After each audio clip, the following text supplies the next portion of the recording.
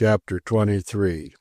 The northwest trade carried us almost into the southeast trade, and then left us for several days to roll and swelter in the doldrums.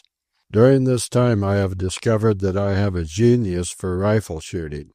Mr. Pike swore I must have had long practice, and I confess I was myself startled by the ease of the thing.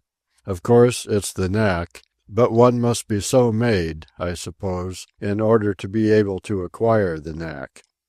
By the end of half an hour, standing on the heaving deck and shooting at bottles floating in the rolling swell, I found that I broke each bottle at the first shot.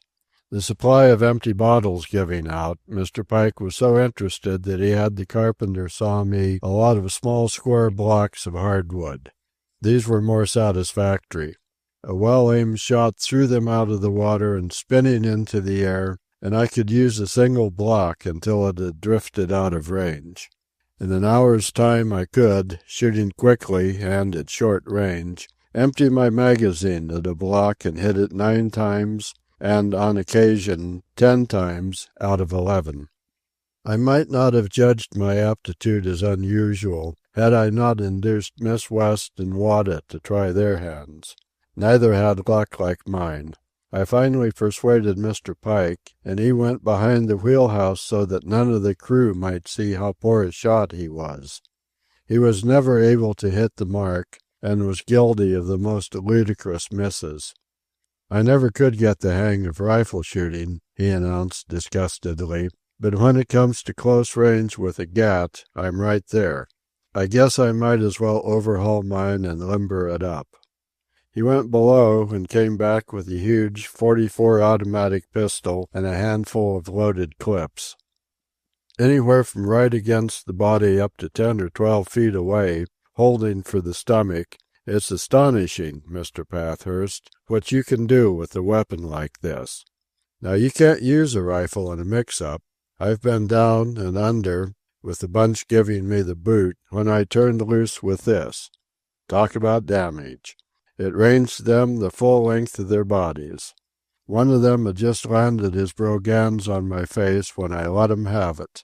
The bullet entered just above his knee, smashed the collarbone where it came out, and then clipped off an ear. I guess that bullet's still going. It took more than a full-sized man to stop it. So I say, give me a good handy gat when something's doing. "Ain't you afraid you'll use all your ammunition up?" he asked anxiously half an hour later as I continued to crack away with my new toy. He was quite reassured when I told him Wada had brought along 50,000 rounds for me. In the midst of the shooting 2 sharks came swimming around. They were quite large, Mr. Pike said, and he estimated their length at 15 feet. It was Sunday morning, so that the crew, except for working the ship, had its time to itself, and soon the carpenter, with a rope for a fish line and a great iron hook baited with a chunk of salt pork the size of my head, captured first one and then the other of the monsters. They were hoisted in on the main deck, and then I saw a spectacle of the cruelty of the sea. The full crew gathered about with sheath knives, hatchets, clubs, and big butcher knives borrowed from the galley. I shall not give the details, save that they gloated and lusted and roared and bellowed their delight in the atrocities they committed. Finally the first of the 2 fish was thrown back into the ocean with a pointed stake thrust into its upper and lower jaws so that it could not close its mouth. Inevitable and prolonged starvation was the fate thus meted out to it. "I'll show you something, boys," Andy Fay cried as they prepared to handle the second shark. The Maltese Cockney had been a most capable master of ceremonies with the first one. More than anything else, I think, was I hardened against these brutes by what I saw them do. In the end, the maltreated fish thrashed about the deck entirely eviscerated. Nothing remained but the mere flesh shell of the creature, yet it would not die. It was amazing the life that lingered when all the vital organs were gone. But more amazing things were to follow. Mulligan Jacobs, his arms of butchers to the elbows, without as much as by your leave, suddenly thrust a hunk of meat into my hand. I sprang back, startled, and dropped it to the deck, while a gleeful howl went up from the 200 men. I was ashamed, despite myself. These brutes held me in little respect, and, after all, human nature is so strange a compound that even a philosopher dislikes being held in disesteem by the brutes of his own species. I looked at what I had dropped. It was the heart of the shark, and as I looked, there under my eyes, on the scorching deck where the pitch oozed from the seams, the heart pulsed with life. And I dared. I would not permit these animals to laugh at any fastidiousness of mine. I stooped and picked up the heart, and while I concealed and conquered my qualms, I held it in my hand and felt it beat in my hand. At any rate, I had won a mild victory over Mulligan Jacobs, for he abandoned me for the more delectable diversion of torturing the shark that would not die. For several minutes it had been lying quite motionless. Mulligan Jacobs smote it a heavy blow on the nose with the flat of a hatchet, and as the thing galvanized into life and flung its body about the deck, the little venomous man screamed in ecstasy, "The hooks are in it! The hooks are in it, and burning hot!" He squirmed and writhed with fiendish delight, and again he struck it on the nose and made it leap. This was too much, and I beat a retreat, feigned boredom or cessation of interest, of course, and absently carrying the still throbbing heart in my hand. As I came upon the poop I saw Miss West, with her sewing basket, emerging from the port door of the chart-house. The deck chairs were on that side, so I stole around on the starboard side of the chart-house in order to fling overboard unobserved the dreadful thing I carried. But drying on the surface in the tropical heat and still pulsing inside, it stuck to my hand so that it was a bad cast. Instead of clearing the railing, it struck on the pin rail and stuck there in the shade, and as I opened the door to go below and wash my hands, with a last glance I saw it pulse where it had fallen. When I came back it was still pulsing. I heard a splash overside from the waist of the ship, and knew the carcass had been flung overboard. I did not go around the chart-house and join Miss West, but stood enthralled by the spectacle of that heart that beat in the tropic sun. Boisterous shouts from the sailors attracted my attention. They had all climbed to the top of the tall rail, and were watching something outboard. I followed their gaze and saw the amazing thing. That long eviscerated shark was not dead. It moved, it swam, it thrashed about, and ever it strove to escape from the surface of the ocean. Sometimes it swam down as deep as 50 or 100 feet, and then, still struggling to escape the surface, struggled involuntarily to the surface. Each failure thus to escape fetched wild laughter from the men. But why did they laugh? The thing was sublime, horrible, but it was not humorous. I leave it to you. What is there laughable in the sight of a pain-distraught fish rolling helplessly on the surface of the sea and exposing to the sun all its essential emptiness? I was turning away when renewed shouting drew my gaze. Half a dozen other sharks had appeared, smaller ones, 9 or 10 feet long. They attacked their helpless comrade. They tore him to pieces, they destroyed him, devoured him. I saw the last shred of him disappear down their maws. He was gone, disintegrated, entombed in the living bodies of his kind, and already entering into the processes of digestion. And yet, there, in the shade on the pin rail, that unbelievable and monstrous heart beat on. Chapter 24. The voyage is doomed to disaster and death. I know Mr. Pike, now, and if ever he discovers the identity of Mr. Malaire, murder will be done. Mr. Malaire is not Mr. Malaire. He is not from Georgia. He is from Virginia.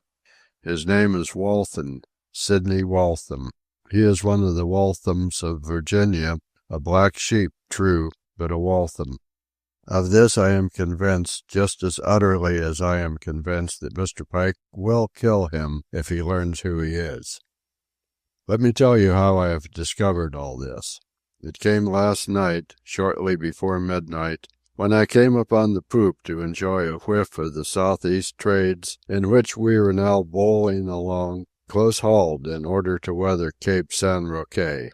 Mr. Pike had the watch, and I paced up and down with him while he told me old pages of his life. He has often done this, when not sea-grouched, and often he has mentioned with pride, yes, with reverence, a master with whom he sailed 5 years. Old Captain Somers, he called him, the finest, squarest, noblest man I ever sailed under, sir. Well, last night our talk turned on lugubrious subjects, and Mr. Pike, wicked old man that he is, discounted on the wickedness of the world and on the wickedness of the man who murdered Captain Somers. He was an old man, over 70 years old, Mr. Pike went on, and they say he'd got a touch of palsy. I hadn't seen him for years. You see, I'd had to clear up from the coast because of trouble. And that devil of a second mate caught him in bed late at night and beat him to death. It was terrible. They told me about it.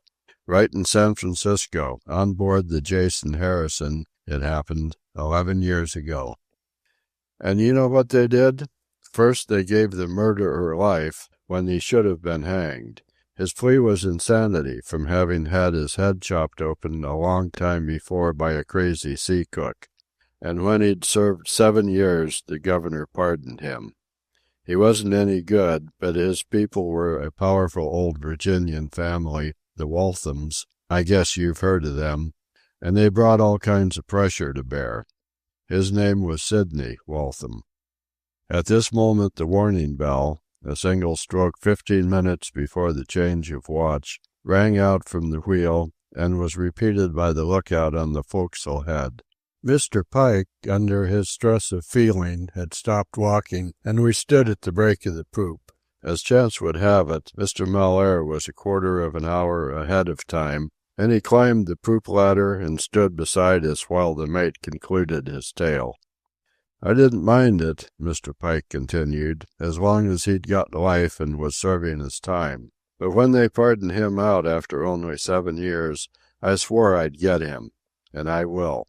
I don't believe in God or devil, and it's a rotten, crazy world anyway, but I do believe in hunches, and I know I'm going to get him. What will you do? I queried. Do? Mr. Pike's voice was fraught with surprise that I should not know. Do? Well, what did he do to old Captain Somers? Yet he's disappeared these last 3 years now. I've heard neither hide nor hair of him, but he's a sailor, and he'll drift back to the sea, and some day. In the illumination of a match with which the second mate was lighting his pipe, I saw Mr. Pike's gorilla arms and huge clenched paws raised to heaven, and his face convulsed and working. Also, in that brief moment of light, I saw that the second mate's hand which held the match was shaking. And I ain't never seen even a photo of him, Mr. Pike added. But I've got the general idea of his looks, and he's got a mark unmistakable. I could know him by it in the dark. All I'd have to do is feel it. Some day I'll stick my fingers into that mark. What did you say, sir, was the captain's name? Mr. Malaire asked casually. Somers. Old Captain Somers, Mr. Pike answered. Mr. Malaire repeated the name aloud several times, and then hazarded, Didn't he command the Lammermoor 30 years ago? That's the man. I thought I recognized him. I lay at anchor in a ship next to his in Table Bay that time ago. Oh, the wickedness of the world, the wickedness of the world, Mr. Pike muttered as he turned and strode away. I said good night to the second mate and started to go below when he called to me in a low voice, Mr. Pathurst.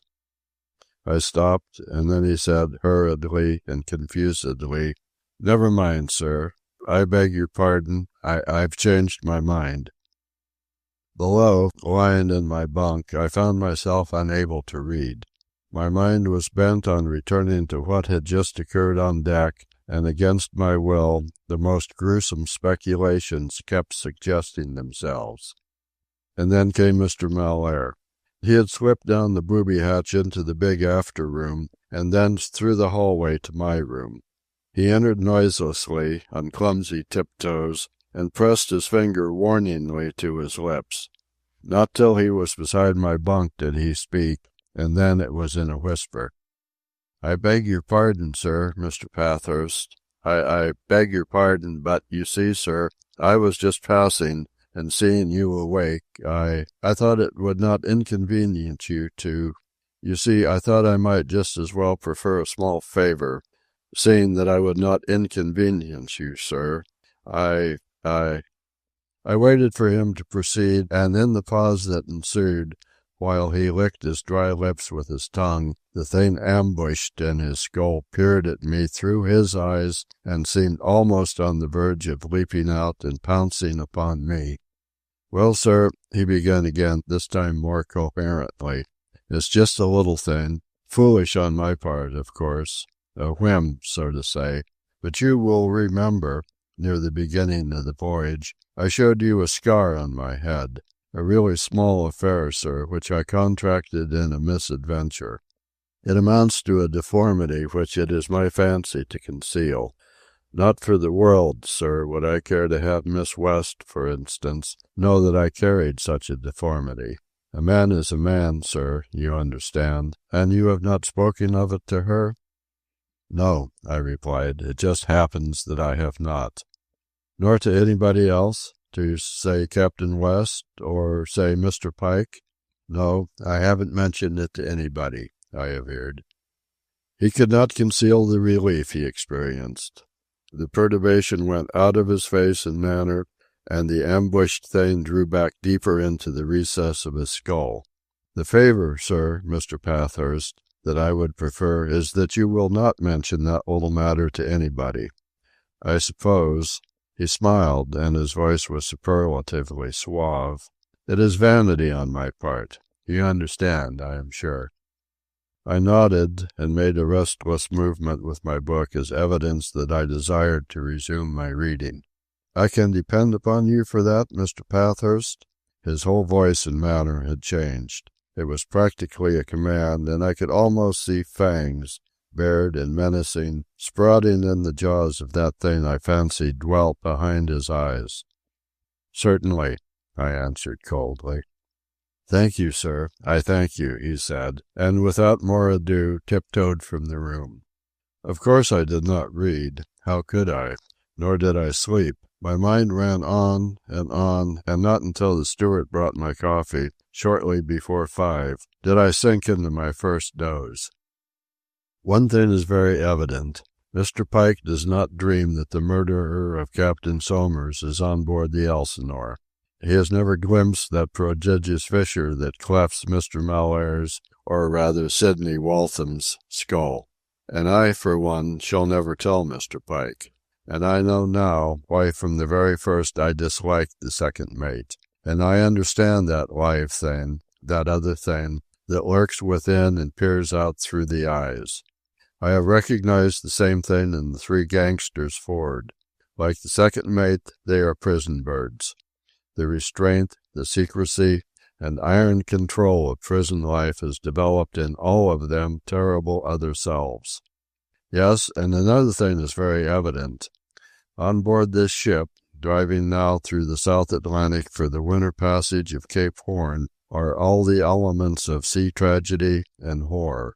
We are freighted with human dynamite that is liable at any moment to blow our tiny floating world to fragments. Chapter 25. The days slip by. The southeast trade is brisk, and small splashes of sea occasionally invade my open ports. Mr. Pike's room was soaked yesterday. This is the most exciting thing that has happened for some time. The gangsters rule in the forecastle. Larry and Shorty have had a harmless fight.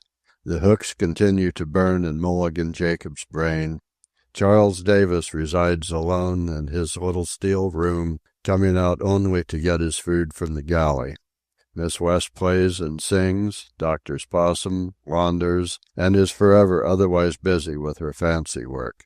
Mr. Pike runs the phonograph every other evening in the second dog watch. Mr. Malaire hides the cleft in his head. I keep his secret. And Captain West, more remote than ever, sits in the draught of wind in the twilight cabin. We are now 37 days at sea, in which time, until today, we have not sighted a vessel. And today, at one time, no less than 6 vessels were visible from the deck. Not until I saw these ships was I able thoroughly to realize how lonely this ocean is. Mr. Pike tells me we are several hundred miles off the South American coast. And yet, only the other day, it seems, we were scarcely more distant from Africa. A big velvety moth fluttered aboard this morning, and we are filled with conjecture. How possibly could it have come from the South American coast, these hundreds of miles in the teeth of the trades? The Southern Cross has been visible, of course, for weeks. The North Star has disappeared behind the bulge of the earth, and the Great Bear, at its highest, is very low. Soon it, too, will be gone, and we shall be raising the Magellan Clouds. I remember the fight between Larry and Shorty. Wada reports that Mr. Pike watched it for some time until, becoming incensed at their awkwardness, he clouted both of them with his open hands and made them stop, announcing that until they could make a better showing, he intended doing all the fighting on the Elsinore himself. It is a feat beyond me to realize that he is 69 years old. And when I look at the tremendous build of him, and at his fearful, man-handling hands, I conjure up a vision of his avenging Captain Somers's murder. Life is cruel. Amongst the Elsinore's 5,000 tons of coal are thousands of rats. There is no way for them to get out of their steel-walled prison, for all the ventilators are guarded with stout wire mesh. On our previous voyage, loaded with barley, they increased and multiplied. Now they are imprisoned in the coal, and cannibalism is what must occur among them. Mr. Pike says that when we reach Seattle, there will be a dozen or a score of survivors, huge fellows, the strongest and fiercest. Sometimes passing the mouth of one ventilator that is in the after wall of the chart house, I can hear their plaintive squealing and crying from far beneath in the coal. Other and luckier rats are in the 'tween decks forward, where all the spare suits of sails are stored. They come out and run about the deck at night, steal food from the galley, and lap up the dew. Which reminds me that Mr. Pike will no longer look at Possum. It seems, under his suggestion, that Wada trapped a rat in the donkey engine room. Wada swears that it was the father of all rats, and that, by actual measurement, it scaled 18 inches from nose to the tip of tail. Also it seems that Mr. Pike and Wada, with the door shut in the former's room, pitted the rat against Possum, and that Possum was licked. They were compelled to kill the rat themselves, while Possum, when all was over, lay down and had a fit. Now, Mr. Pike abhors a coward, and his disgust with Possum is profound. He no longer plays with the puppy, nor even speaks to him, and whenever he passes him on the deck, glowers sourly at him. I have been reading up the South Atlantic sailing directions, and I find that we are now entering the most beautiful sunset region in the world. And this evening we were favored with a sample. I was in my quarters, overhauling my books, when Miss West called to me from the foot of the chart-house stairs. "Mr. Pathurst, come quick! Oh, do come quick! You can't afford to miss it!" Half the sky, from the zenith to the western sea line, was an astonishing sheet of pure, pale, even gold, and through this sheen on the horizon burned the sun, a disk of richer gold. The gold of the sky grew more golden, then tarnished before our eyes, and began to glow faintly with red. As the red deepened, a mist spread over the whole sheet of gold and the burning yellow sun. Turner was never guilty of so audacious an orgy in gold mist. Presently, along the horizon, entirely completing the circle of sea and sky, the tight-packed shapes of the trade wind clouds began to show through the mist, and as they took form they spilled with rose color at their upper edges, while their bases were a pulsing bluish-white. I say it advisedly. All the colors of this display pulsed. As the gold mist continued to clear away, the colors became garnish, bold. The turquoises went into greens, and the roses turned to the red of blood. And the purple and indigo of the long swells of sea were bronzed with the color riot in the sky, while across the water, like gigantic serpents, crawled red and green sky reflections. And then all the gorgeousness quickly dulled, and the warm, tropic darkness drew about us. Chapter 26. The Elsinore is truly the ship of souls, the world in miniature, and, because she is such a small world, cleaving this vastitude of ocean as our larger world cleaves space, the strange juxtapositions that continually occur are startling. For instance, this afternoon on the poop. Let me describe it. Here was Miss West, in a crisp duck sailor suit, immaculately white, open at the throat, where under the broad collar was knotted a man-of-war black silk handkerchief. Her smooth-groomed hair, a trifle rebellious in the breeze, was glorious. And here was I, in white ducks, white shoes, and white silk shirt, as immaculate and well-tended as she. The steward was just bringing the pretty tea service for Miss West, and in the background Wada hovered.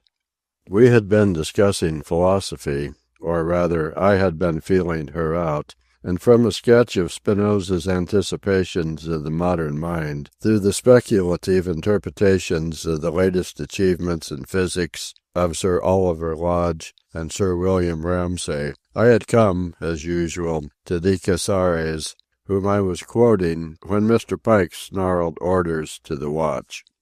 In this rise into the azure of pure perception, attainable only by a very few human beings, the spectacular sense is born. I was quoting, "Life is no longer good or evil. It is a perpetual play of forces without beginning or end. The freed intellect merges itself with the world will and partakes of its essence, which is not a moral essence, but an aesthetic essence." And at this moment the watch swarmed onto the poop to haul on the port braces of the mizzen skysail, royal, and topgallant sail. The sailors passed us or toiled close to us with lowered eyes. They did not look at us, so far removed from them were we. It was this contrast that caught my fancy. Here were the high and low, slaves and masters, beauty and ugliness, cleanness and filth. Their feet were bare and scaled with patches of tar and pitch. Their unbathed bodies were garmented in the meanest of clothes, dingy, dirty, ragged, and sparse. Each one had on but two garments, dungaree trousers and a shoddy cotton shirt. And we, in our comfortable deck chairs, our two servants at our backs, the quintessence of elegant leisure, sipped delicate tea from beautiful fragile cups, and looked on at these wretched ones whose labor made possible the journey of our little world. We did not speak to them, nor recognize their existence, any more than they would have dared speak to us. And Miss West, with the appraising eye of a plantation mistress for the condition of her field slaves, looked them over. "You see how they have fleshed up," she said, as they coiled the last turns of the rope over the pins and faded away forward off the poop. "It is the regular hours, the good weather, the hard work, the open air, the sufficient food, and the absence of whiskey. And they will keep in this fettle until they get off the Horn. And then you will see them go down from day to day. A winter passage of the Horn is always a severe strain on the men. But then, once we are around and in the good weather of the Pacific, you will see them gain again from day to day. and when we reach Seattle they will be in splendid shape. Only they will go ashore, drink up their wages in several days, and ship away on other vessels in precisely the same sodden, miserable condition that they were in when they sailed with us from Baltimore." And just then Captain West came out the chart-house door, strolled by for a single turn up and down, and with a smile and a word for us, and an all-observant eye for the ship, the trim of her sails, the wind and the sky, and the weather promise, went back through the chart-house door, the blond Aryan master, the king, the samurai. And I finished sipping my tea of delicious and most expensive aroma, and our slant-eyed, dark-skinned servitors carried the pretty gear away, and I read continuing decasseries. Instinct wills, creates, carries on the work of the species. The intellect destroys, negatives, satires, and ends in pure nihilism. Instinct creates life, endlessly, hurling forth profusely and blindly its clowns, tragedians, and comedians. Intellect remains the eternal spectator of the play.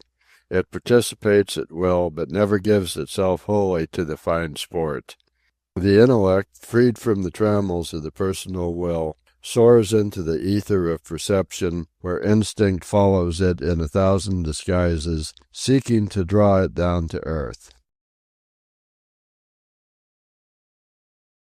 Chapter 27. We are now south of Rio and working south. We are out of the latitude of the trades, and the wind is capricious. Rain squalls and wind squalls vex the Elsinore. 1 hour we may be rolling sickeningly in the dead calm, and the next hour we may be dashing 14 knots through the water and taking off sail as fast as the men can clew up and lower away. A night of calm, when sleep is well nigh impossible and the sultry, muggy air, may be followed by a day of blazing sun and an oily swell from the southward, connoting great gales in that area of ocean we are sailing toward, or all day long the Elsinore, under an overcast sky, royals and skysails furled, may plunge and buck under wind pressure into a short and choppy head sea. And all this means work for the men. Taking Mr. Pike's judgment, they are very inadequate, though by this time they know the ropes. He growls and grumbles and snorts and sneers whenever he watches them doing anything. Today, at 11 in the morning, the wind was so violent, continuing in greater gusts after having come in a great gust, that Mr. Pike ordered the mainsail taken off. The great crojack was already off. But the watch could not clew up the mainsail, and after much vain sing-songing and full-hauling, the watch below was routed out to bear a hand. "My God," Mr. Pike groaned to me, "2 watches for a rag like that when half a decent watch could do it. Look at that preventer bosun of mine." Poor Nancy. He looked the saddest, sickest, bleakest creature I have ever seen. He was so wretched, so miserable, so helpless. And Sundry Buyers was just as impotent. The expression on his face was of pain and hopelessness, and as he pressed his abdomen he lumbered futilely about, ever seeking something he might do, and ever failing to find it. He pottered. He would stand and stare at one rope for a minute or so at a time, following it aloft with his eyes through the maze of ropes and stabs and gears, with all the intentness of a man working out an intricate problem. Then, holding his hand against his stomach, he would lumber on a few steps and select another rope for study. Oh dear, Mr. Pike lamented. How can one drive with bosuns like that and a crew like that? Just the same, if I was captain of this ship, I'd drive 'em. I'd show 'em what drive was, if I had to lose a few of 'em. And when they grow weak off the horn, what'll we do? It'll be both watches all the time, which will weaken them just that much the faster. Evidently this winter passage of the Horn is all that one has been led to expect from reading the narratives of the navigators. Iron men like the two mates are very respectful of Cape Stiff, as they call that uttermost tip of the American continent. Speaking of the two mates, iron-made and iron-mouthed that they are, it is amusing that in really serious moments both of them curse with, "Oh dear, oh dear." In the spells of calm I take great delight in the little rifle. I have already fired away 5,000 rounds and have come to consider myself an expert. Whatever the knack of shooting may be, I've got it. When I get back I shall take up target practice. It is a neat, deft sport. Not only is Possum afraid of the sails and of rats, but he is afraid of rifle fire, and at the first discharge goes yelping and ki-yiing below. The dislike Mr. Pike has developed for the poor little puppy is ludicrous. He even told me that if it were his dog he'd throw it overboard for a target. Just the same, he is an affectionate, heart-warming little rascal, and has already crept so deep into my heart that I am glad Miss West did not accept him. And oh, he insists on sleeping with me on top the bedding, a proceeding which has scandalized the mate. "I suppose he'll be using your toothbrush next," Mr. Pike growled at me. But the puppy loves my companionship and is never happier than when on the bed with me. Yet the bed is not entirely paradise, for Possum is badly frightened when ours is the lee side and the seas pound and smash against the glass ports. Then the little beggar, electric with fear to every hair-tip, crouches and snarls menacingly, and almost at the same time whimpers appeasingly at the storm monster outside. "Father knows the sea," Miss West said to me this afternoon. "He understands it, and he loves it." "Or it may be habit," I ventured. She shook her head. "He does know it, and he loves it. That is why he has come back to it. All his people before him were sea folk.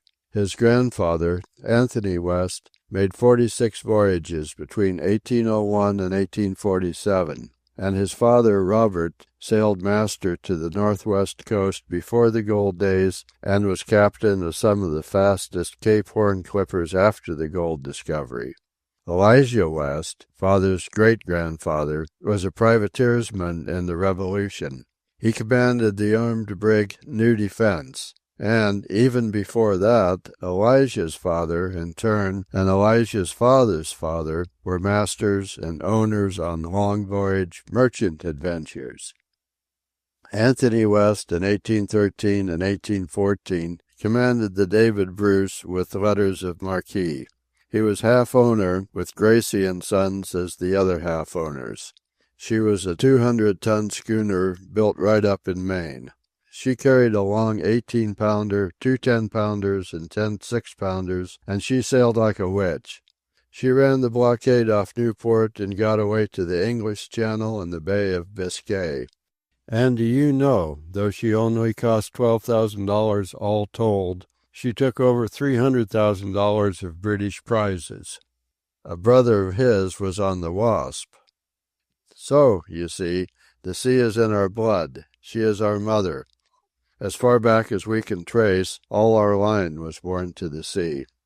She laughed and went on. We've pirates and slavers in our family, and all sorts of disreputable sea rovers. Old Ezra West, just how far back I don't remember, was executed for piracy, and his body hung in chains at Plymouth. The sea is father's blood. And he knows, well, a ship, as you would know a dog or a horse. Every ship he sails has a distinct personality for him. I have watched him, in high moments, and seen him think. But oh, the times I have seen him when he does not think, when he feels, and knows everything without thinking at all. Really, with all that appertains to the sea and ships, he is an artist. There is no other word for it. "You think a great deal of your father," I remarked. "He is the most wonderful man I have ever known," she replied. "Remember, you are not seeing him at his best. He has never been the same since Mother's death. If ever a man and a woman were one, they were." She broke off, then concluded abruptly. You don't know him. You don't know him at all. Chapter 28. I think we are going to have a fine sunset, Captain West remarked last evening. Miss West and I abandoned our rubber of cribbage and hastened on deck. The sunset had not yet come, but all was preparing. As we gazed, we could see the sky gathering the materials, grouping the gray clouds in long lines and towering masses, spreading its palette with slow-growing, glowing tints and sudden blobs of color. "It's the Golden Gate," Miss West cried, indicating the west. "See, we're just inside the harbor. Look to the south there, if that isn't the skyline of San Francisco. There's the Call Building, and there, far down, the ferry tower, and surely that is the Fairmont." Her eyes roved back through the opening between the cloud masses, and she clapped her hands. "It's a sunset within a sunset. See, the Farallones, swimming in a miniature orange and red sunset all their own.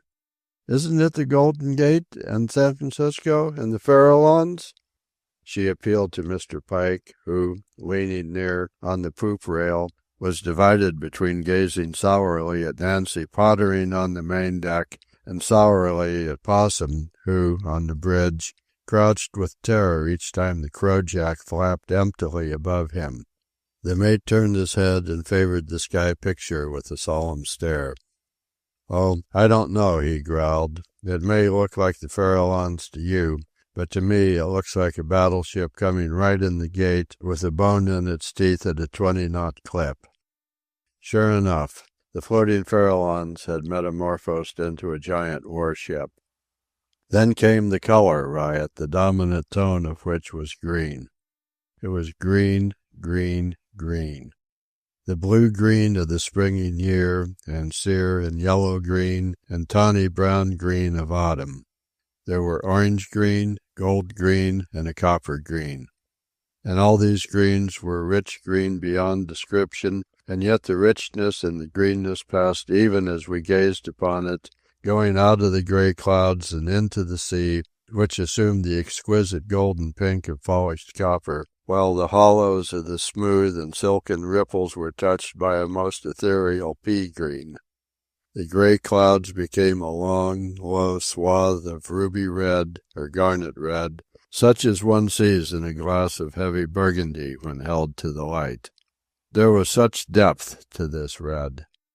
And below it, separated from the main color mass by a line of gray-white fog, or line of sea, was another and smaller streak of ruddy-colored wine. I strolled across the poop to the port side. "Oh, come back! Look, look!" Miss West cried to me. "What's the use?" I answered.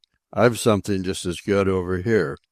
She joined me, and as she did so I noted a sour grin on Mr. Pike's face. The eastern heavens were equally spectacular.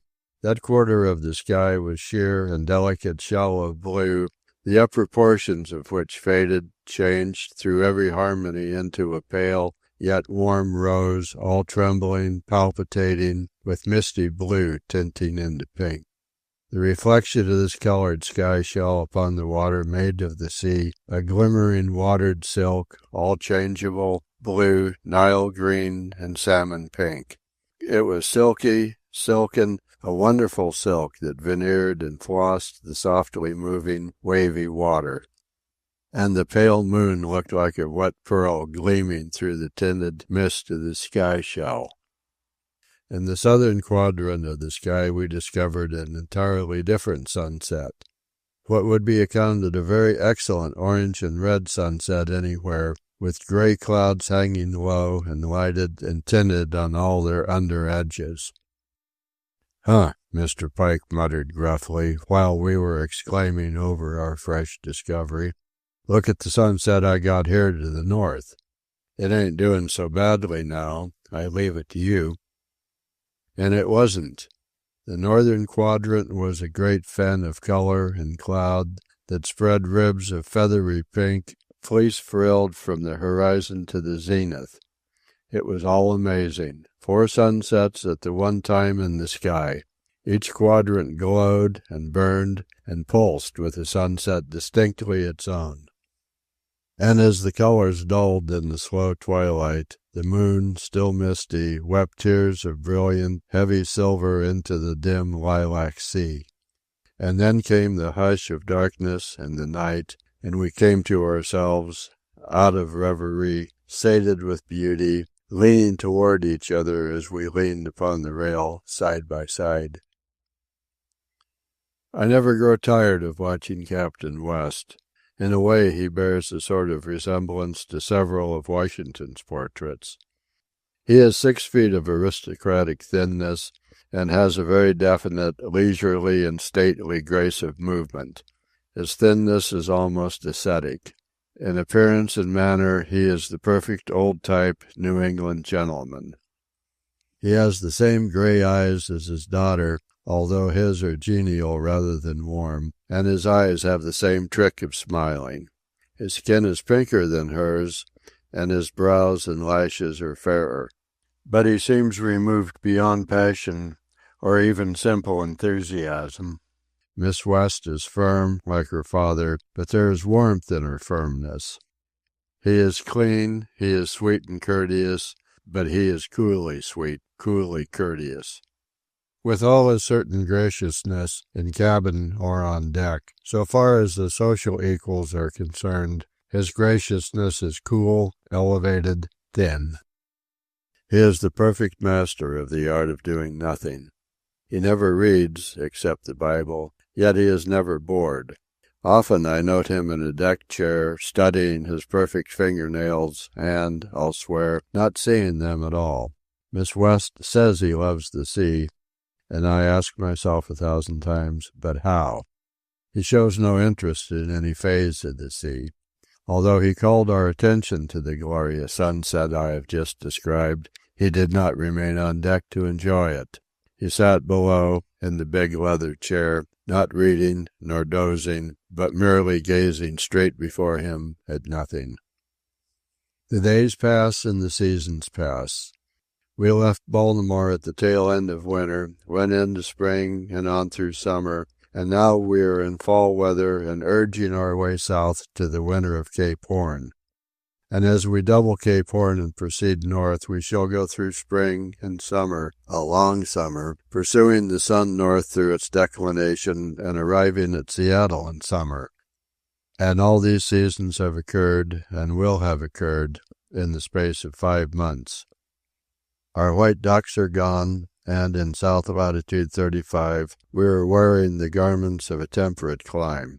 I notice that Wada has given me heavier underclothes and heavier pajamas, and that Possum, of nights, is no longer content with the top of the bed, but must crawl underneath the bedclothes. We are now off the Plate, a region notorious for storms, and Mr. Pike is on the lookout for a pampero. Captain West does not seem to be on the lookout for anything, yet I notice that he spends longer hours on deck when the sky and barometer are threatening. Yesterday we had a hint of Plate weather, and today an awesome fiasco of the same. The hint came last evening between the twilight and the dark. There was practically no wind, and the Elsinore, just maintaining steerage way by means of intermittent fans of air from the north, floundered exasperatingly in a huge glassy swell that rolled up as an echo from some blown-out storm to the south.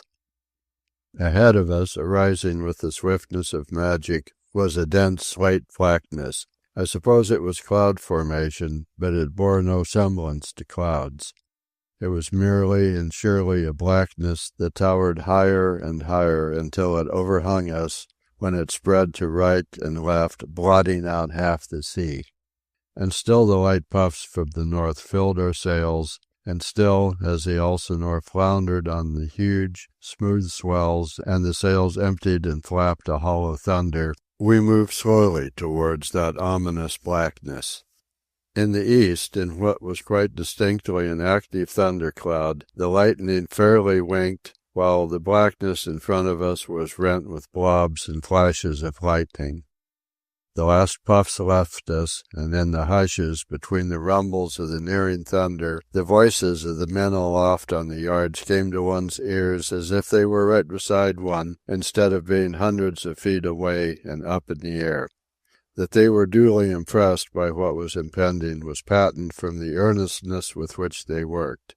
Both watches toiled under both mates, and Captain West strolled the poop in his usual casual way, and gave no orders at all, save in low conversational tones, when Mr. Pike came upon the poop and conferred with him. Miss West, having deserted the scene 5 minutes before, returned, a proper sea-woman, clad in oilskins, sou'wester, and long sea-boots. She ordered me, quite peremptorily, to do the same. But I could not bring myself to leave the deck for fear of missing something, so I compromised by having Wada bring my storm gear to me. And then the wind came, smack out of the blackness, with the abruptness of thunder and accompanied by the most diabolical thunder. And with the rain and thunder came the blackness. It was tangible. It drove past us in the bellowing wind like so much stuff that one could feel. Blackness as well as wind impacted on us. There is no other way to describe it than by that ancient way of saying one could not see his hand before his face. "Isn't it splendid?" Miss West shouted into my ear, close beside me, as we clung to the railing at the break of the poop. "Superb!" I shouted back, my lips to her ear, so that her hair tickled my face. And I know not why, it must have been spontaneous with both of us, in that shouting blackness of wind as we clung to the rail to avoid being blown away, our hands went out to each other, and my hand and hers gripped and pressed, and then held mutually to the rail. "Daughter of Herodias," I commented grimly to myself, but my hand did not leave hers. "What is happening?" I shouted in her ear. "We've lost way," came her answer. "I think we're caught aback. The wheel's up, but she could not steer." The Gabriel voice of the samurai rang out.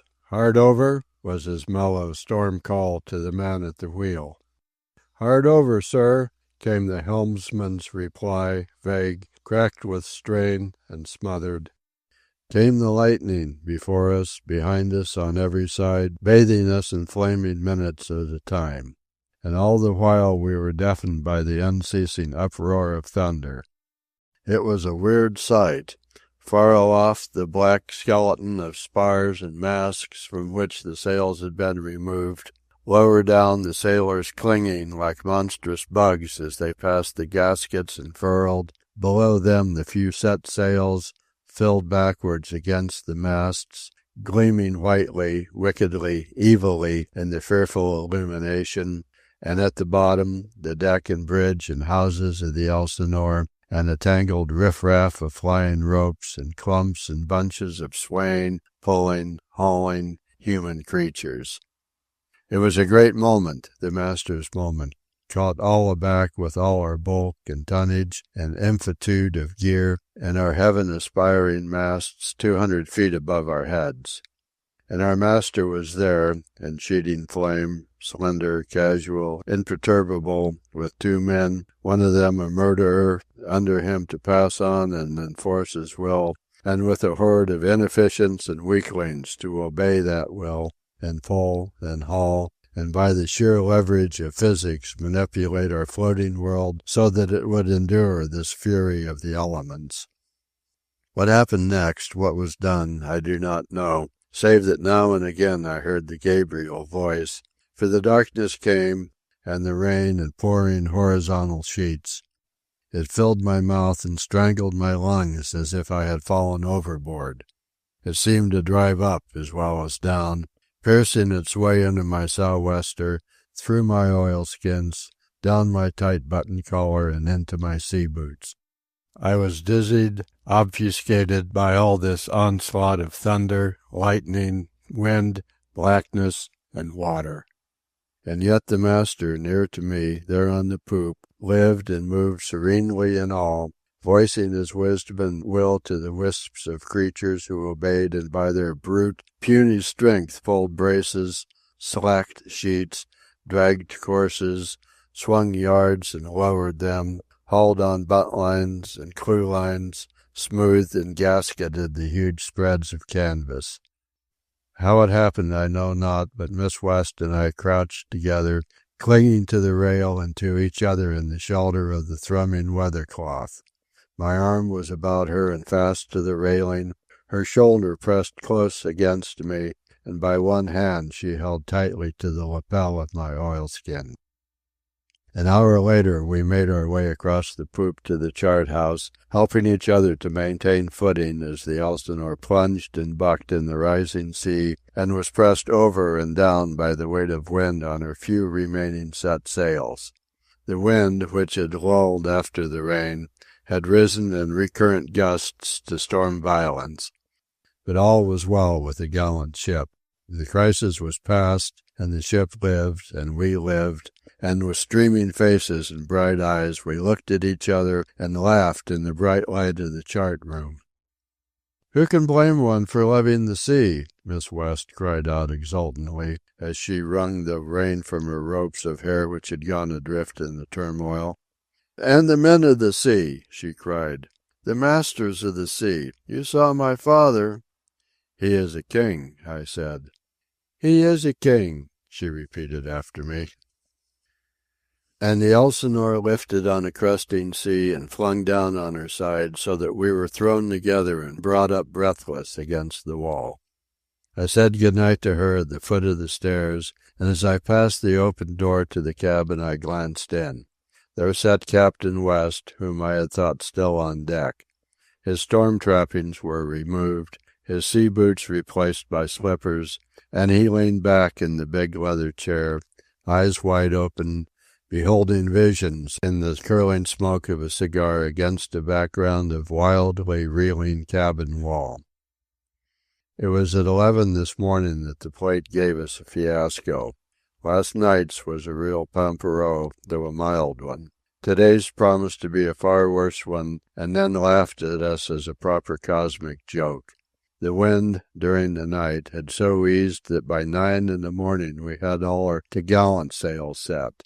By 10 we were rolling in a dead calm. By 11 the stuff began making up ominously in the southward. The overcast sky closed down. Our lofty trunks seemed to scrape the cloud zenith. The horizon drew in on us till it seemed scarcely half a mile away. The Elsinore was embayed in a tiny universe of mist and sea. The lightning played. Sky and horizon drew so close that the Elsinore seemed on the verge of being absorbed, sucked in by it, sucked up by it. Then from zenith to horizon the sky was cracked with forked lightning, and the wet atmosphere turned to a horrid green. The rain, beginning gently, in dead calm, grew into a deluge of enormous streaming drops. It grew darker and darker, a green darkness, and in the cabin, though it was midday, Wada and the steward lighted lamps. The lightning came closer and closer until the ship was enveloped in it. The green darkness was continually a-tremble with flame, through which broke greater illuminations of forked lightning. These became more violent as the rain lessened, and so absolutely were we centered in this electrical maelstrom, there was no connecting any chain or flash or fork of lightning with any particular thunderclap. The atmosphere all about us failed and flamed. Such a crashing and smashing. We looked every moment for the Elsinore to be struck, and never had I seen such colors in lightning. Although from moment to moment we were dazzled by the greater bolts, there persisted always a tremulous, pulsing lesser play of light, sometimes softly blue, at other times a thin purple that quivered on into 1,000 shades of lavender. And there was no wind. No wind came. Nothing happened. The Elsinore, naked sparred under only lower topsails, with spanker and crojack furled, was prepared for anything. Her lower topsails hung in limp emptiness from the yards, heavy with rain and flapping soggily when she rolled. The cloud mass thinned, the day brightened, the green blackness passed into grey twilight, The lightning eased, the thunder moved along away from us, and there was no wind. In half an hour the sun was shining, the thunder muttered intermittently along the horizon, and the Elsinore still rolled in a hush of air. "You can't tell, sir," Mr. Pike growled to me. 30 years ago I was dismasted right here off the Plate in a clap of wind that come on just as that come on. It was the changing of the watches, and Mr. Malaire, who had come on the poop to relieve the mate, stood beside me. "One of the nastiest pieces of water in the world," he concurred. 18 years ago the Plate gave it to me.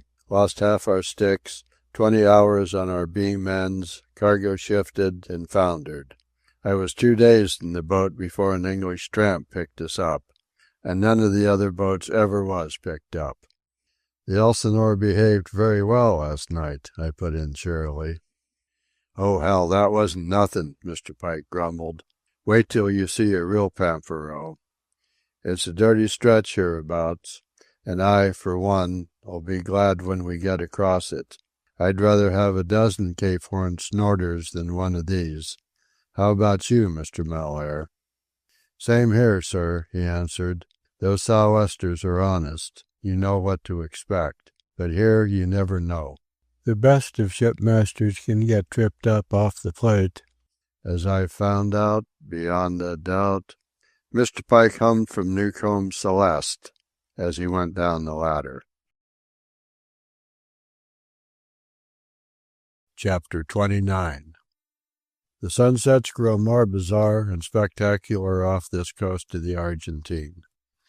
Last evening we had high clouds, broken white and golden, flung disorderly, generously over the western half of the sky, while in the east was painted a second sunset, a reflection perhaps of the first. At any rate, the eastern sky was a bank of pale clouds that shed soft, spread rays of blue and white upon a blue-gray sea. And the evening before last we had a gorgeous Arizona riot in the west. Bastioned upon the ocean, cloud tier was piled upon cloud tier, spacious and lofty, until we gazed upon a Grand Canyon a myriad times vaster and more celestial than that of the Colorado. The clouds took on the same stratified, serrated, rose-rock formation, and all the hollows were filled with the opal blues and purple hazes of the painted lands. The sailing directions say that these remarkable sunsets are due to the dust being driven high into the air by the winds that blow across the pampas of the Argentine. And our sunset tonight, I am writing this at midnight as I sit propped in my blankets, wedged by pillows, while the Elsinore wallows damnably in a dead calm and a huge swell rolling up from the Cape Horn region where, it does seem, gales perpetually blow. But our sunset, Turner might have perpetrated it. The west was if a painter had stood off and slapped brushfuls of gray at a green canvas. On this green background of sky, the clouds spilled and crumpled. But such a background, such an orgy of green. No shade of green was missing in the interstices, large and small, between the milky curdled clouds. Nile green high up, and then, in order, each with 1,000 shades, blue-green, brown-green, gray-green, and a wonderful olive green that tarnished into a rich bronze green. During the display the rest of the horizon glowed with broad bands of pink and blue and pale green and yellow. A little later, when the sun was quite down, in the background of the curdled clouds smouldered a wine-red mass of color that faded to bronze and tinged all the fading greens with its sanguinary hue. The clouds themselves flushed to rose of all shades, while a fan of gigantic streamers of pale rose radiated toward the zenith. These deepened rapidly into flaunting rose flame and burned long in the slow-closing twilight.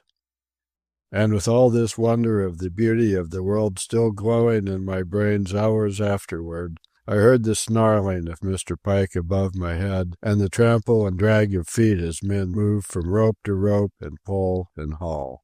More weather is making, and from the way sail is being taken in, it cannot be far off. Yet at daylight this morning we were still wallowing in the same dead calm and sickly swell.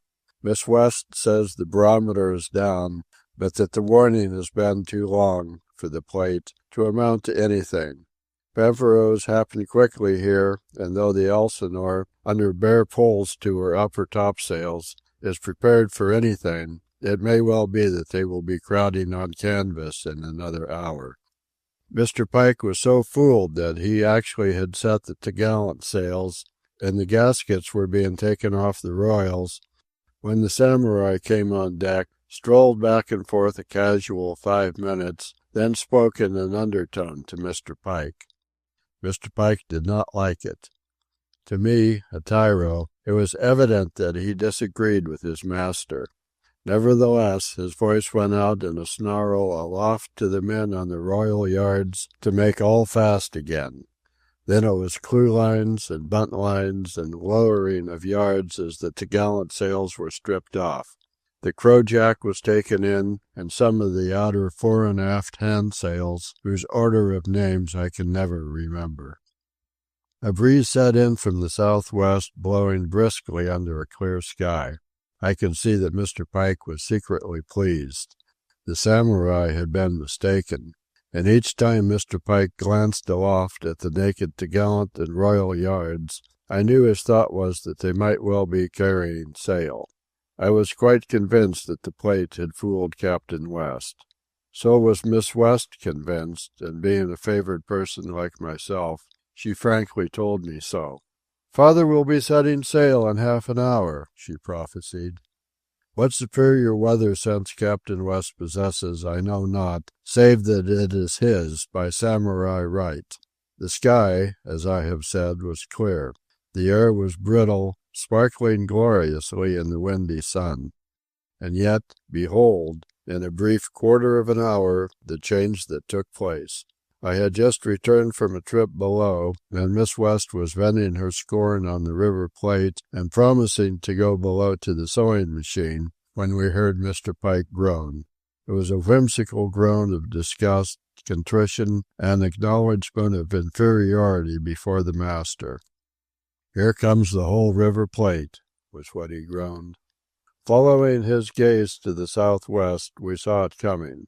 It was a cloud mass that blotted out the sunlight and the day. It seemed to swell and belch and roll over and over on itself as it advanced with a rapidity that told of enormous wind behind it and in it. Its speed was headlong, terrific, and beneath it, covering the sea, advancing with it, was a grey bank of mist. Captain West spoke to the mate, who bawled the order along, and the watch, reinforced by the watch below, began clewing up the mainsail and foresail and climbing into the rigging. "Keep off! Put your wheel over, hard over," Captain West called gently to the helmsman. And the big wheel spun around, and the Elsinore's bow fell off so that she might not be caught aback by the onslaught of wind. Thunder rode in that rushing, rolling blackness of cloud, and it was rent by lightning as it fell upon us. Then it was rain, wind, obscureness of gloom, and lightning. I caught a glimpse of the men on the lower yards as they were blotted from view and as the Elsinore heeled over and down. There were 15 men of them to each yard, and the gaskets were well past ere we were struck. How they regained the deck I do not know, I never saw, for the Elsinore, under only upper and lower topsails, lay down on her side, her port rail buried in the sea, and did not rise. There was no maintaining an unsupported upright position on that acute slant of deck. Everybody held on. Mr. Pike frankly gripped the poop rail with both hands, and Miss West and I made frantic clutches and scrambled for footing. But I noticed that the samurai, poised lightly, like a bird on the verge of flight, merely rested one hand on the rail. He gave no orders. As I divined, there was nothing to be done. He waited, that was all, and tranquillity and repose. The situation was simple. Either the masts would go, or the Elsinore would rise with her masts intact, or she would never rise again. In the meantime she lay dead, her lee yardarms almost touching the sea creaming solidly to her hatch combings across the buried, unseen rail. The minutes were as centuries until the bow paid off, and the Elsinore turned tail before it, righted to an even keel. Immediately this was accomplished, Captain West had her brought back upon the wind, and immediately thereupon the big foresail went adrift with its gaskets. The shock, or succession of shocks, to the ship, from the tremendous buffeting that followed, was fearful. It seemed she was being racked to pieces. Master and mate were side by side when this happened, and the expressions on their face typified them. In neither face was apprehension. Mr. Pike's face bore a sour sneer for the worthless sailors who had botched the job. Captain West's face was serenely considerative. Still, nothing was to be done, could be done, and for 5 minutes the Elsinore was shaken as in the maw of some gigantic monster until the last shreds of the great piece of canvas had been torn away. "Our foresail has departed for Africa," Miss West laughed in my ear. She is like her father, unaware of fear. "And now we may as well go below and be comfortable," she said 5 minutes later. "The worst is over. It will only be blow, blow, blow, and a big sea making." All day it blew, and the big sea that arose made the Elsinore's conduct almost unlivable. My only comfort was achieved by taking to my bunk and wedging myself with pillows buttressed against the bunk sides by empty soap boxes which Wada arranged. Mr. Pike, clinging to my door casing while his legs sprawled adrift in the succession of terrific rolls, paused to tell me that it was a new one on him in the Pomfero line. It was all wrong from the first. It had not come on right. It had no reason to be. He paused a little longer, and, in a casual way, that under the circumstances was ridiculously transparent, exposed what was at ferment in his mind. First of all, he was absurd enough to ask if Possum showed symptoms of seasickness. Next, he unburdened his wrath for all the inefficients who had lost the foresail, and sympathized with the sailmakers for the extra work thrown upon them. Then he asked permission to borrow one of my books, and, clinging to my bunk, selected Buckner's Force and Matter from my shelf, carefully wedging the empty space with a doubled magazine I used for that purpose. Still he was loath to depart, and cudgelling his brains for a pretext, he set up a rambling discourse on River Plate weather, and all the time I kept wondering what was behind it all. At last it came. "By the way, Mr. Pathurst," he remarked, "do you happen to remember how many years ago Mr. Mellor said it was he was dismasted and foundered off here?" I caught his drift on the instant. 8 years ago, wasn't it? I lied. Mr. Pike let this sink in and slowly digested it, while the Elsinore was guilty of 3 huge rolls down to port and back again. "Now I wonder what ship was sunk off the Plate 8 years ago," he communed, as if with himself. "I guess I'll have to ask Mr. Mellor her name. You can search me for all any I can recollect." He thanked me with unwonted elaborateness for Force and Matter, of which I knew he would never read a line, and felt his way to the door. Here he hung on for a moment, as if struck by a new and most accidental idea. "No, it wasn't by any chance that he said 18 years ago?" he queried. I shook my head. 8 years ago, I said. "That's the way I remember it, though why I should remember it at all, I don't know. But that is what he said," I went on with increasing confidence. 8 years ago. I am sure of it." Mr. Pike looked at me ponderingly and waited until the Elsinore had fairly righted for an instant ere he took his departure down the hall. I think I have followed the working of his mind. I have long since learned that his memory of ships, officers, cargoes, gales, and disasters is remarkable. He is a veritable encyclopedia of the sea. Also, it is patent that he has equipped himself with Sidney Waltham's history. As yet he does not dream that Mr. Malair is Sidney Waltham, and he is merely wondering if Mr. Malair was a shipmate of Sidney Waltham 18 years ago in the ship lost off the Plate. In the meantime, I shall never forgive Mr. Malair for this slip he has made. He should have been more careful. Chapter 30. An abominable night, a wonderful night. Sleep? I suppose I did sleep in cat-naps, but I swear I heard every bell struck until 3:30. Then came a change, an easement. No longer was it a stubborn, loggy fight against pressures. The Elsinore moved. I could feel her slip and slide and send and soar. Whereas before she had been flung continually down to port, she now rolled as far to one side as to the other. I knew what had taken place. Instead of remaining hove to on the Pampero, Captain West had turned tail and was running before it. This, I understood, meant a really serious storm, for the northeast was the last direction in which Captain West desired to go. But at any rate the movement, though wilder, was easier, and I slept. I was awakened at 5 by the thunder of seas that fell aboard, rushed down the main deck, and crashed against the cabin wall. Through my open door I could see water swashing up and down the hall, while half a foot of water creamed and curdled from under my bunk across the floor each time the ship rolled to starboard. The steward brought me my coffee, and, wedged by boxes and pillows, like an equilibrist, I sat up and drank it. Luckily I managed to finish it in time, for a succession of terrific rolls emptied one of my bookshelves. Possum, crawling upward from my feet under the covered way of my bed, yapped with terror as the seas smashed and thundered, and as the avalanche of books descended upon us. And I could not help but grin when the pasteboard crown smote me on the head, while the puppy was knocked gasping with Chesterton's "What's Wrong with the World?"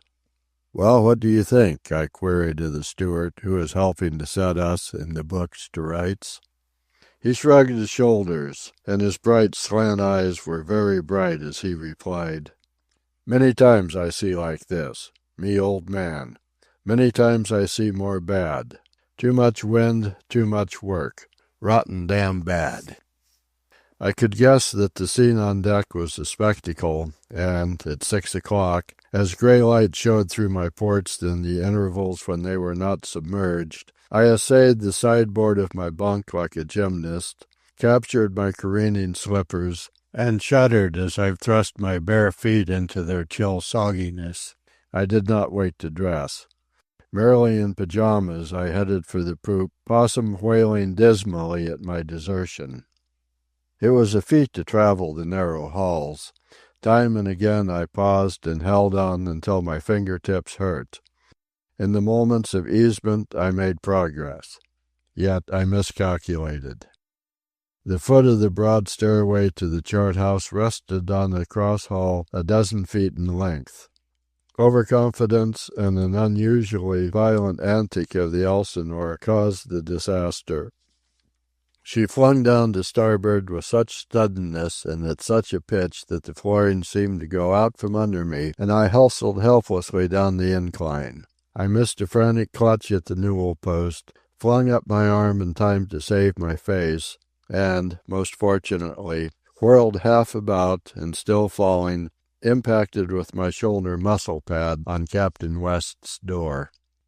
Youth will have its way, so will a ship in a sea, and so will 170 pounds of a man.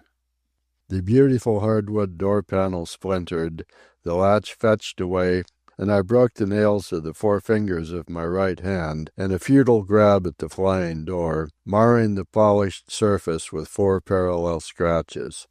I kept right on, erupting into Captain West's spacious room with the big brass bed.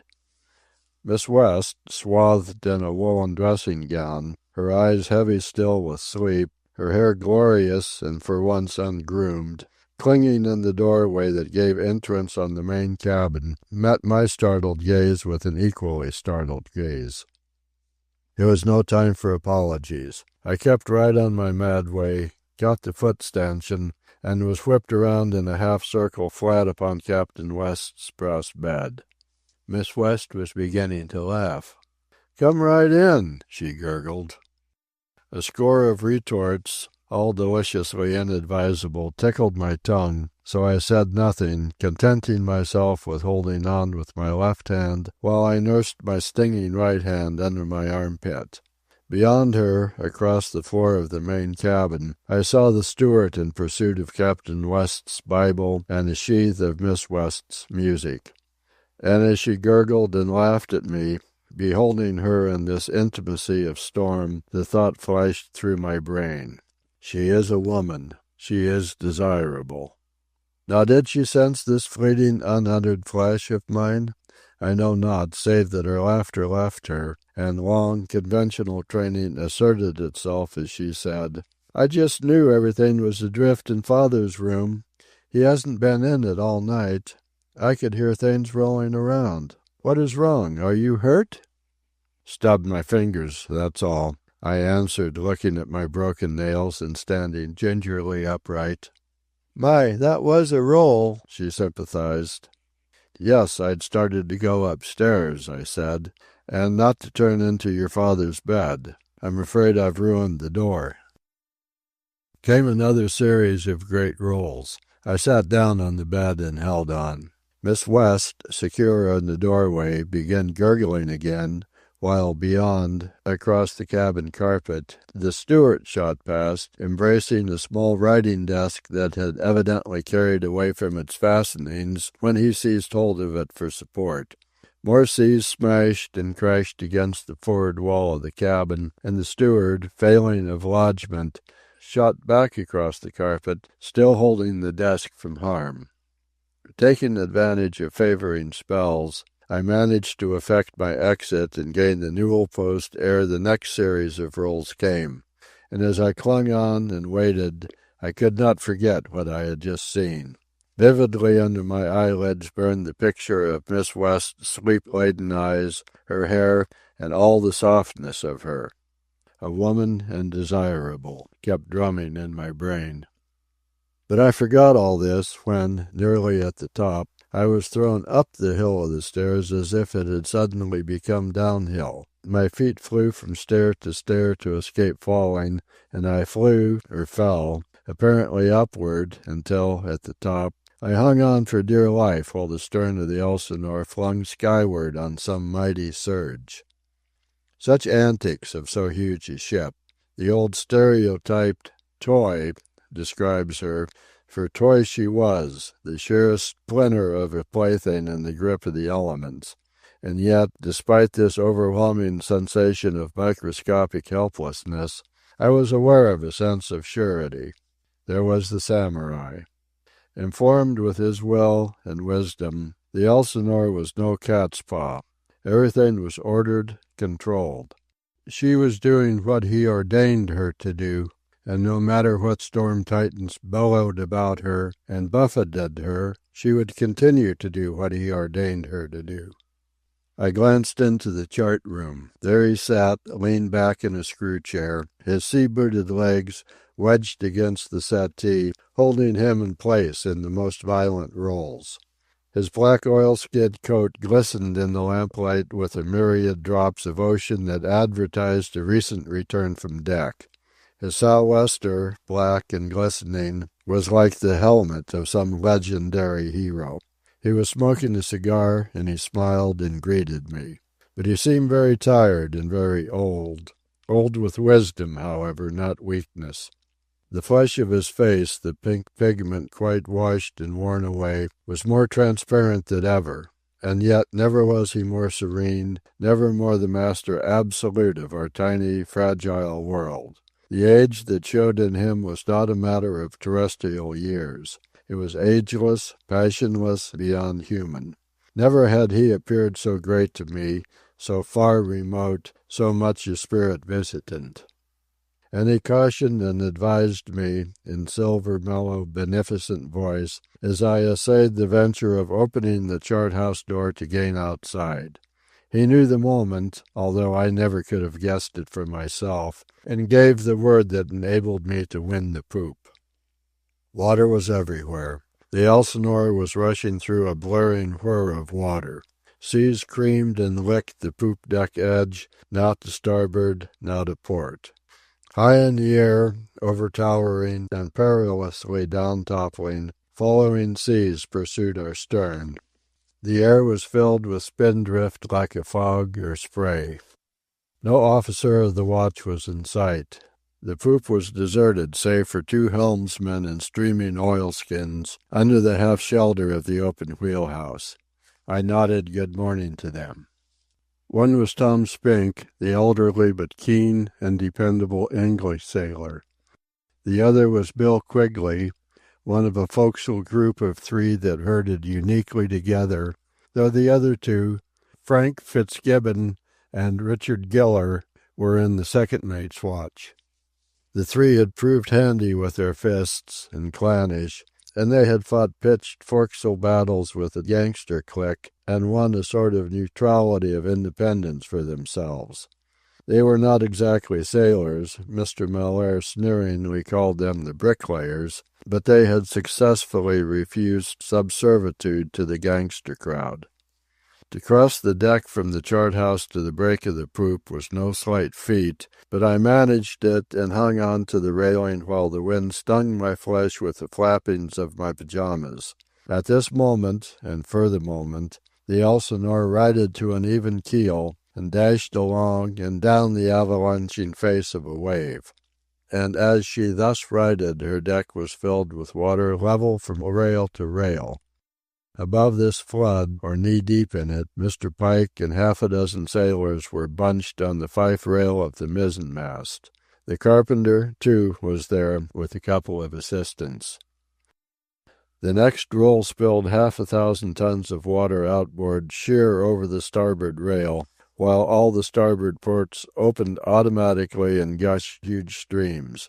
Then came the opposite roll to port, with a clanging shut of the iron doors, and 100 tons of water sloshed outboard across the port rail, while all the iron doors on that side opened wide and gushed. And all this time, it must not be forgotten, the Elsinore was dashing ahead through the sea. The only sail she carried was 3 upper topsails. Not the tiniest triangle of headsail was on her. I had never seen her with so little wind surface, and the 3 narrow strips of canvas, bellied to the seemingness of sheet iron with the pressure of the wind, drove her before the gale at astonishing speed. As the water on the deck subsided, the men on the fife rail left their refuge. One group, led by the redoubtable Mr. Pike, strove to capture a mass of planks and twisted steel. For the moment I did not recognize what it was. The carpenter, with 2 men, sprang upon number 3 hatch and worked hurriedly and fearfully.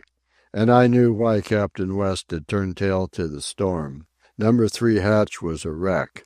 Among other things, the great timber, called the strongback, was broken. He had had to run, or founder. Before our decks were swept again, I could make out the carpenter's emergency repairs. With fresh timbers he was bolting, lashing, and wedging number 3 hatch into some sort of tightness.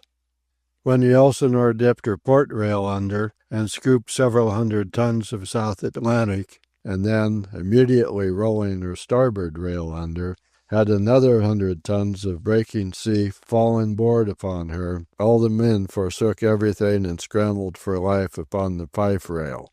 In the bursting spray they were quite hidden, and then I saw them and counted them all as they emerged into view. Again they waited for the water to subside. The mass of wreckage pursued by Mr. Pike and his men ground 100 feet along the deck forward, and, as the Elsinore's stern sank down in some abyss, ground back again and smashed up against the cabin wall. I identified this stuff as part of the bridge. That portion which spanned from the mizzenmast to the midship house was missing, while the starboard boat on the midship house was a splintered mess. Watching the struggle to capture and subdue the section of bridge, I was reminded of Victor Hugo's splendid description of the sailor's battle with the ship's gun gone adrift in a night of storm. But there was a difference. I found that Hugo's narrative had stirred me more profoundly than was I stirred by this actual struggle before my eyes. I have repeatedly said that the sea makes one hard. I now realized how hard I had become as I stood there on the break of the poop in my wind-whipped, spray-soaked pajamas. I felt no solicitude for the forecastle humans who struggled in peril of their lives beneath me. They did not count. I was even curious to see what might happen did they get caught by those crashing avalanches of sea ere they could gain the safety of the fife rail. And I saw. Mr. Pike, in the lead, of course, up to his waist in rushing water, dashed in, caught the flying wreckage with a turn of rope, and fetched it up short with a turn around one of the port mizzen shrouds. The Elsinore flung down to port, and a solid wall of down-toppling green upreared a dozen feet above the rail. The men fled to the fife rail. But Mr. Pike, holding his turn, held on, looked squarely into the wall of the wave, and received the downfall. He emerged, still holding by the turn the captured bridge. The feeble-minded Fawn, the stone-deaf man, led the way to Mr. Pike's assistance, followed by Tony, the suicidal Greek. Paddy was next, and in order came Shorty, Henry, the training-ship boy, and Nancy, last, of course, and looking as if he were going to execution. The deck water was no more than knee-deep, though rushing with torrential force, when Mr. Pike and the 6 men lifted the section of bridge and started forward with it. They swayed and staggered, but managed to keep going. The carpenter saw the impending ocean mountain first. I saw him cry to his own men, and then to Mr. Pike ere he fled to the fife rail. But Mr. Pike's men had no chance. Abreast of the midship house, on the starboard side, fully 15 feet above the rail and 20 above the deck, the sea fell on board. The top of the midship house was swept clean of the splintered boat. The water, impacting against the side of the house, spouted skyward as high as the crojack yard. And all this, in addition to the main bulk of the wave, swept and descended upon Mr. Pike and his men. They disappeared. The bridge disappeared. The Elsinore rolled to port and dipped her deck full from rail to rail.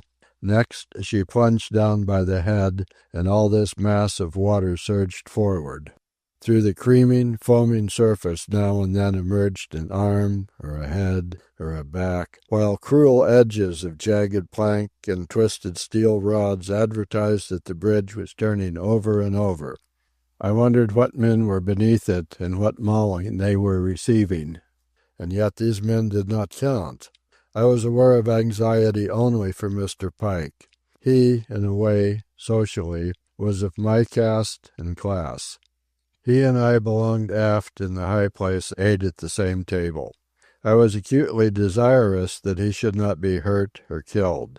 The rest did not matter. They were not of my world. I imagine the old-time skippers on the Middle Passage felt much the same toward their slave cargoes in the fetid 'tween decks. The Elsinore's bow tilted skyward while her stern fell into a foaming valley. Not a man had gained his feet. Bridge and men swept back toward me and fetched up against the mizzen shrouds. And then that prodigious, incredible old man appeared out of the water on his 2 legs, upright, dragging with him, a man in each hand, the helpless forms of Nancy and the Fawn. My heart leapt at beholding this mighty figure of a man-killer and slave-driver, it is true, but who sprang first into the teeth of danger so that his slaves might follow, and who emerged with a half-drowned slave in either hand. I knew augustness and pride as I gazed, pride that my eyes were blue, like his, that my skin was blond, like his, that my place was aft with him and with the samurai, in the high places of government and command. I nearly wept with the chill of pride that was akin to awe and that tingled and bristled along my spinal column and in my brain. As for the rest, the weaklings and the rejected, and the dark pigmented thanes, the half-castes, the mongrel bloods, and the dregs of long-conquered races, how could they count? My heels were iron as I gazed upon them in their peril and weakness. Lord, Lord, for 10,000 generations and centuries we had stamped upon their faces and enslaved them to the toil of our will. Again the Elsinore rolled to starboard and to port, while the spume spouted to our lower yards, and 1,000 tons of South Atlantic surged across from rail to rail. And again all were down and under, with jagged plank and twisted steel overriding them. And again that amazing blonde-skinned giant emerged, on his 2 legs upstanding, a broken waif like a rat in either hand. He forced his way through rushing, waist-high water, deposited his burdens with the carpenter on the fife-rail, and returned to drag Larry reeling to his feet and help him to the fife-rail. Out of the wash, Tony, the Greek, crawled on hands and knees and sank down helplessly at the fife-rail. There was nothing suicidal now in his mood. Struggle as he would, he could not lift himself until the mate, gripping his oilskins at the collar, with one hand flung him through the air into the carpenter's arms. Next came Shorty, his face streaming blood, one hand hanging useless, his sea boots stripped from him. Mr. Pike pitched him into the fife-rail and returned for the last man. It was Henry, the training-ship boy. Him I had seen, unstruggling, motionless, show at the surface like a drowned man, and sink again as the flood surged aft and smashed him against the cabin. Mr. Pike, shoulder deep, twice beaten to his knees and under by bursting seas, caught the lad, shouldered him, and carried him away forward. An hour later, in the cabin, I encountered Mr. Pike going in to breakfast. He had changed his clothes and he had shaved. Now how could one treat a hero such as he, save as I treated him when I remarked offhandedly that he must have had a lively watch? My, he answered equally offhandedly, I did get a prime soaking. That was all. He had had no time to see me at the poop rail. It was merely the day's work, the ship's work, the man's work, all capitals, if you please, in man. I was the only one aft who knew, and I knew because I had chanced to see. Had I not been on the poop at that early hour, no one aft ever would have known those gray, storm-morning deeds of his. "Anybody hurt?" I asked. "Oh, some of the men got wet, but no bones broke. Henry'll be laid off for a day. He got turned over in a sea and bashed his head, and Shorty's got a wrenched shoulder, I think. But say, we got Davis into the top bunk. The seas filled him full and he had to climb for it. He's all awash and wet now, and you ought to see me praying for more." He paused and sighed. "I'm getting old, I guess. I ought to wring his neck, but somehow I ain't got the gumption. Just the same, he'll be overside before we get in." "A month's wages against a pound of tobacco he won't," I challenged. "No," said Mr. Pike slowly, "but I'll tell you what I will do. I'll bet you a pound of tobacco even, or a month's wages even, that I'll have the pleasure of putting a sack of coal to his feet that never will come off." "Done," said I. "Done," said Mr. Pike, "and now I guess I'll get a bite to eat." Chapter 31. The more I see of Miss West, the more she pleases me. Explain it in terms of propinquity or isolation or whatever you will, I at least do not attempt explanation. I know only that she is a woman and desirable. And I am rather proud, in a way, to find that I am just a man like any man. The midnight oil and the relentless pursuit I have endured in the past from the whole tribe of women have not, I am glad to say, utterly spoiled me. I am obsessed by that phrase, a woman and desirable. It beats in my brain, in my thought. I go out of my way to steal a glimpse of Miss West through a cabin door or vista of hall when she does not know I am looking. A woman is a wonderful thing. A woman's hair is wonderful. A woman's softness is a magic. Oh, I know them for what they are, and yet this very knowledge makes them only the more wonderful. I know, I would stake my soul, that Miss West has considered me as a maid 1,000 times to once that I have so considered her, and yet she is a woman and desirable. And I find myself continually reminded of Richard Le Gallienne's inimitable quatrain, "Were I a woman, I would all day long sing my own beauty in some holy song, bend low before it, hushed and half afraid, and say, I am a woman, all day long." Let me advise all philosophers suffering from world sickness to take a long sea voyage with a woman like Miss West. In this narrative I shall call her Miss West no more. She has ceased to be Miss West. She is Margaret. I do not think of her as Miss West. I think of her as Margaret. It is a pretty word, a woman word. What poet must have created it? Margaret. I never tire of it. My tongue is enamored of it. Margaret West. What a name to conjure with. A name provocative of dreams and mighty connotations. The history of our westward-faring race is written in it. There is pride in it, and dominion, and adventure, and conquest. When I murmur it, I see visions of lean, beaked ships, of winged helmets, and heels iron-shod of restless men, royal lovers, royal adventurers, royal fighters. Yes, and even now, in these latter days when the sun consumes us, still we sit in the high seat of government and command.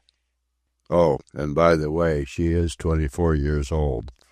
I asked Mr. Pike the date of the Dixie's collision with a river steamer in San Francisco Bay. This occurred in 1901. Margaret was 12 years old at the time. This is 1913. Blessings on the head of the man who invented arithmetic. She is 24.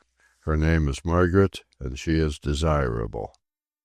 There are so many things to tell about. Where and how this mad voyage, with the mad crew, will end is beyond all surmise.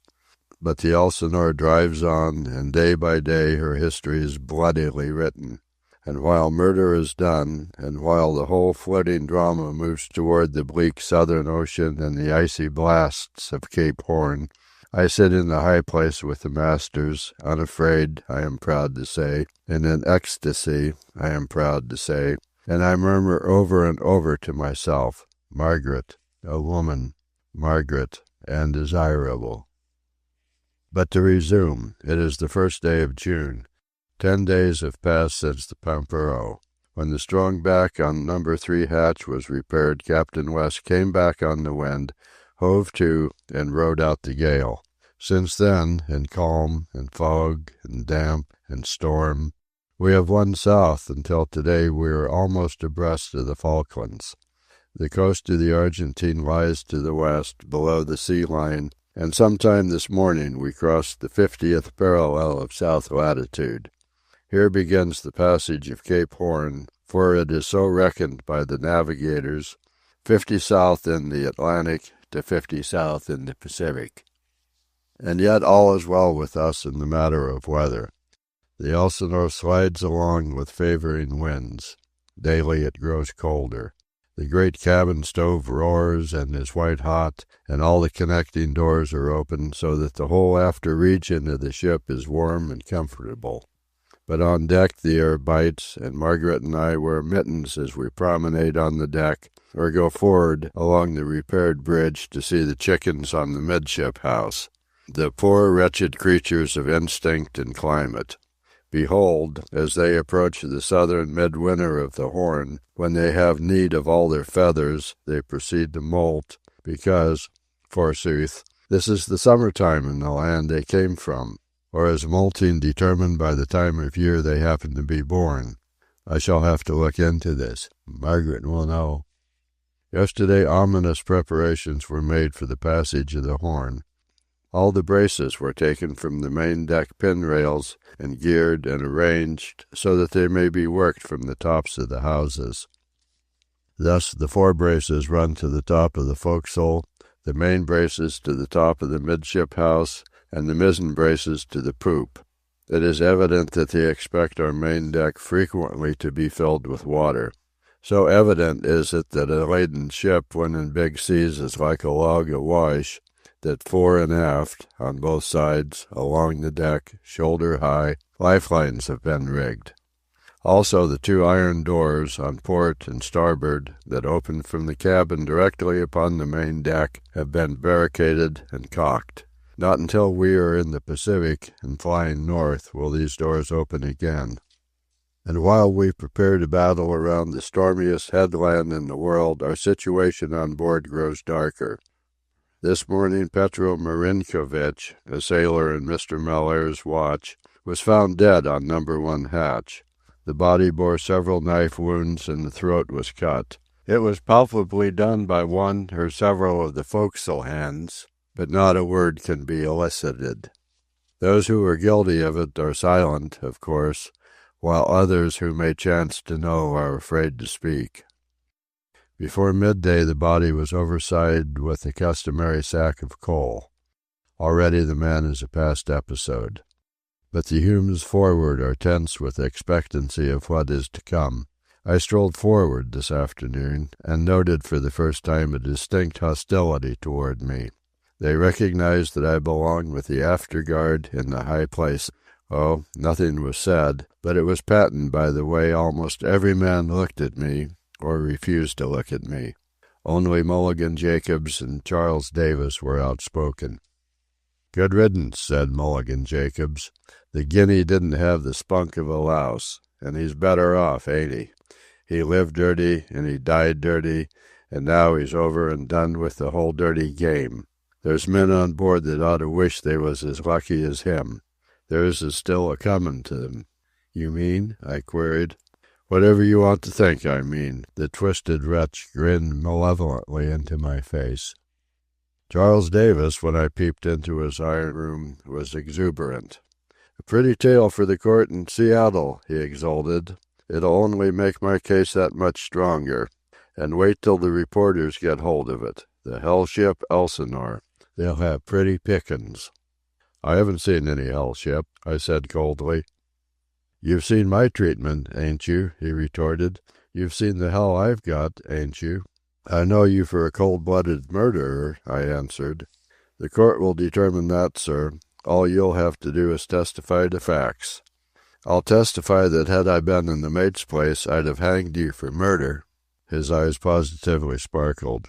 "I'll ask you to remember this conversation when you're under oath, sir," he cried eagerly. I confess the man aroused in me a reluctant admiration. I looked about his mean, iron-walled room. During the Pompero the place had been awash. The white paint was peeling off in huge scabs, and iron rust was everywhere. The floor was filthy. The place stank with the stench of his sickness. His pannikin and unwashed eating gear from the last meal were scattered on the floor. His blankets were wet. His clothing was wet. In a corner was a heterogeneous mass of soggy, dirty garments. He lay in the very bunk in which he had brained O'Sullivan. He had been months in this vile hole. In order to live, he would have to remain months more in it. And while his rat-like vitality won my admiration, I loathed and detested him in very nausea. "Aren't you afraid?" I demanded. "What makes you think you will last the voyage? Don't you know that bets are being made that you won't?" So interested was he that he seemed to prick up his ears as he raised on his elbow. "I suppose you're too scared to tell me about them bets," he sneered. "Oh, I've bet you'll last," I assured him. "That means there's others that bet I won't," he rattled on hastily. "And that means there's men aboard the Elsinore right now financially interested in my taking off." At this moment the steward, bound aft from the galley, paused in the doorway and listened, grinning.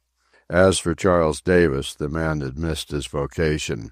He should have been a land lawyer, not a sea lawyer. "Very well, sir," he went on. "I'll have you testify to that in Seattle, unless you're lying to a helpless sick man, or unless you'll perjure yourself under oath." He got what he was seeking, for he stung me to retort, "Oh, I'll testify, though I tell you candidly that I don't think I'll win my bet." "You lose 'em bet, sure," the steward broke in, nodding his head. "That fellow him die damn soon." "Bet with him, sir," Davis challenged me. "It's a straight tip from me and a regular cinch." The whole situation was so gruesome and grotesque, and I had been swept into it so absurdly, that for the moment I did not know what to do or say. "It's good money," Davis urged. "I ain't going to die. Look here, Stewart, how much you want to bet?" $5, $10, $20, the steward answered with a shoulder shrug that meant that the sum was immaterial. "Very well then, Stewart. Mr. Pathurst covers your money, say for 20. Is it a go, sir?" "Why don't you bet with him yourself?" I demanded. "Sure I will, sir. Here, you steward. I bet you 20 even I don't die." The steward shook his head. "I bet you 20 to 10, the sick man insisted. "What's eatin' you, anyway?" "You live, me lose, me pay you," the steward explained. "You die, I win, you dead, no pay me." Still grinning and shaking his head, he went his way. "Just the same, sir, it'll be rich testimony," Davis chuckled. "And can't you see the reporters eating it up?" The Asiatic clique in the cook's room has its suspicions about the death of Marinkovich, but will not voice them. Beyond shakings of heads and dark mutterings, I can get nothing out of Wada or the steward. When I talked with the sailmaker, he complained that his injured hand was hurting him and that he would be glad when he could get to the surgeons in Seattle. As for the murder, when pressed by me, he gave me to understand that it was no affair of the Japanese or Chinese on board, and that he was a Japanese. But Lewis, the Chinese half-caste with the Oxford accent, was more frank. I caught him aft from the galley on a trip to the lazarette for provisions. "We are of a different race, sir, from these men," he said, "and our safest policy is to leave them alone. We have talked it over, and we have nothing to say, sir, nothing whatever to say. Consider my position. I work forward in the galley. I am in constant contact with the sailors. I even sleep in their section of the ship, and I am one man against many. The only other countryman I have on board is the steward, and he sleeps aft. Your servant and the 2 sailmakers are Japanese. They are only remotely kin to us, though we've agreed to stand together and apart from whatever happens." "There is Shorty," I said, remembering Mr. Pike's diagnosis of his mixed nationality. "But we do not recognize him, sir," Lewis answered suavely. "He is Portuguese, he is Malay, he is Japanese, true, but he is a mongrel, sir, a mongrel and a bastard. Also, he is a fool. And please, sir, remember that we are very few, and that our position compels us to neutrality." "But your outlook is gloomy," I persisted. "How do you think it will end?" "We shall arrive in Seattle most probably, some of us. But I can tell you this, sir. I have lived a long life on the sea, but I have never seen a crew like this. There are few sailors in it, there are bad men in it, and the rest are fools and worse. You will notice I mention no names, sir, but there are men on board whom I do not care to antagonize. I am just Lewis, the cook. I do my work to the best of my ability, and that is all, sir." "And will Charles Davis arrive in Seattle?" I asked, changing the topic in acknowledgment of his right to be reticent.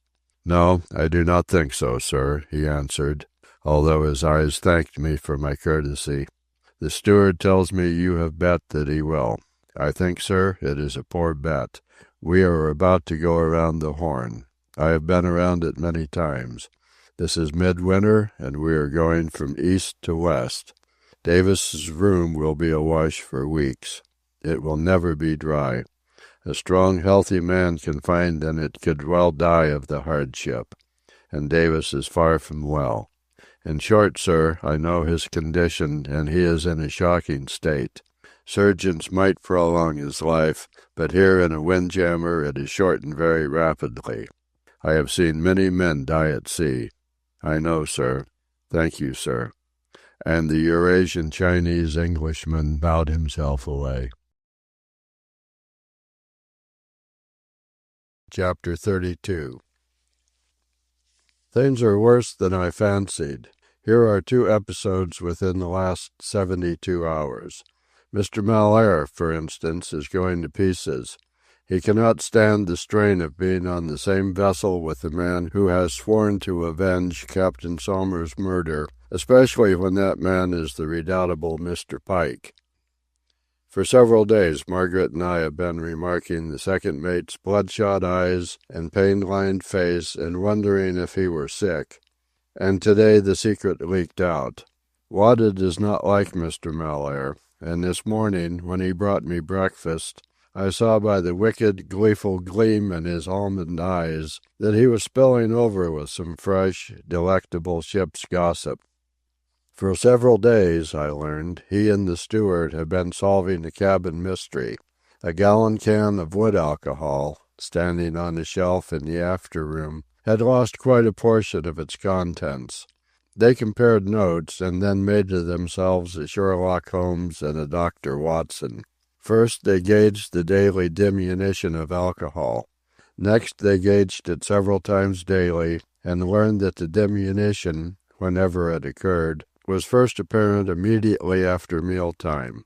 This focused their attention on 2 suspects, the second mate and the carpenter, who alone sat in the after room. The rest was easy. Whenever Mr. Malaire arrived ahead of the carpenter, more alcohol was missing. When they arrived and departed together, the alcohol was undisturbed. The carpenter was never alone in the room. The syllogism was complete. And now the steward stores the alcohol under his bunk. But wood alcohol is deadly poison. What a constitution this man of 50 must have. Small wonder his eyes have been bloodshot. The great wonder is that the stuff did not destroy him.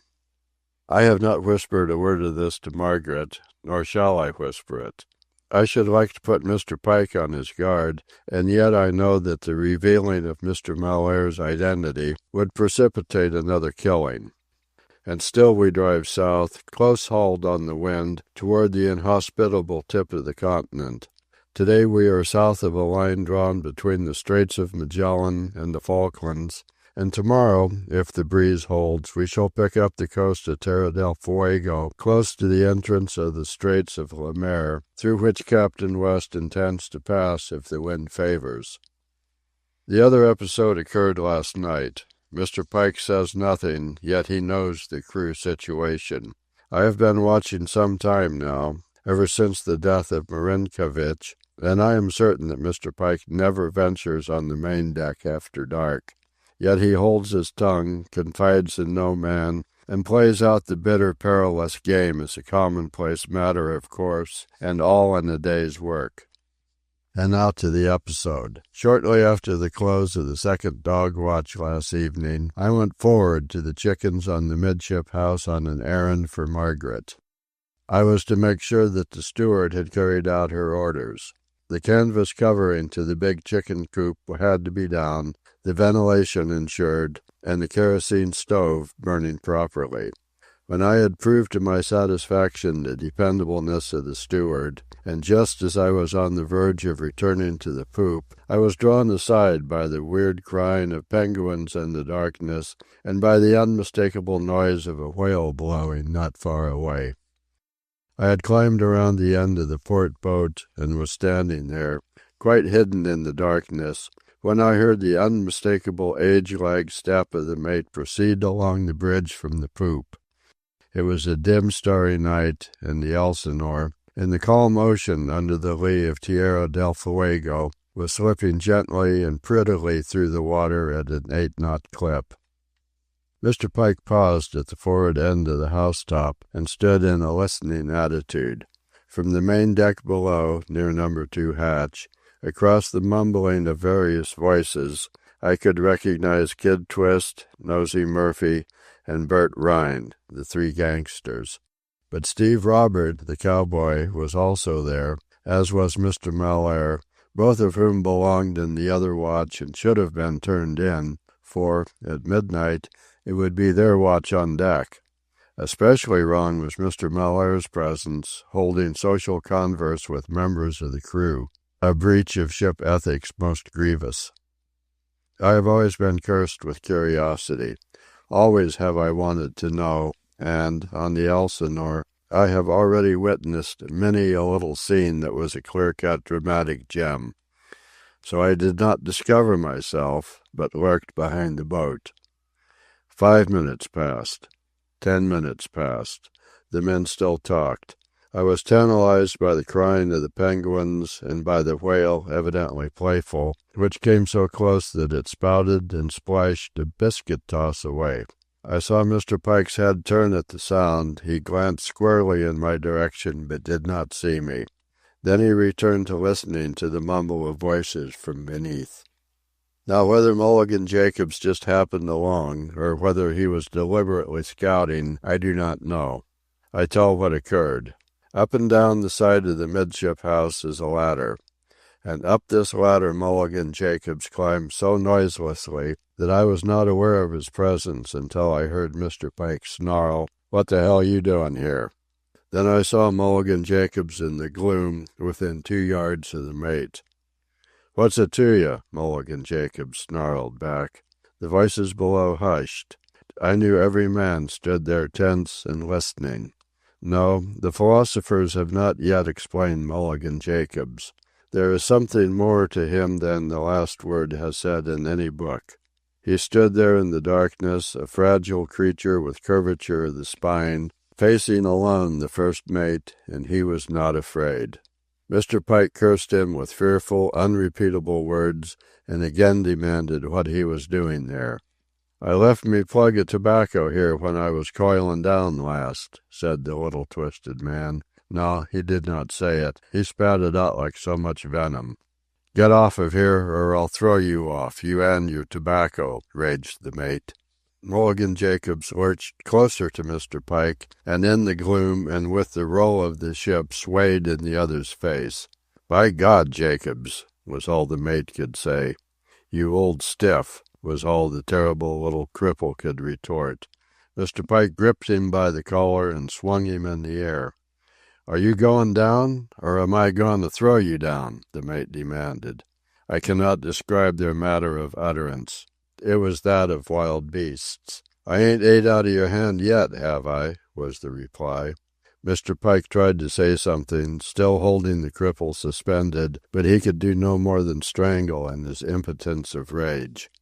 "You're an old stiff, an old stiff, an old stiff," Mulligan Jacobs chanted, equally incoherent and unimaginative with brutish fury. "Say it again and over you go," the mate managed to enunciate thickly.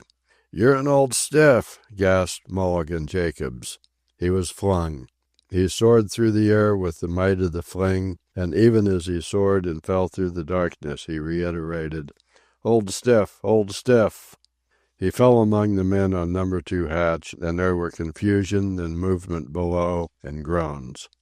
Mr. Pike paced up and down the narrow house and gritted his teeth. Then he paused. He leaned his arms on the bridge rail, rested his head on his arms for a full minute, then groaned. "Oh dear, oh dear, oh dear, oh dear." That was all. Then he went aft, slowly, dragging his feet along the bridge. Chapter 33. The days grow gray. The sun has lost its warmth, and each noon, at meridian, it is lower in the northern sky. All the old stars have long since gone, and it would seem the sun is following them. The world, the only world I know, has been left far behind there to the north, and the hill of the earth is between it and us. This sad and solitary ocean, gray and cold, is the end of all things, the falling-off place where all things cease.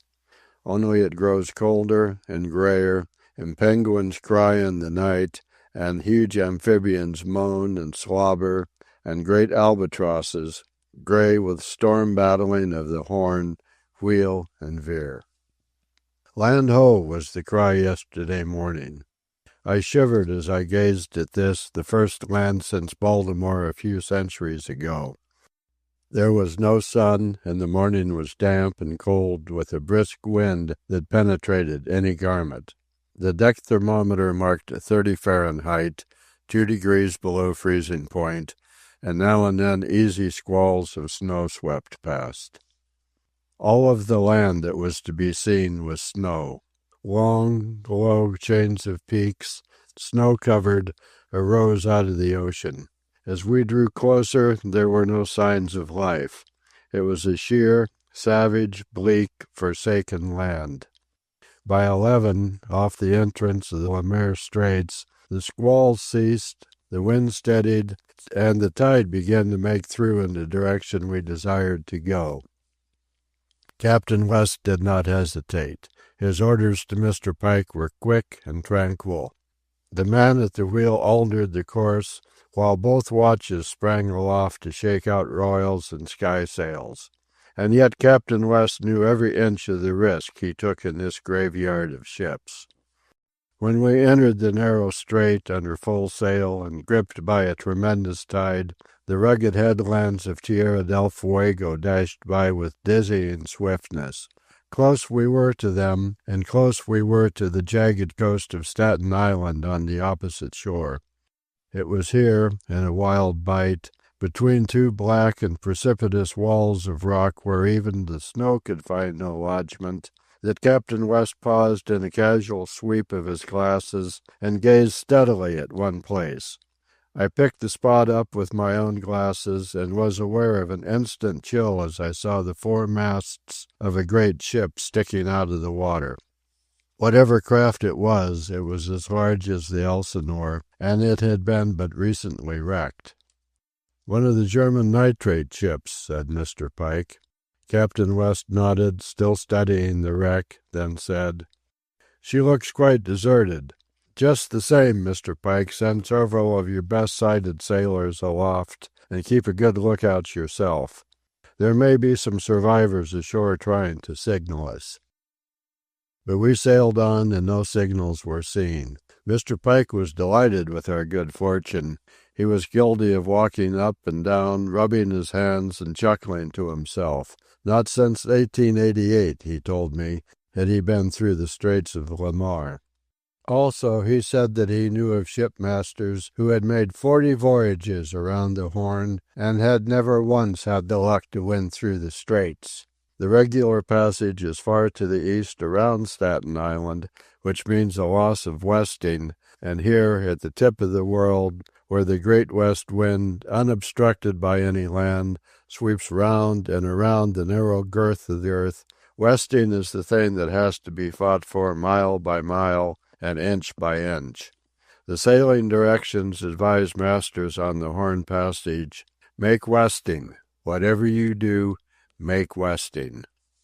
When we emerged from the straits in the early afternoon, the same steady breeze continued, and in the calm water under the lee of Tierra del Fuego, which extends southwesterly to the Horn, we slipped along at an 8-knot clip. Mr. Pike was beside himself.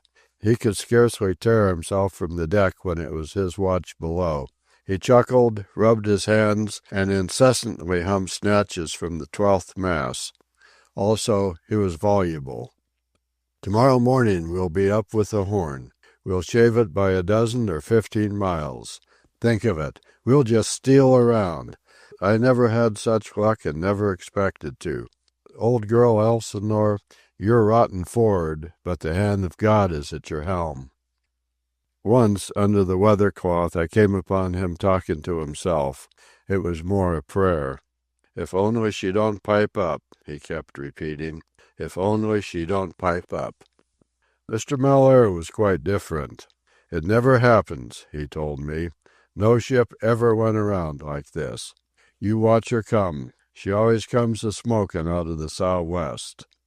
"But can't a vessel ever steal around?" I asked. "The odds are mighty big against it, sir," he answered. "I'll give you a line on them. I'll wager even, sir, just a nominal bet of a pound of tobacco, that inside 24 hours we'll be hove to under upper topsails. I'll wager £10 to 5 that we're not west of the Horn a week from now, and 50-50 being the passage, 20 pounds to 5 that 2 weeks from now we're not up with 50 in the Pacific. As for Captain West, the perils of Lamar behind, he sat below, his slippered feet stretched before him, smoking a cigar. He had nothing to say whatever, although Margaret and I were jubilant and dared duets through all of the second dog watch. And this morning, in a smooth sea and gentle breeze, the Horn bore almost due north of us, not more than 6 miles away.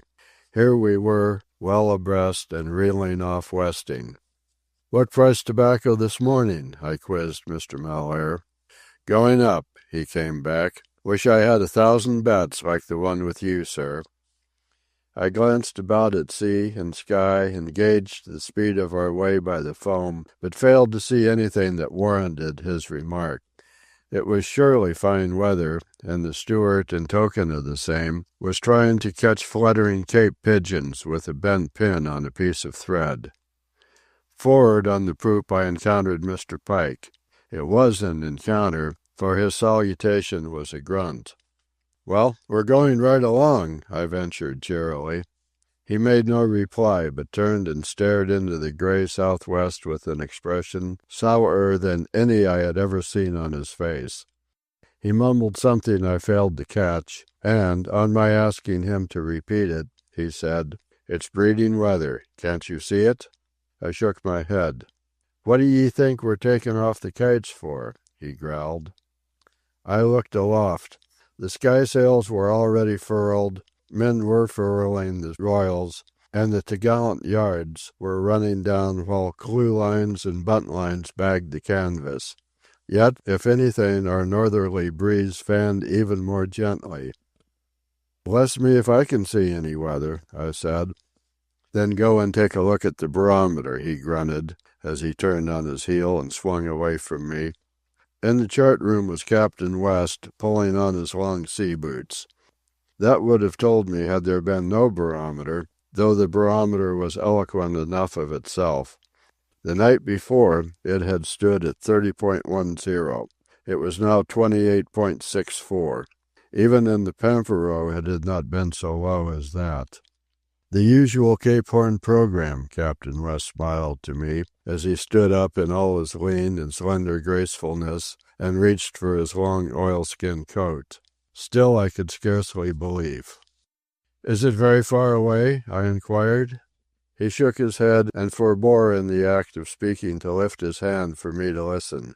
The Elsinore rolled uneasily, and from without came the soft and hollow thunder of sails emptying themselves against the masts and gear. We had chatted a bare 5 minutes when again he lifted his head.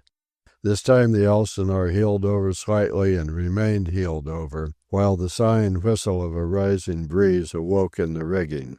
"It's beginning to make," he said, in the good old Anglo-Saxon of the sea. And then I heard Mr. Pike snarling out orders, and in my heart discovered a growing respect for Cape Horn. Cape Stiff, as the sailors call it.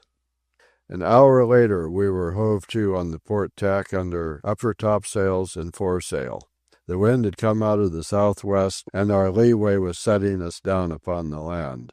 Captain West gave orders to the mate to stand by to wear ship. Both watches had been taking in sail, so that both watches were on deck for the maneuver. It was astounding, the big sea that had arisen in so short a time. The wind was blowing a gale that ever, in recurring gusts, increased upon itself. Nothing was visible 100 yards away. The day had become black-gray. In the cabin, lamps were burning. The view from the poop, along the deck of the great labouring ship, was magnificent. Seas burst and surged across her weather rail and kept her deck half filled despite the spouting ports and gushing scuppers. On each of the 2 houses and on the poop the ship's complement, all in oilskins, was in groups. Forward Mr. Malaire had charge. Mr. Pike took charge of the midship house and the poop. Captain West strolled up and down, saw everything, said nothing, for it was the mate's affair. When Mr. Pike ordered the wheel hard up, he slacked off all the mizzen yards and followed it with a partial slacking of the main yards, so that the after pressures were eased. The foresail and fore lower and upper topsail remained flat in order to pay the head off before the wind. All this took time. The men were slow, not strong, and without snap. They reminded me of dull oxen by the way they moved and pulled. And the Gale, ever snorting harder, now snorted diabolically. Only at intervals could I glimpse the group on top of the forward house. Again and again, leaning to it and holding their heads down, the men on the midship house were obliterated by the drive of crested seas that burst across the rail, spouted to the lower yards, and swept in horizontal volumes across to leeward. And Mr. Pike, like an enormous spider in a wind-tossed web, went back and forth along the slender bridge that was itself a shaken thread in the blast of the storm. So tremendous were the gusts that for the time the Elsinore refused to answer. She laid down to it, she was swept and racked by it, but her head did not pay off before it, and all the while we drove down upon that bitter iron coast. And the world was black-gray and violent and very cold, with the flying spray freezing to ice in every lodgment. We waited. The groups of men, head down to it, waited. Mr. Pike, restless, angry, his blue eyes as bitter as the cold, his mouth as much a snarl as the snarl of the elements with which he fought, waited. The samurai waited, tranquil, casual, remote. And Cape Horn waited, there on our lee, for the bones of our ship and us. And then the Elsinore's bow paid off. The angle of the beat of the gale changed, and soon, with dreadful speed, we were dashing straight before it and straight toward the rocks we could not see. But all doubt was over. The success of the maneuver was assured. Mr. Malheur, informed by messenger along the bridge from Mr. Pike, slacked off the head yards. Mr. Pike, his eye on the helmsman, his hand signaling the orders, had the wheel put over to port to check the Elsinore's rush into the wind as she came up on the starboard tack. All was activity. Main and mizzen yards were braced up, and the Elsinore, snug down and hove to, had a lee of thousands of miles of southern ocean. And all this had been accomplished in the stamping grounds of storm at the end of the world by a handful of wretched weaklings under the drive of two strong mates, with behind them the placid will of the samurai. It had taken 30 minutes to wear ship, and I had learned how the best of shipmasters can lose their ships without reproach. Suppose the Elsinore had persisted in her refusal to pay off. Suppose anything had carried away. And right here enters Mr. Pike. It is his task ever to see that every rope and block and all the myriad other things in the vast and complicated gear of the Elsinore are in strength not to carry away. Always have the masters of our race required henchmen like Mr. Pike, and it seems the race has well supplied those henchmen. Ere I went below, I heard Captain West tell Mr. Pike that while both watches were on deck, it would be just as well to put a reef in the foresail before they furled it. The mainsail and the crojack being off, I could see the men black on the foreyard. For half an hour I lingered, watching them. They seemed to make no progress with the reef. Mr. Malheur was with them, having direct supervision of the job, while Mr. Pike, on the poop, growled and grumbled and spat endless blasphemies into the flying air. "What's the matter?" I asked. "2 watches on a single yard arm, and unable to put a reef in a handkerchief like that," he snorted. "What'll it be when we're off here a month?" "A month?" I cried. "A month isn't anything for Cape Stiff," he said grimly.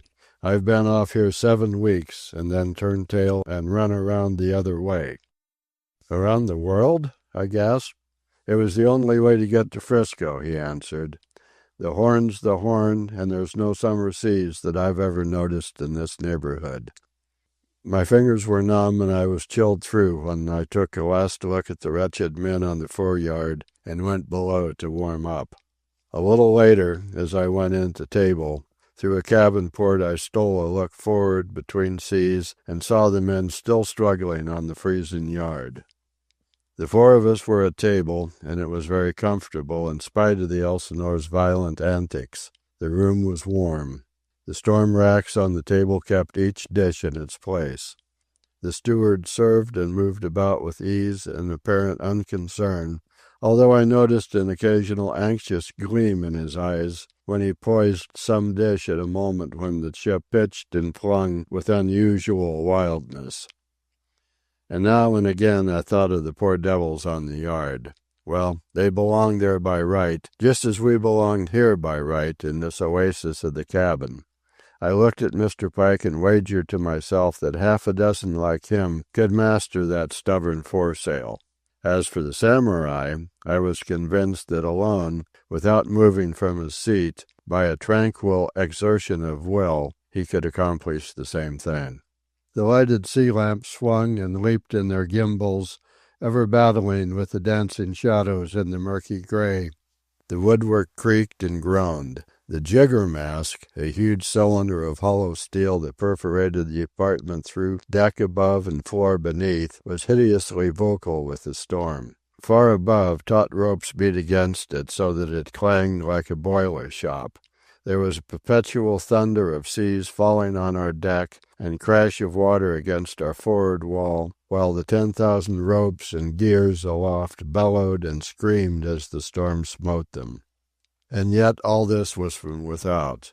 Here at this well-appointed table was no draught or breath of wind, no drive of spray nor wash of sea. We were in the heart of peace in the midmost center of the storm. Margaret was in high spirits, and her laughter vied with the clang of the jigger-mast. Mr. Pike was gloomy, but I knew him well enough to attribute his gloom not to the elements but to the inefficients futilely freezing on the yard.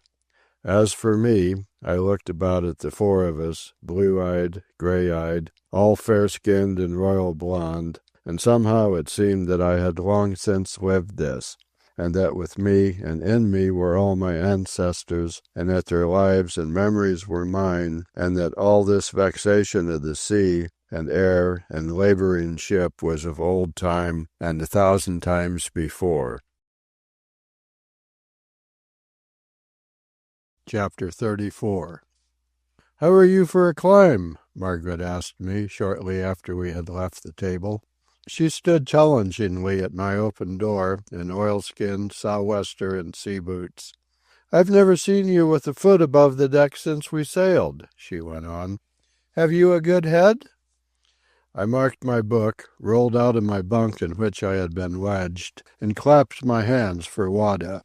"Will you?" she cried eagerly. "If you will let me lead," I answered airily, "and if you will promise to hold on tight. Whither away?" "Into the top of the jigger. It's the easiest. As for holding on, please remember that I have often done it. It is with you the doubt rests." "Very well," I retorted. "Do you lead, then. I shall hold on tight." "I have seen many a landsman funk it," she teased. "There are no lubber holes in our tops." "And most likely I shall," I agreed. "I've never been aloft in my life, and since there is no hole for a lubber—" She looked at me, half believing my confession of weakness, while I extended my arms for the oilskin which Wada struggled on to me. On the poop it was magnificent and terrible and sombre. The universe was very immediately about us. It blanketed us in storming winds and flying spray and grayness. Our main deck was impassable, and the relief of the wheel came aft along the bridge. It was 2:00, and for over 2 hours the frozen wretches had laid out upon the foreyard. They were still there, weak, feeble, hopeless. Captain West, stepping out in the lee of the chart-house, gazed at them for several minutes. "We'll have to give up that reef," he said to Mr. Pike. "Just make the sail fast. Better put on double gaskets." And with lagging feet, from time to time pausing and holding on as spray and the tops of waves swept over him, The mate went forward along the bridge to vent his scorn on the two watches of a four-masted ship that could not reef a foresail. It is true, they could not do it, despite their willingness, for this I have learned, the men do their weak best whenever the order is given to shorten sail. It must be that they are afraid. They lack the iron of Mr. Pike, the wisdom in the iron of Captain West. Always, have I noticed, with all the alacrity of which they are capable, do they respond to any order to shorten down. That is why they are forward in that pigsty of a forecastle, because they lack the iron. Well, I can say only this. If nothing else could have prevented the funk hinted at by Margaret, the sorry spectacle of those ironless, spineless creatures was sufficient safeguard. How could I funk in the face of their weakness, I who lived aft in the high place? Margaret did not disdain the aid of my hand as she climbed upon the pin-rail at the foot of the weather jigger rigging. But it was merely the recognition of a courtesy on her part, for the next moment she released her mittened hand from mine, swung boldly outboard into the face of the gale, and around against the ratlines. Then she began to climb. I followed, almost unaware of the ticklishness of the exploit to a tyro, so buoyed up was I by her example and by my scorn of the weaklings forward. Where men could go, I could go. What men could do, I could do, and no daughter of the samurai could outgame me. Yet it was slow work. In the windward rolls against the storm gusts, one was pinned helplessly, like a butterfly, against the rigging. At such times, so great was the pressure, one could not lift hand nor foot. Also, there was no need for holding on. As I have said, one was pinned against the rigging by the wind. Through the snow beginning to drive, the deck grew small beneath me, until a fall meant a broken back or death, unless one landed in the sea, in which case the result would be frigid drowning. And still Margaret climbed. Without pause she went out under the overhanging platform of the top, shifted her holds to the rigging that went aloft from it, and swung around this rigging easily, carelessly, timing the action to the roll, and stood safely upon the top. I followed. I breathed no prayers, knew no qualms, as I presented my back to the deck and climbed out under the overhang, feeling with my hands for holds I could not see. I was in an ecstasy. I could dare anything. Had she sprung into the air, stretched out her arms, and soared away on the breast of the gale, I should have unhesitatingly followed her. As my head outpassed the edge of the top so that she came into view, I could see she was looking at me with storm-bright eyes. And as I swung around the rigging lightly and joined her, I saw approval in her eyes that was quickly routed by petulance. "Oh, you've done this sort of thing before," she reproached, calling loudly so that I might hear, her lips close to my ear. I shook a denial with my head that brightened her eyes again. She nodded and smiled and sat down, dangling her sea boots into snow-swirled space from the edge of the top. I sat beside her, looking down into the snow that hid the deck while it exaggerated the depth out of which we had climbed. We were all alone there, a pair of storm petrels perched in mid-air on a steel stick that arose out of snow and vanished above into snow. We had come to the tip of the world, and even that tip ceased to be. But no, out of the snow, downwind, with motionless wings, driving fully 80 or 90 miles an hour, appeared a huge albatross. He must have been 15 feet from wingtip to wingtip. He had seen his danger ere we saw him, and, tilting his body on the blast, he carelessly veered clear of collision. His head and neck were rimed with age or frost, we could not tell which, and his bright bead eye noted us as he passed and whirled away on a great circle into the snow to leeward. Margaret's hand shot out to mine. "It alone was worth the climb," she cried, and then the Elsinore flung down and Margaret's hand clutched tighter for holding, while from the hidden depths arose the crash and thunder of the great west wind drift upon our decks. Quickly as the snow squall had come, it passed with the same sharp quickness, and as in a flash we could see the lean length of the ship beneath us, the main deck full with boiling flood, the forecastle head buried in a bursting sea, the lookout, stationed for very life back on top the forward house, hanging on, head down, to the wind drive of ocean, and, directly under us, the streaming poop and Mr. Mellaire, with a handful of men, rigging relieving tackles on the tiller. And we saw the samurai emerge in the lee of the chart house, swaying with casual surety on the mad deck, as he spoke what must have been instructions to Mr. Pike. The grey circle of the world had removed itself from us for several hundred yards, and we could see the mighty sweep of sea. Shaggy greybeard, 60 feet from trough to crest, leapt out of the windward murky grey, and in unending procession rushed upon the Elsinore, one moment overtoppling her slender frailness, the next moment splashing 100 tons of water on her deck and flinging her skyward as they passed beneath and foamed and crested from sight in the murky grey to leeward. And the great albatrosses veered and circled about us, beating up into the bitter violence of the gale and sweeping grandly away before it far faster than it blew. Margaret forbore from looking to challenge me with eloquent, questioning eyes.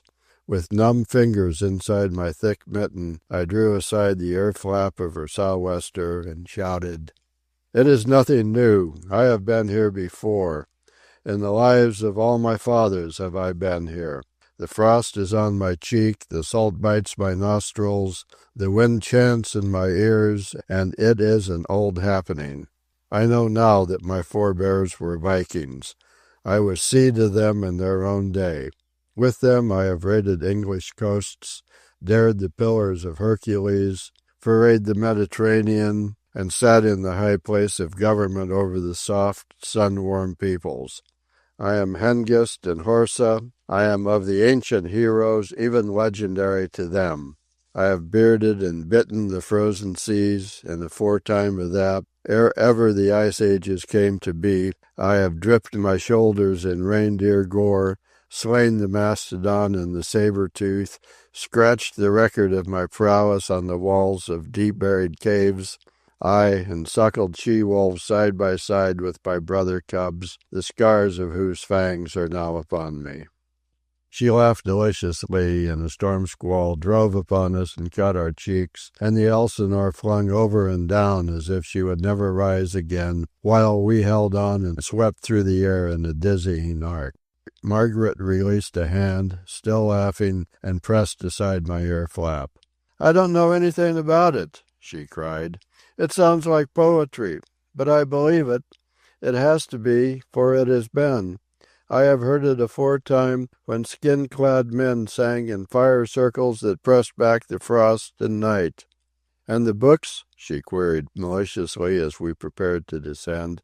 "They can go hang, along with all the brain-sick, world-sick fools that wrote them," I replied. Again she laughed deliciously, though the wind tore the sound away as she swung out into space, muscled herself by her arms while she caught footholds beneath her which she could not see, and passed out of my sight under the perilous overhang of the top.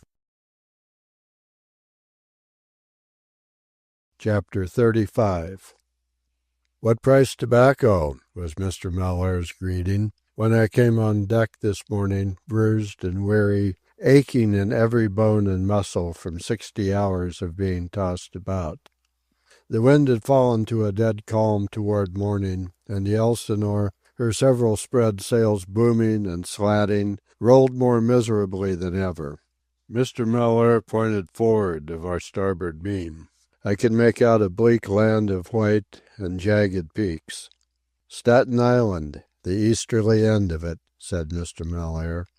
And I knew that we were in the position of a vessel just rounding Staten Island preliminary to bucking the Horn. And yet 4 days ago we had run through the Straits of Le Maire and stolen along toward the Horn. 3 days ago we had been well abreast of the Horn and even a few miles past.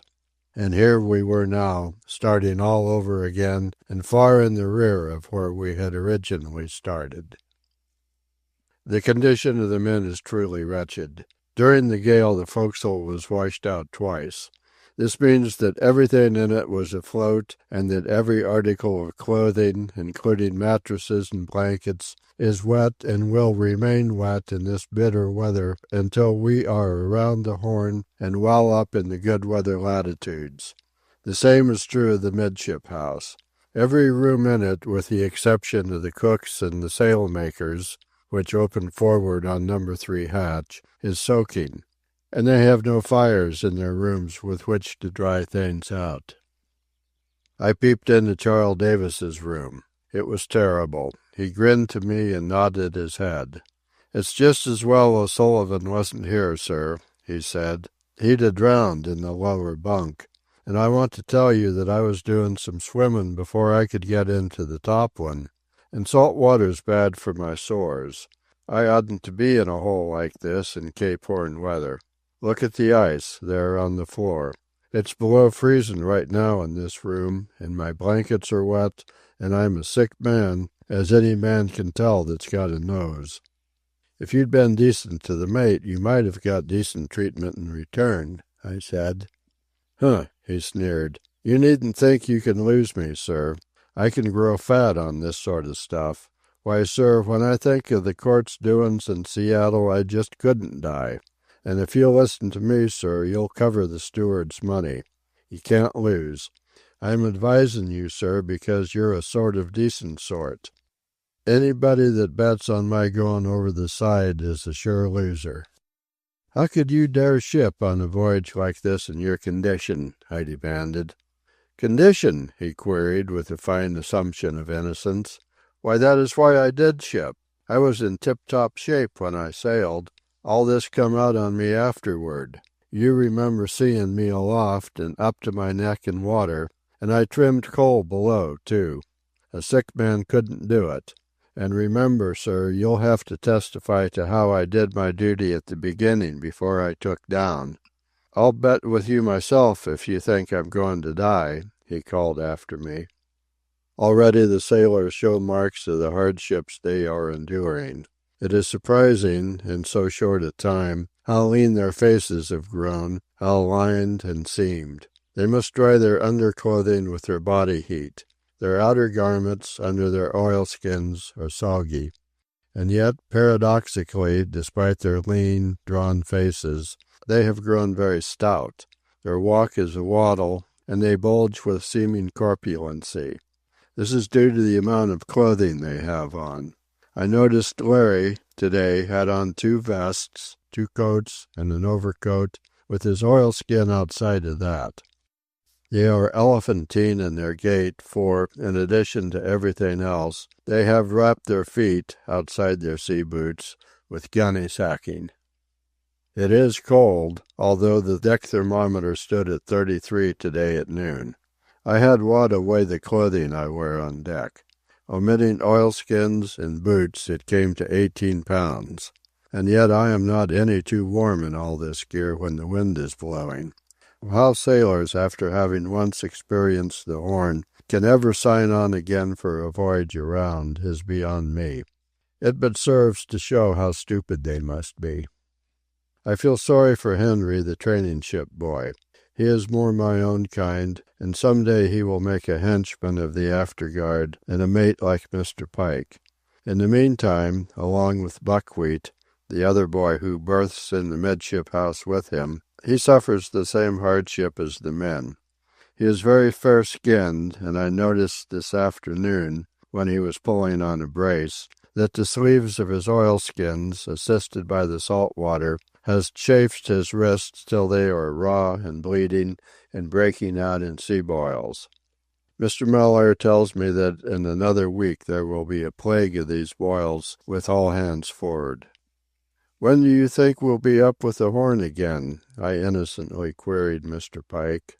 He turned upon me in a rage, as if I had insulted him, and positively snarled in my face ere he swung away without the courtesy of an answer. It is evident that he takes the sea seriously. That is why, I fancy, he is so excellent a seaman. The days pass, if the interval of somber gray that comes between the darknesses can be called day. For a week now we have not seen the sun. Our ship's position in this waste of storm and sea is conjectural. Once, by dead reckoning, we gained up with the Horn and 100 miles south of it, and then came another southwest gale that tore our foretopsail and brand-new spencer out of the belt ropes, and swept us away to a conjectured longitude east of Staten Island. Oh, I know now this great west wind that blows forever around the world south of 55. And I know why the chart makers have capitalized it, as, for example, when I read the Great West Wind Drift. And I know why the sailing directions advise, whatever you do, make westing, make westing. And the west wind and the drift of the west wind will not permit the Elsinore to make westing. Gale follows gale, always from the west, and we make easting. And it is bitter cold, and each gale snorts up with a prelude of driving snow. In the cabin the lamps burn all day long. No more does Mr. Pike run the phonograph, nor does Margaret ever touch the piano. She complains of being bruised and sore. I have a wrenched shoulder from being hurled against the wall, and both Wada and the steward are limping. Really, the only comfort I can find is in my bunk, so wedged with boxes and pillows that the wildest rolls cannot throw me out. There, save for my meals and for an occasional run on deck for exercise and fresh air, I lie and read 18 and 19 hours out of the 24. But the unending physical strain is very wearisome. How it must be with the poor devils forward is beyond conceiving. The forecastle has been washed out several times, and everything is soaking wet. Besides, they have grown weaker, and 2 watches are required to do what one ordinary watch could do. Thus they must spend as many hours on the sea-swept deck and aloft on the freezing yards as I do in my warm, dry bunk. Wada tells me that they never undress, but turn into their wet bunks in their oilskins and sea boots and wet undergarments. To look at them crawling about on deck or in the rigging is enough. They are truly weak. They are gaunt-cheeked and haggard gray of skin, with great dark circles under their eyes. The predicted plague of sea boils and sea cuts has come, and their hands and wrists and arms are frightfully afflicted. Now one, and now another, and sometimes several, either from being knocked down by seas, or from general miserableness, take to the bunk for a day or so off. This means more work for the others, so that the men on their feet are not tolerant of the sick ones, and a man must be very sick to escape being dragged out to work by his mates. I cannot but marvel at Andy Fay and Mulligan Jacobs. Old and fragile as they are, it seems impossible that they can endure what they do. For that matter, I cannot understand why they work at all. I cannot understand why any of them toil on and obey an order in this freezing hell of the Horn. Is it because of fear of death that they do not cease work and bring death to all of us? Or is it because they are slave beasts with a slave psychology, so used all their lives to being driven by their masters that it is beyond their mental power to refuse to obey? And yet most of them, in a week after we reach Seattle, will be on board other ships outward bound for the Horn. Margaret says the reason for this is that sailors forget. Mr. Pike agrees. He says give them a week in the southeast trades as we run up the Pacific, and they will have forgotten that they have ever been around the Horn. I wonder, can they be as stupid as this? Does pain leave no record with them? Do they fear only the immediate thing? Have they no horizons wider than a day? Then indeed do they belong where they are. They are cowardly. This was shown conclusively this morning at 2:00. Never have I witnessed such panic fear, and it was fear of the immediate thing, fear stupid and beast-like. It was Mr. Mellaire's watch. As luck would have it, I was reading Boa's Mind of Primitive Man when I heard the rush of feet over my head. The Elsinore was hove to on the port tack at the time, under very short canvas. I was wondering what emergency had brought the watch upon the poop, when I heard another rush of feet that meant the second watch. I heard no pulling and hauling, and the thought of mutiny flashed across my mind. Still nothing happened, and growing curious, I got into my sea boots, sheepskin coat, and oilskin, put on my sou'wester and mittens, and went on deck. Mr. Pike had already dressed and was ahead of me. Captain West, who in this bad weather sleeps in the chart-room, stood in the lee doorway of the house, through which the lamplight streamed on the frightened faces of the men. Those of the midship house were not present, but every man-jack of the forecastle, with the exception of Andy Fay and Mulligan Jacobs, as I afterwards learned, had joined in the flight aft. Andy Fay, who belonged in the watch below, had calmly remained in his bunk, while Mulligan Jacobs had taken advantage of the opportunity to sneak into the forecastle and fill his pipe. "What is the matter, Mr. Pike?" Captain West asked. Before the mate could reply, Bert Rhine snickered. "The devil's come aboard, sir." But his snicker was palpably an assumption of unconcern he did not possess. The more I think over it, the more I am surprised that such keen men as the gangsters should have been frightened by what had occurred. But frightened they were, the three of them, out of their bunks and out of the precious surcease of their brief watch below. So fear-struck was Larry that he chattered and grimaced like an ape, and shouldered and struggled to get away from the dark and into the safety of the shaft of light that shone out of the chart-house. Tony, the Greek, was just as bad, mumbling to himself and continually crossing himself.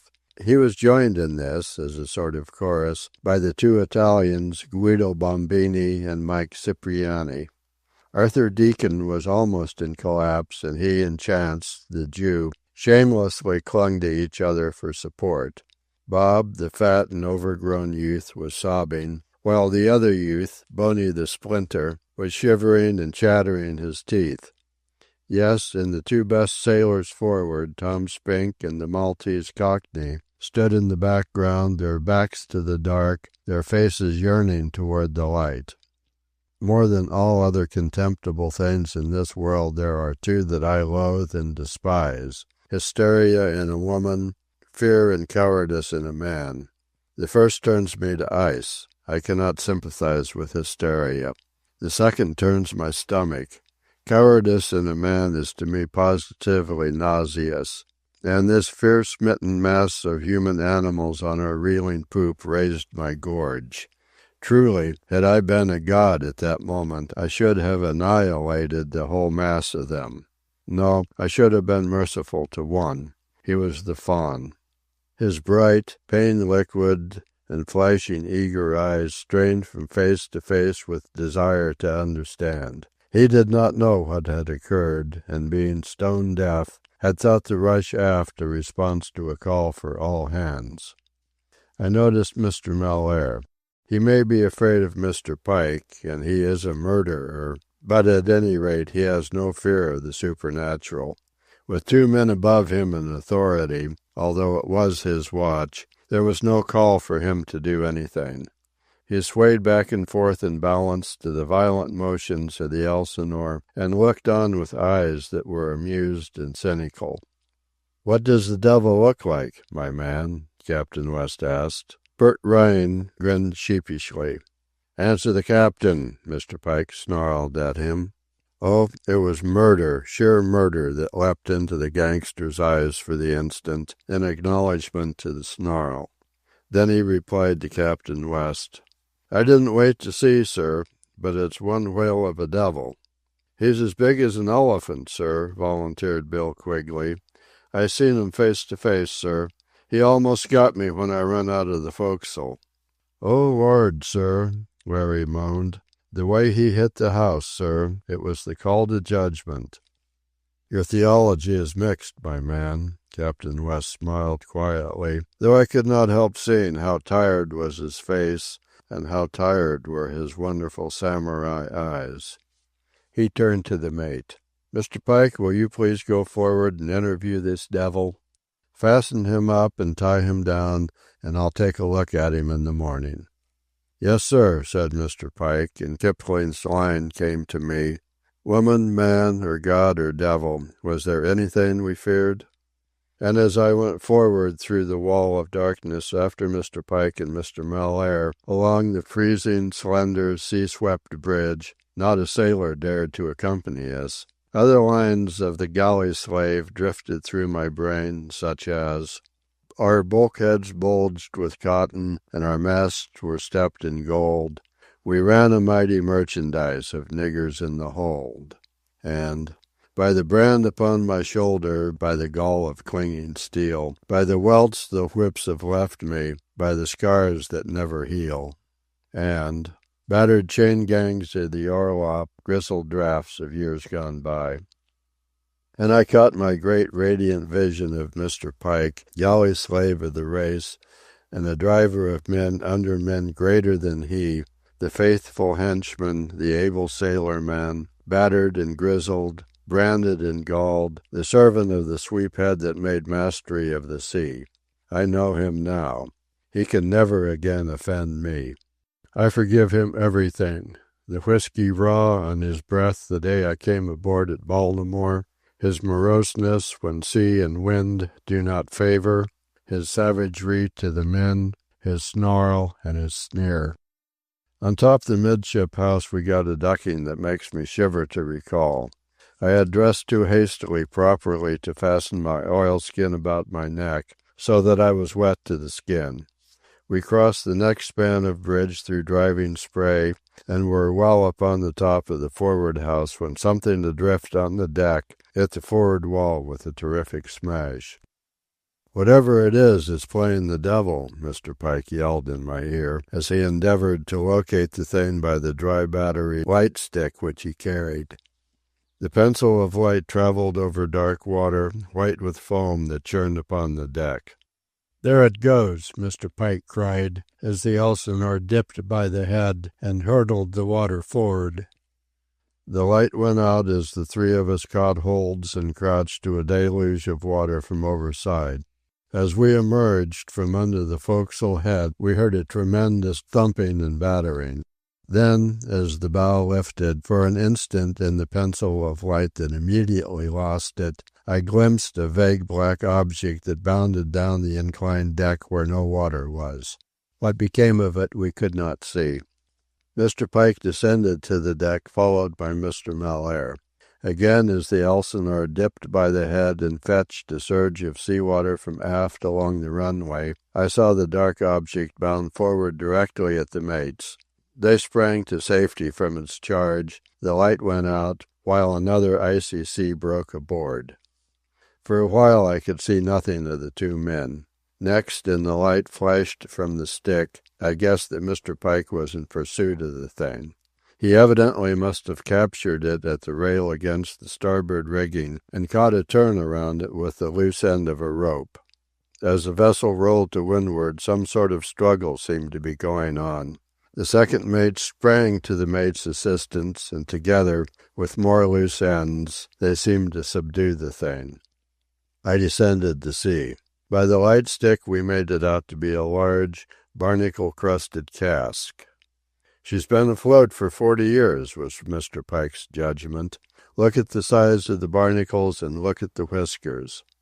"And it's full of something," said Mr. Malaire. "Hope it isn't water."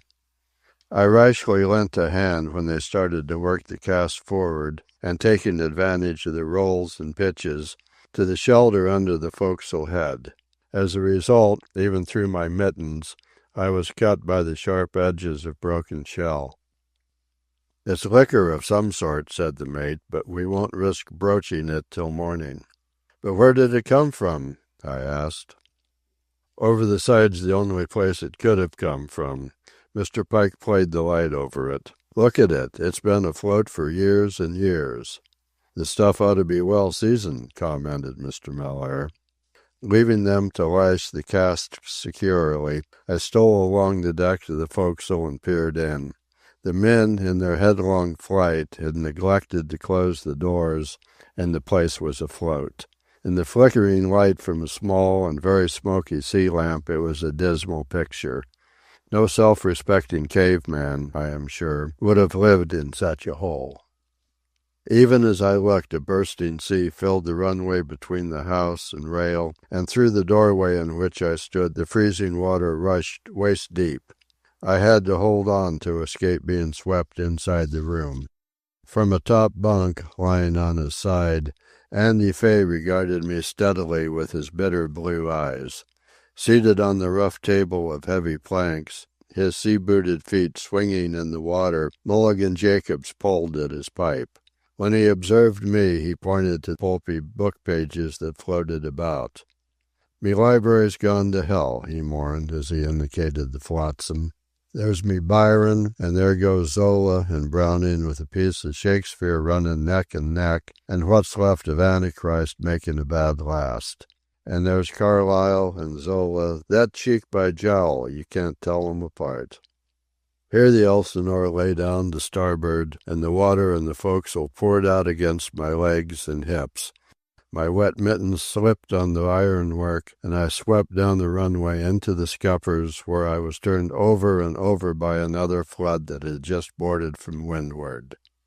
I know I was rather confused, and that I had swallowed quite a deal of salt water ere I got my hands on the rungs of the ladder and climbed to the top of the house. On my way aft along the bridge I encountered the crew coming forward. Mr. Mellaire and Mr. Pike were talking in the lee of the chart house, and inside, as I passed below, Captain West was smoking a cigar. After a good rub-down, in dry pajamas, I was scarcely back in my bunk with the mind of primitive man before me, when the stampede over my head was repeated. I waited for the second rush. It came, and I proceeded to dress. The scene on the poop duplicated the previous one, save that the men were more excited, more frightened. They were babbling and chattering all together. "Shut up," Mr. Pike was snarling when I came upon them. "One at a time, and answer the captain's question." "It ain't no barrel this time, sir," Tom Spink said. "It's alive, and if it ain't the devil, it's the ghost of a drownded man. I seen him plain and clear. He's a man, or was a man once." "They was two of them, sir," Richard Giller, one of the bricklayers, broke in. "I think he looked like Petro Marinkovich, sir," Tom Spinks went on. "And the other was Jesperson. I seen him," Giller added.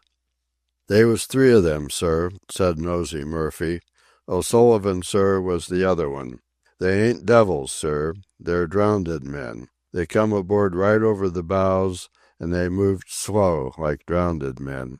Sorensen seen the first one first. He caught my arm and pointed, and then I seen him. He was on top the forward house. And Olison seen him, and Deacon, sir, and Hackey. We all seed him, sir.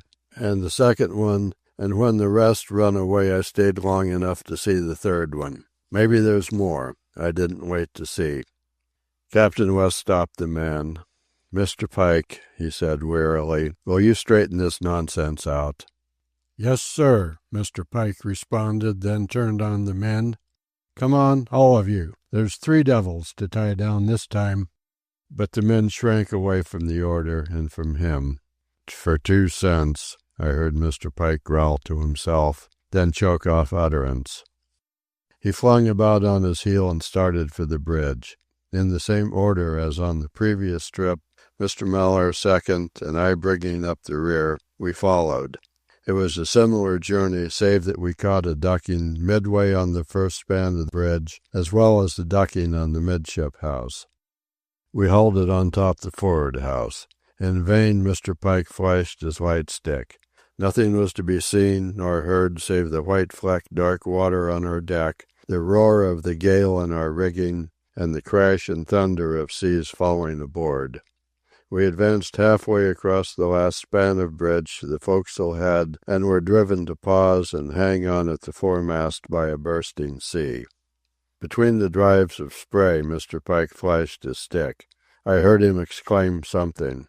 Then he went on to the forecastle head, followed by Mr. Malaire, while I waited by the foremast, clinging tight, and endured another ducking. Through the emergencies I could see the pencil of light appearing and disappearing, darting here and there. Several minutes later the mates were back with me. "Half our headgear's carried away," Mr. Pike told me. "We must have run into something." "I felt a jar right after you went below, sir, last time," said Mr. Malaire. "Only I thought it was a thump of sea." "So did I feel it," the mate agreed. "I was just taking off my boots. I thought it was the sea. But where are the three devils?" "Broaching the cask," the second mate suggested. We made the forecastle head, descended the iron ladder, and went forward, inside, underneath, out of the wind and sea. There lay the cask, securely lashed. The size of the barnacles on it was astonishing. They were as large as apples and inches deep. A downfling of bow brought a foot of water about our boots, and as the bow lifted and the water drained away, it drew out from the shell-crusted cask streamers of seaweed a foot or so in length. Led by Mr. Pike and watching our chance between seas, we searched the deck and rails between the forecastle head and the forward house and found no devils. The mate stepped into the forecastle doorway, and his light stick cut like a dagger through the dim illumination of the murky sea lamp. And we saw the devils. Nosey Murphy had been right. There were three of them. Let me give the picture. A drenched and freezing room of rusty, paint-scabbed iron, low-roofed, double-tiered with bunks, reeking with the filth of 30 men despite the washing of the sea. In a top bunk on his side, in sea boots and oilskin, staring steadily with blue, bitter eyes, Andy Fay. On the table, pulling at a pipe with hanging legs dragged this way and that by the churn of water, Mulligan Jacobs, solemnly regarding three men, sea-booted and bloody, who stand side by side, of a height and not duly tall, swaying in unison to the Elsinore's down-flinging and uplifting. But such men. I know my east side and my east end, and I am accustomed to the faces of all the ruck of races, yet with these three men I was at fault. The Mediterranean had surely never bred such a breed, nor had Scandinavia. They were not blondes, they were not brunettes, nor were they of the brown or black or yellow. Their skin was white under a bronze of weather. Wet as was their hair, it was plainly a colorless, sandy hair. Yet their eyes were dark, and yet not dark. They were neither blue, nor gray, nor green, nor hazel, nor were they black. They were topaz, pale topaz, and they gleamed and dreamed like the eyes of great cats. They regarded us like walkers in a dream, these pale-haired storm waifs with pale topaz eyes. They did not bow, they did not smile. In no way did they recognize our presence, save that they looked at us and dreamed. But Andy Fay greeted us. "It's a hell of a night, and not a wink of sleep with these goings-on," he said. "Now where did they blow in from a night like this?" Mulligan Jacobs complained. "You've got a tongue in your mouth," Mr. Pike snarled. "Why ain't you asked 'em?" "As though you didn't know I could use the tongue in me mouth, you old stiff," Jacobs snarled back. But it was no time for their private feud.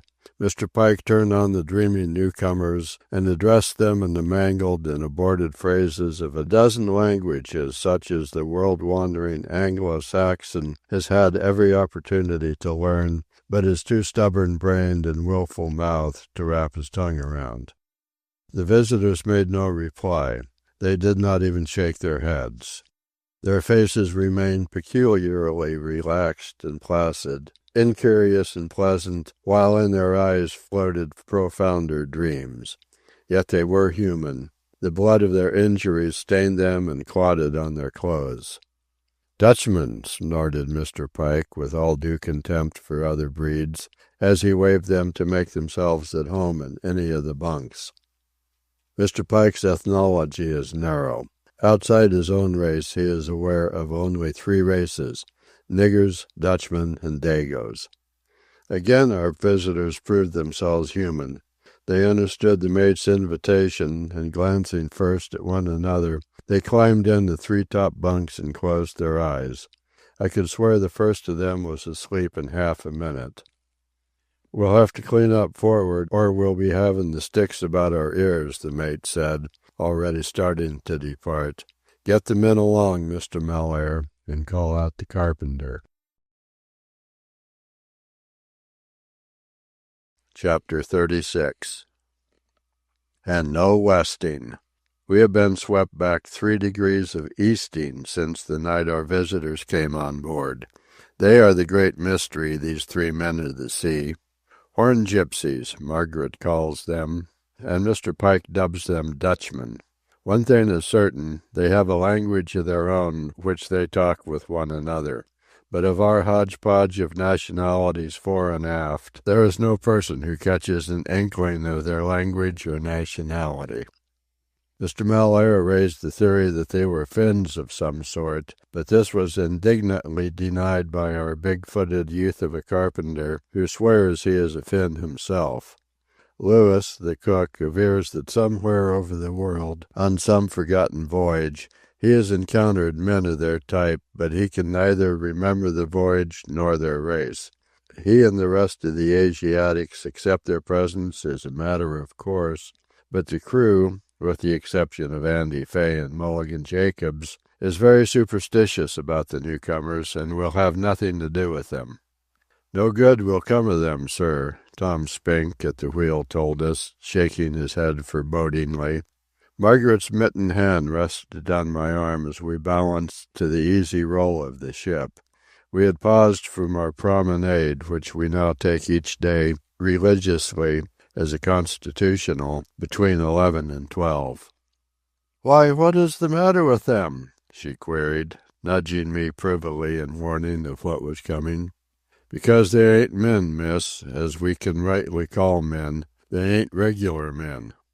"It was a bit irregular, their manner of coming on board," she gurgled. "That's just it, miss," Tom Spink exclaimed, brightening perceptibly at the hint of understanding. "Where'd they come from? They won't tell. Of course they won't tell. They ain't men. They're spirits, ghosts of sailors that drowned as long ago as when that cask went adrift from a sinking ship. And that's years and years, miss, as anybody can see, looking at the size of the barnacles on it." "Do you think so?" Margaret queried. "We all think so, miss. We ain't spend our lives on the sea for nothing. There's no ends of landsmen don't believe in the Flying Dutchman, but what do they know? They're just landsmen, ain't they? They ain't never had their leg grabbed by a ghost, such as I had, on the Kathleen, 35 years ago, down in a hold 'tween the water casks. And didn't that ghost rip the shoe right off of me? And didn't I fall through the hatch 2 days later and break my shoulder? Now, miss, I seen 'em making signs to Mr. Pike that we'd run into their ship hove to on the other tack. Don't you believe it. There wasn't no ship." "But how do you explain the carrying away of our headgear?" I demanded. "There's lots of things can't be explained, sir," was Tom Spink's answer. "Who can explain the way the Finns play tomfool tricks with the weather? Yet everybody knows it. Why are we having a hard passage around the Horn, sir? I ask you that. Why, sir?" I shook my head. "Because of the carpenter, sir. We found out he's a Finn. Why did he keep it quiet all the way down from Baltimore?" "Why did he tell it?" Margaret challenged. "He didn't tell it, miss. Leastways not until after them 3 others boarded us. I got my suspicions he knows more about 'em than he's letting on. And look at the weather and the delay we're getting. And don't everybody know the Finns is regular warlocks and weather breathers?" My ears pricked up. "Where did you get that word warlock?" I questioned. Tom Spink looked puzzled. "What's wrong with it, sir?" he asked. "Nothing, it's all right, but where did you get it?" "I never got it, sir. I always had it. That's what Finns is, warlocks." "And these 3 newcomers, they aren't Finns?" asked Margaret.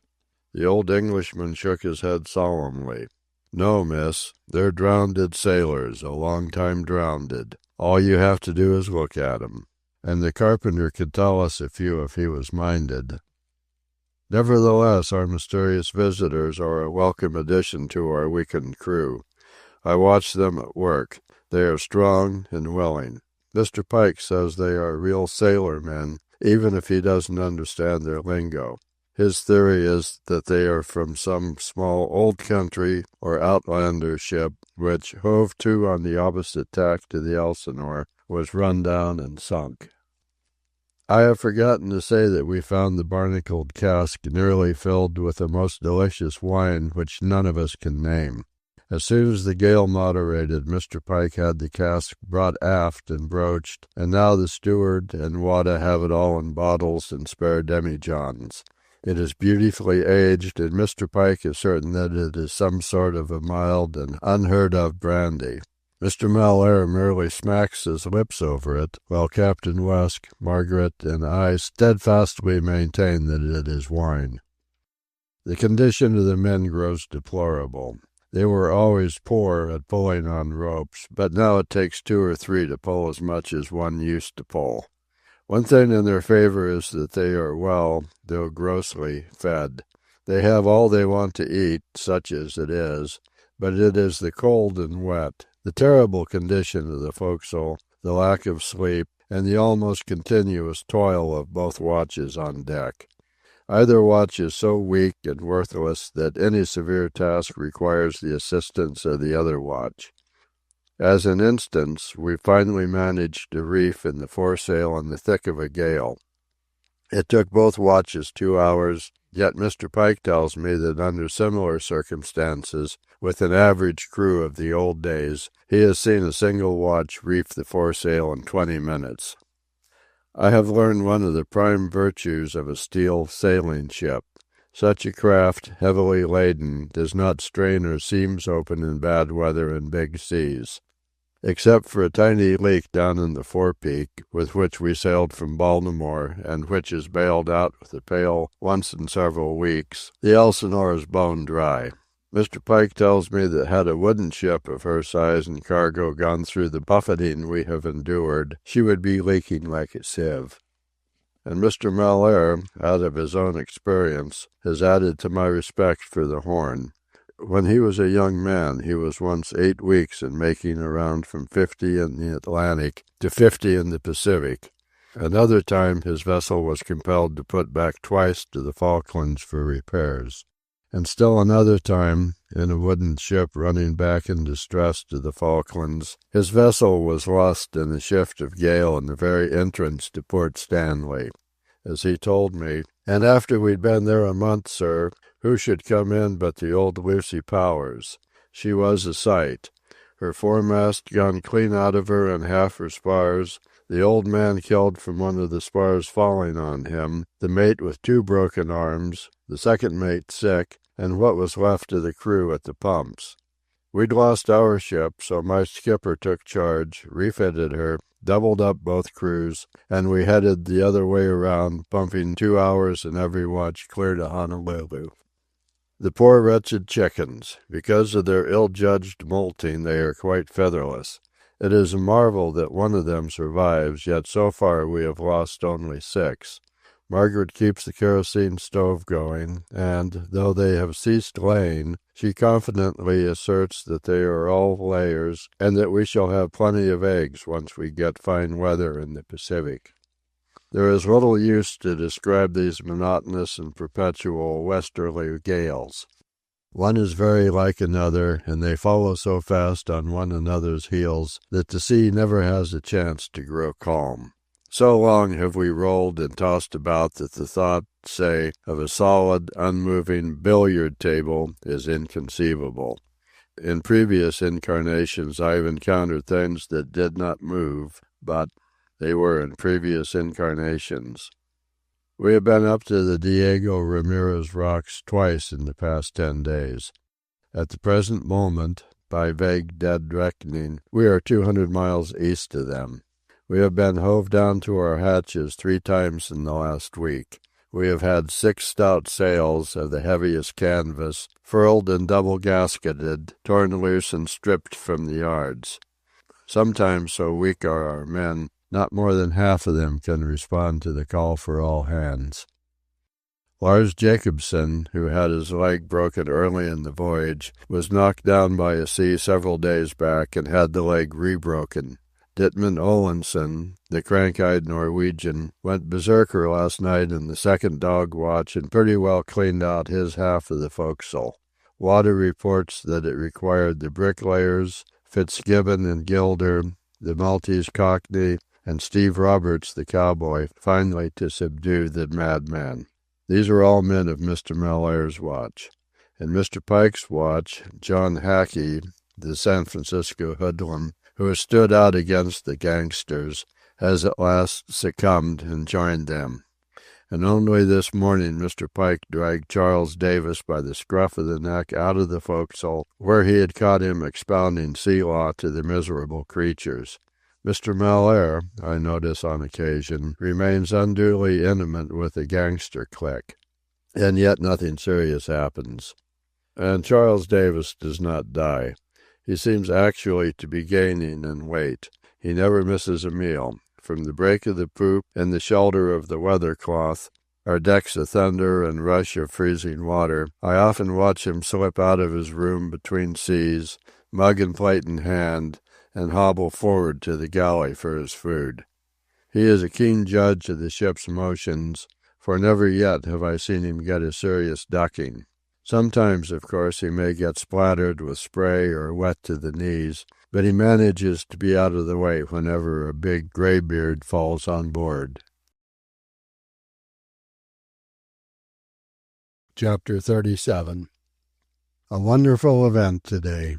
For 5 minutes, at noon, the sun was actually visible. But such a sun, a pale and cold and sickly orb, that at meridian was only 9 degrees 18 minutes above the horizon. And within the hour we were taking in sail and lying down to the snow gusts of a fresh southwest gale. Whatever you do, make westing, make westing. This sailing rule of the navigators for the Horn has been bitten out of iron. I can understand why shipmasters, with a favoring slant of wind, have left sailors, fallen overboard, to drown without heaving to lower a boat. Cape Horn is iron, and it takes masters of iron to win around from east to west. And we make easting. This west wind is eternal. I listen incredulously when Mr. Pike or Mr. Mellaire tells of times when easterly winds have blown in these latitudes. It is impossible. Always does the west wind blow, gale upon gale, and gales everlasting, else why the great west wind drift printed on the charts? We of the afterguard are weary of this eternal buffeting. Our men have become pulpy, washed out, sore-corroded shadows of men. I should not be surprised, in the end, to see Captain West turn tail and run eastward around the world to Seattle. But Margaret smiles with surety and nods her head and affirms that her father will win around to 50 in the Pacific. How Charles Davis survives in that wet, freezing, paint-scabbed room of iron in the midship house is beyond me. Just as it is beyond me that the wretched sailors in the wretched forecastle do not lie down in their bunks and die, or at least refuse to answer the call of the watches. Another week has passed, and we are today, by observation, 60 miles due south of the Straits of Le Maire, and we are hove to in a driving gale on the port tack. The glass is down to 28.58, and even Mr. Pike acknowledges that it is one of the worst Cape Horn snorters he has ever experienced. In the old days, the navigators used to strive as far south as 64 degrees or 65 degrees into the Antarctic drift ice, hoping, in a favoring spell, to make westing at a prodigious rate across the extreme narrowing wedges of longitude. But of late years all shipmasters have accepted the hugging of the land all the way around. Out of 10 times 10,000 passages of Cape Stiff from east to west, this, they have concluded, is the best strategy. So Captain West hugs the land. He heaves to on the port tack until the leeward drift brings the land into perilous proximity, then wears ship and heaves to on the port tack and makes leeway offshore. I may be weary of all this bitter movement of a laboring ship on a frigid sea, but at the same time I do not mind it. In my brain burns the flame of a great discovery and a great achievement. I have found what makes all the books go glimmering. I have achieved what my very philosophy tells me is the greatest achievement a man can make. I have found the love of woman. I do not know whether she cares for me, nor is that the point. The point is that in myself I have risen to the greatest height to which the human male animal can rise. I know a woman, and her name is Margaret. She is Margaret, a woman, and desirable. My blood is red. I am not the pallid scholar I so proudly deemed myself to be. I am a man and a lover, despite the books. As for De Casares, if ever I get back to New York, equipped as I now am, I shall confute him with the same ease that he has confuted all the schools. Love is the final word. To the rational man it alone gives the super-rational sanction for living. Like Bergson and his overhanging heaven of intuition, or like one who has bathed in Pentecostal fire and seen the New Jerusalem, so I have trod the materialistic dictums of science underfoot, scaled the last peak of philosophy, and leaped into my heaven, which, after all, is within myself. The stuff that composes me, that is I, is so made that it finds its supreme realization in the love of woman. It is the vindication of being. Yes, and it is the wages of being, the payment in full for all the brittleness and frailty of flesh and breath. And she is only a woman, like any woman, and the Lord knows I know what women are. And I know Margaret for what she is, mere woman, and yet I know, in the lover's soul of me, that she is somehow different. Her ways are not as the ways of other women, and all her ways are delightful to me. In the end, I suppose, I shall become a nest-builder, for of a surety nest-building is one of her pretty ways. And who shall say which is the worthier, the writing of a whole library or the building of a nest? The monotonous days, bleak and gray and soggy cold, drag by. It is now a month since we began the passage of the Horn, and here we are, not so well forward as a month ago, because we are something like 100 miles south of the Straits of Le Maire. Even this position is conjectural, being arrived to by dead reckoning, based on the leeway of a ship hove to, now on the one tack, now on the other, with always the great west wind drift making against us. It is 4 days since our last instrument sighted the sun. This storm-vexed ocean has become populous. No ships are getting round, and each day adds to our number. Never a brief day passes without our sighting from 2 or 3 to a dozen hove to on port tack or starboard tack. Captain West estimates there must be at least 200 sail of us. A ship hove to with preventer tackles on the rudder head is unmanageable. Each night we take our chance of unavoidable and disastrous collision. And at times, glimpsed through the snow squalls, we see and curse the ships, eastbound, that drive past us with the west wind and the west wind drift at their backs. And so wild is the mind of man that Mr. Pike and Mr. Malaire still aver that on occasion they have known gales to blow ships from east to west around the Horn. It surely has been a year since we of the Elsinore emerged from under the lee of Tierra del Fuego into the snorting southwest gales. A century, at least, has elapsed since we sailed from Baltimore. And I don't give a snap of my fingers for all the wrath and fury of this dim gray sea at the tip of the earth. I have told Margaret that I love her. The tale was told in the shelter of the weather-cloth, where we clung together in the second dog-watch last evening. And it was told again, and by both of us, in the bright-lighted chart-room after the watches had been changed at 8 bells. Yes, and her face was storm-bright, and all of her was very proud, save that her eyes were warm and soft, and fluttered with lids that just would flutter maidenly and womanly. It was a great hour, our great hour. The poor devil of a man is most lucky when, loving, he is loved. Grievous indeed must be the fate of the lover who is unloved. And I, for one, and for still other reasons, congratulate myself upon the vastitude of my good fortune. For, see, were Margaret any other sort of a woman, were she, well, just the lovely and lovable and adorably snuggly sort who seems made just precisely for love and loving and nestling into the strong arms of a man, why, there wouldn't be anything remarkable or wonderful about her loving me.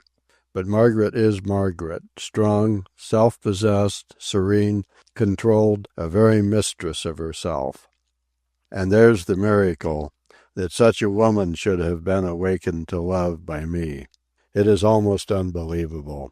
I go out of my way to get another peep into those long, cool, gray eyes of her, and see them melting soft as she looks at me. She is no Juliet, thank the Lord, and thank the Lord I am no Romeo. And yet I go alone on the freezing poop, and under my breath chant defiantly at the snorting gale, and at the greybeards thundering down on us that I am a lover. And I send messages to the lonely albatrosses veering through the murk that I am a lover. And I look at the wretched sailors crawling along the spray-swept bridge and know that never in 10,000 wretched lives could they experience the love I experience, and I wonder why God ever made them. And the one thing I had firmly resolved from the start, Margaret confessed to me this morning in the cabin when I released her from my arms, was that I would not permit you to make love to me. True daughter of Herodias, I gaily gibed. So such was the drift of your thoughts even as early as the very start. Already you were looking upon me with a considerative female eye. She laughed proudly and did not reply. What possibly could have led you to expect that I would make love to you? I insisted. Because it is the way of young male passengers on long voyages, she replied. Then others have? They always do, she assured me gravely. And at that instant I knew the first ridiculous pang of jealousy, but I laughed it away and retorted. It was an ancient Chinese philosopher who was first recorded as having said what doubtlessly the caveman before him gibbered, namely, that a woman pursues a man by fluttering away in advance of him. "Wretch!" she cried. "I never fluttered. When did I ever flutter?" "It is a delicate subject," I began with assumed hesitancy. "When did I ever flutter?" she demanded. I availed myself of one of Schopenhauer's ruses by making a shift. "From the first you observed nothing that a female could afford to miss observing," I charged. "I'll wager you knew as quickly as I the very instant when I first loved you." "I knew the first time you hated me," she evaded. "Yes, I know, the first time I saw you and learned that you were coming on the voyage," I said. "But now I repeat my challenge. You knew as quickly as I the first instant I loved you." Oh, her eyes were beautiful, and the repose and certitude of her were tremendous, as she rested her hand on my arm for a moment, and in a low, quiet voice said, "Yes, I think I know. It was the morning of that pampero off the Plate, when you were thrown through the door into my father's stateroom. I saw it in your eyes. I knew it. I think it was the first time, the very instant." I could only nod my head and draw her close to me. And she looked up at me and added, "You were very ridiculous. There you sat, on the bed, holding on with one hand, and nursing the other hand under your arm, staring at me, irritated, startled, utterly foolish, and then, how, I don't know, I knew that you had just come to know." "And the very next instant you froze up," I challenged ungallantly. "And that was why," she admitted shamelessly, then leaned away from me, her hands resting on my shoulders while she gurgled and her lips parted from over her beautiful white teeth. One thing I, John Pathurst, know. That gurgling laughter of hers is the most adorable laughter that was ever heard. Chapter 38. I wonder, did the samurai make a mistake? Or was it the darkness of oncoming death that chilled and clouded that star-cool brain of his and made a mock of all his wisdom? Or was it the blunder that brought death upon him beforehand? I do not know, I shall never know, for it is a matter that no one of us dreams of hinting at, much less discussing. I shall begin at the beginning, yesterday afternoon. For it was yesterday afternoon, 5 weeks to a day, since we emerged from the Straits of Le Maire into this grey storm ocean, that once again we found ourselves hove to directly off the Horn. At the changing of the watches at 4 o'clock, Captain West gave the command to Mr. Pike to wear ship.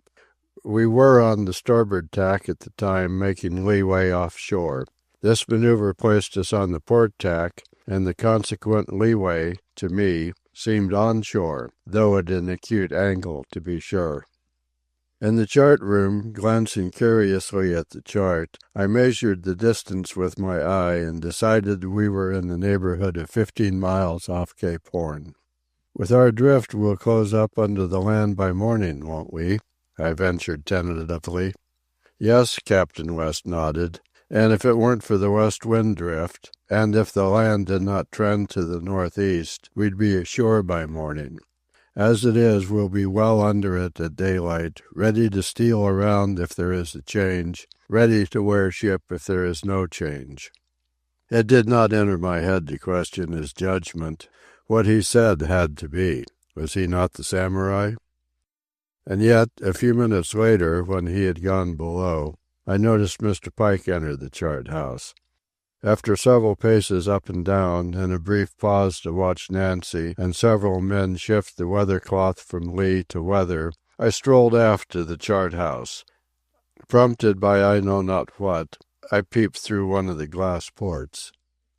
There stood Mr. Pike, his sou'wester doffed, his oilskins streaming rivulets to the floor, while he, dividers and parallel rulers in hand, bent over the chart.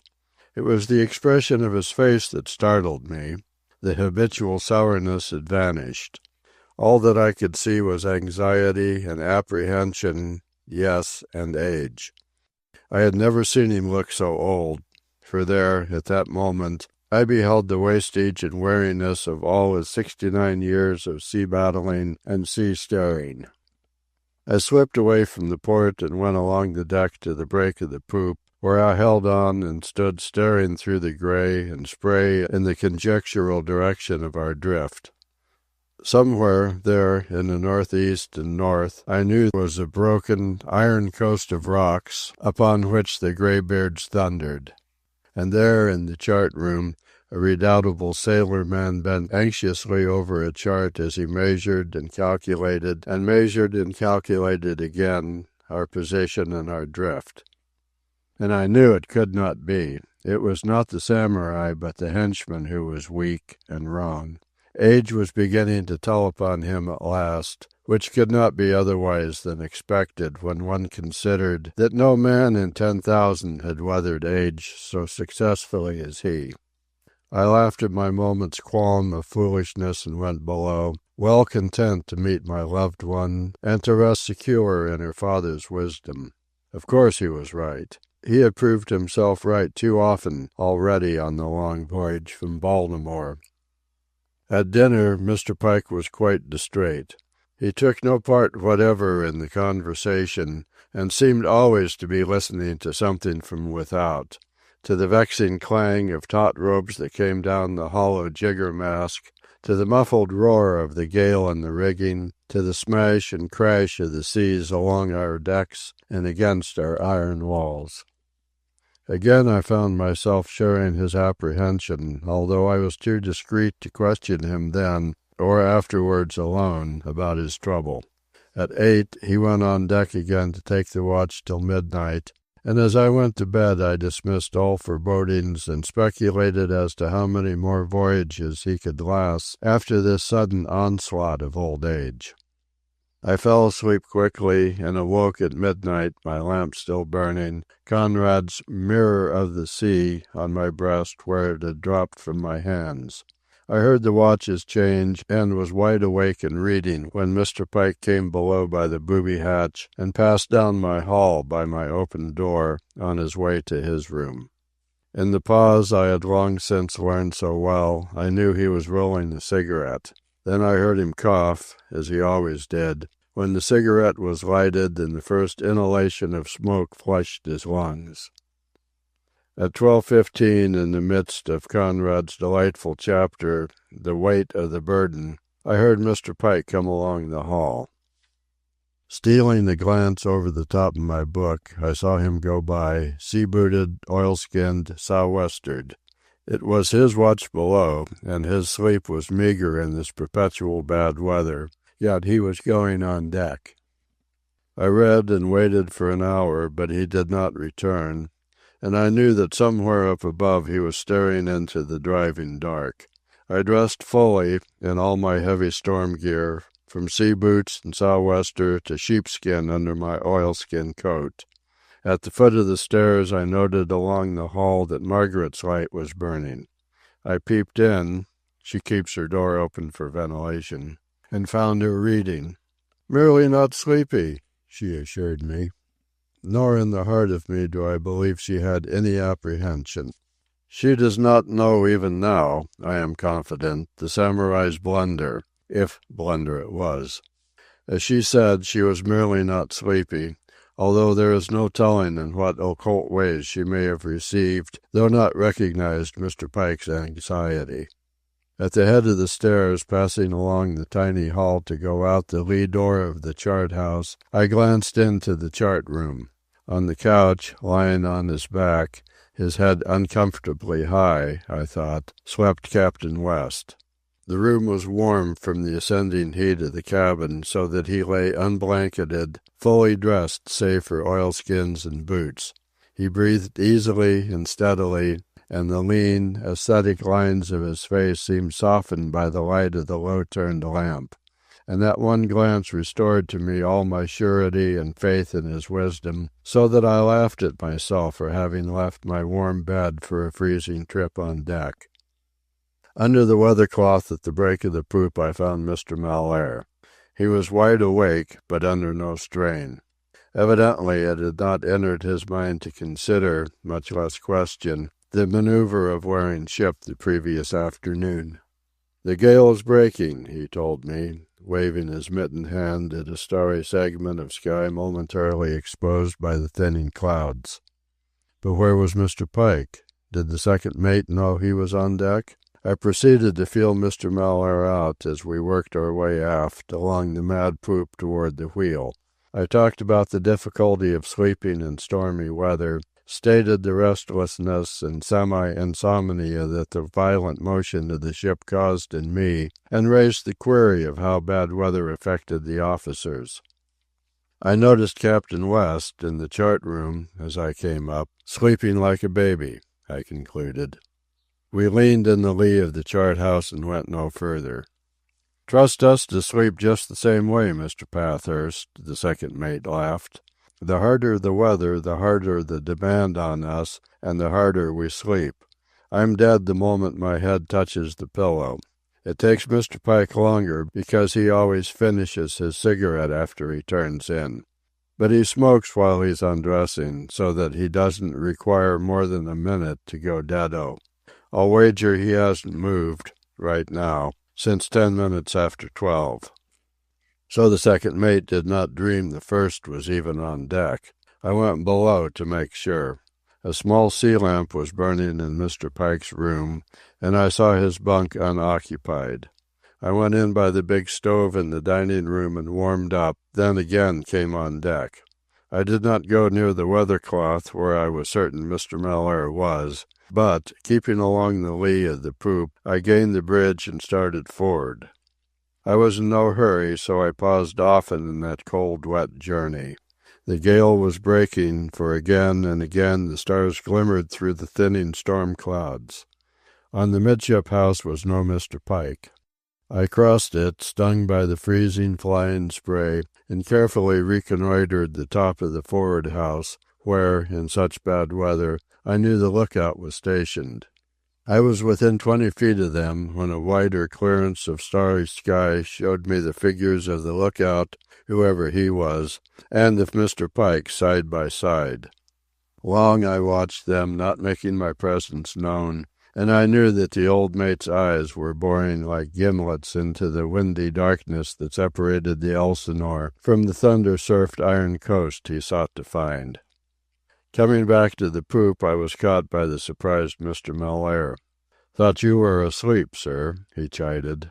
"I'm too restless," I explained. "I've read till my eyes are tired, and now I'm trying to get chilled so that I can fall asleep while warming up in my blankets." "I envy you, sir," he answered. "Think of it. So much of all night in that you cannot sleep.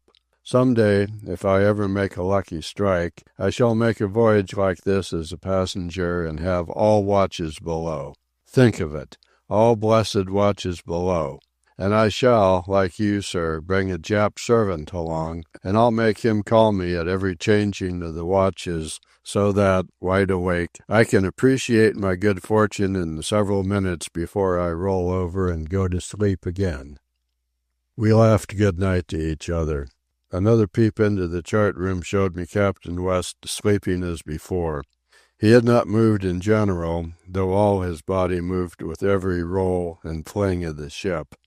Below, Margaret's light still burned, but a peep showed her asleep, her book fallen from her hands, just as was the so frequent case with my books. And I wondered.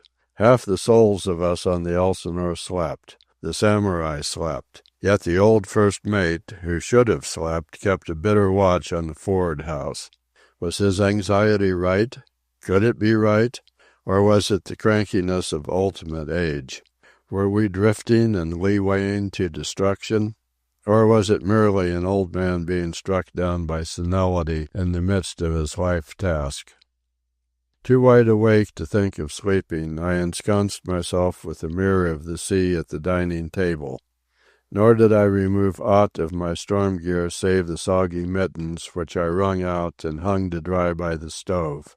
4 bells struck, and 6 bells, and Mr. Pike had not returned below. At 8 bells, with the changing of the watches, it came upon me what a night of hardship the old mate was enduring. 8 to 12 had been his own watch on deck. He had now completed the 4 hours of the second mate's watch, and was beginning his own watch, which would last till 8 in the morning. 12 consecutive hours in a Cape Horn gale with the mercury at freezing. Next, for I had dozed, I heard loud cries above my head that were repeated along the poop. I did not know till afterwards that it was Mr. Pike's command to hard up the helm, passed along forward by the men he had stationed at intervals on the bridge. All that I knew at this shock of waking was that something was happening above. As I pulled on my steaming mittens and hurried my best up the reeling stairs, I could hear the stamp of men's feet that for once were not lagging. In the chart-house hall I heard Mr. Pike, who had already covered the length of the bridge from the forward house, shouting, "Mizzen braces! Slack, damn you! Slack on the run! But hold a turn! Aft here, all of you! Jump! Lively if you don't want to swim! Come in, port braces! Don't let 'em get away! Lee braces! If you lose that turn, I'll split your skull! Lively! Lively! Is that helm hard over? Why in hell don't you answer?" All this I heard as I dashed for the lee door, and I wondered why I did not hear the samurai's voice. Then, as I passed the chart-room door, I saw him. He was sitting on the couch, white-faced, one sea-boot in his hands, and I could have sworn his hands were shaking. That much I saw, and the next moment was out on deck.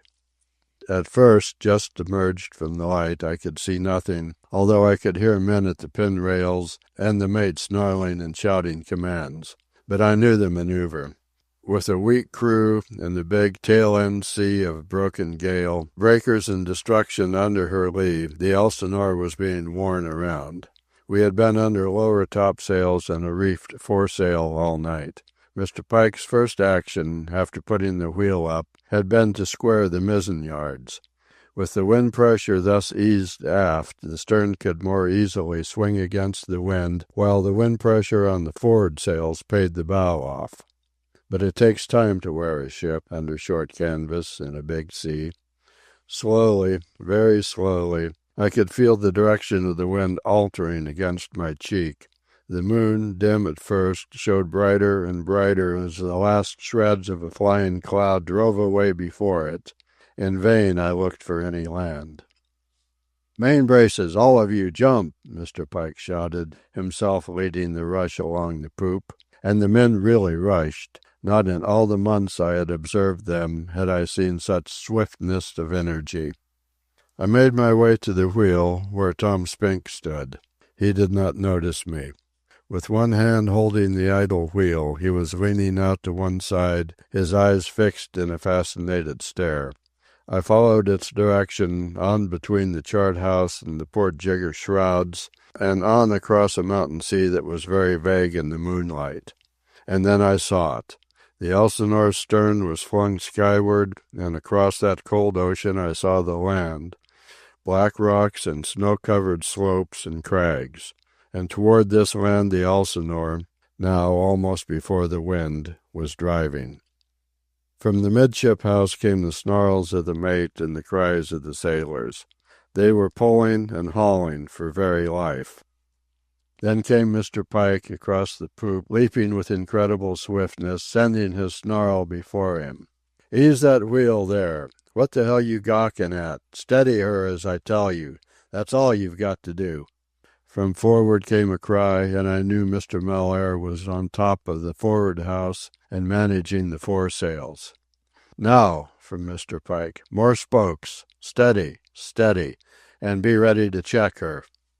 He bounded away across the poop again, shouting for men for the mizzen braces. And the men appeared, some of his watch, others of the second mate's watch, routed from sleep, men coatless and hatless and bootless, men ghastly faced with fear but eager for once to spring to the orders of the man who knew and could save their miserable lives from miserable death. Yes, and I noted the delicate-handed cook and Yatsuda the sailmaker pulling with his one unparalyzed hand. It was all hands to save ship, and all hands knew it. Even Sundry Byers, who had drifted aft in his stupidity instead of being forward with his own officer, forbore to stare about and to press his abdomen. For the nonce he pulled like a youngling of 20. The moon covered again, and it was in darkness that the Elsinore rounded up on the wind on the starboard tack. This, in her case, under lower topsails only, meant that she lay 8 points from the wind, or, in land terms, at right angles to the wind. Mr. Pike was splendid, marvelous. Even as the Elsinore was rounding to on the wind, while the head yards were still being braced, and even as he was watching the ship's behavior in the wheel, in between his commands to Tom Spink of a spoke or two, another, steady, hold her, ease her, he was ordering the men aloft to loose sail. I had thought, the maneuver of wearing achieved, that we were saved, but this setting of all 3 upper topsails unconvinced me. The moon remained hidden, and to leeward nothing could be seen. As each sail was set, the Elsinore was pressed farther and farther over, and I realized that there was plenty of wind left, despite the fact that the gale had broken or was breaking. Also, under this additional canvas, I could feel the Elsinore moving through the water. Pike now sent the Maltese Cockney to help Tom Spink at the wheel. As for himself, he took his stand beside the booby hatch, where he could gauge the Elsinore, gaze to leeward, and keep his eye on the helmsman. "Full and by," was his reiterated command. "Keep her a good full, a rap full, but don't let her fall away. Hold her to it, and drive her." He took no notice whatever of me, although I, on my way to the lee of the chart house, stood at his shoulder a full minute, offering him a chance to speak. He knew I was there, for his big shoulder brushed my arm as he swayed and turned to warn the helmsman in the one breath to hold her up to it but to keep her full. He had neither time nor courtesy for a passenger in such a moment. Sheltering by the chart-house, I saw the moon appear. It grew brighter, and I saw the land dead to leeward of us, not 300 yards away. It was a cruel sight, black rock and bitter snow, with cliffs so perpendicular that the Elsinore could have laid alongside of them in deep water, with great gashes and fissures, and with great surges thundering and spouting all along the length of it. Our predicament was now clear to me. We had to weather the bight of land and islands into which we had drifted, and sea and wind worked directly on shore. The only way out was to drive through the water, to drive fast and hard, and this was borne in upon me by Mr. Pike bounding past to the break of the poop, where I heard him shout to Mr. Miller to set the mainsail. Evidently the second mate was dubious, for the next cry of Mr. Pike's was, "Damn the reef, you'd be in hell first. Full mainsail. All hands to it." The difference was appreciable at once when that huge spread of canvas opposed the wind. The Elsinore fairly leaped and quivered as she sprang to it, and I could feel her eat to windward as she at the same time drove faster ahead. Also, in the rolls and gusts, she was forced down till her lee rail buried, and the sea foamed level across to her hatches. Mr. Pike watched her like a hawk, and like certain death he watched the Maltese Cockney and Tom Spink at the wheel. "Land on the lee bow," came a cry from forward, that was carried on from mouth to mouth along the bridge to the poop. I saw Mr. Pike nod his head grimly and sarcastically. He had already seen it from the lee poop, and what he had not seen he had guessed.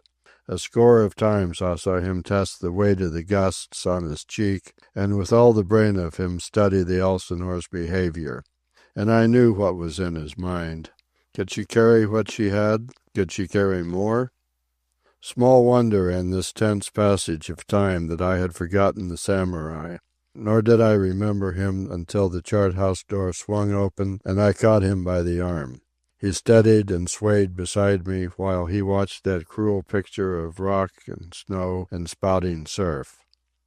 "A good full," Mr. Pike snarled, "or I'll eat your heart out. God damn you for the farmer's hound you are, Tom Spink. Ease her, ease her, ease her into the big ones, damn you. Don't let her head fall off. Steady! Where in hell did you learn to steer? What cow farm was you raised on?" Here he bounded forward past us with those incredible leaps of his. "It would be good to set the mizzen topgallant," I heard Captain West mutter in a weak, quavery voice. "Mr. Pathurst, will you please tell Mr. Pike to set the mizzen topgallant?" At that very instant Mr. Pike's voice rang out from the break of the poop. "Mr. Miller, the mizzen topgallant." Captain West's head drooped until his chin rested on his breast, and so low did he mutter that I leaned to hear. "A very good officer," he said. "An excellent officer. Mr. Pathurst, if you will kindly favour me, I should like to go in. I haven't got on my boots." The muscular feat was to open the heavy iron door and hold it open in the rolls and plunges. This I accomplished, but when I had helped Captain West across the high threshold, he thanked me and waived further services. And I did not know even then he was dying. Never was a Blackwood ship driven as was the Elsinore during the next half hour. The full jib was also set, and as it departed in shreds, the foretopmast staysail was being hoisted. Forward of the midship house it was made unlivable by the bursting seas. Mr. Miller, with half the crew, clung on somehow on top the midship house, while the rest of the crew was with us in the comparative safety of the poop. Even Charles Davis, drenched and shivering, hung on beside me to the brass ring-handle of the chart-house door.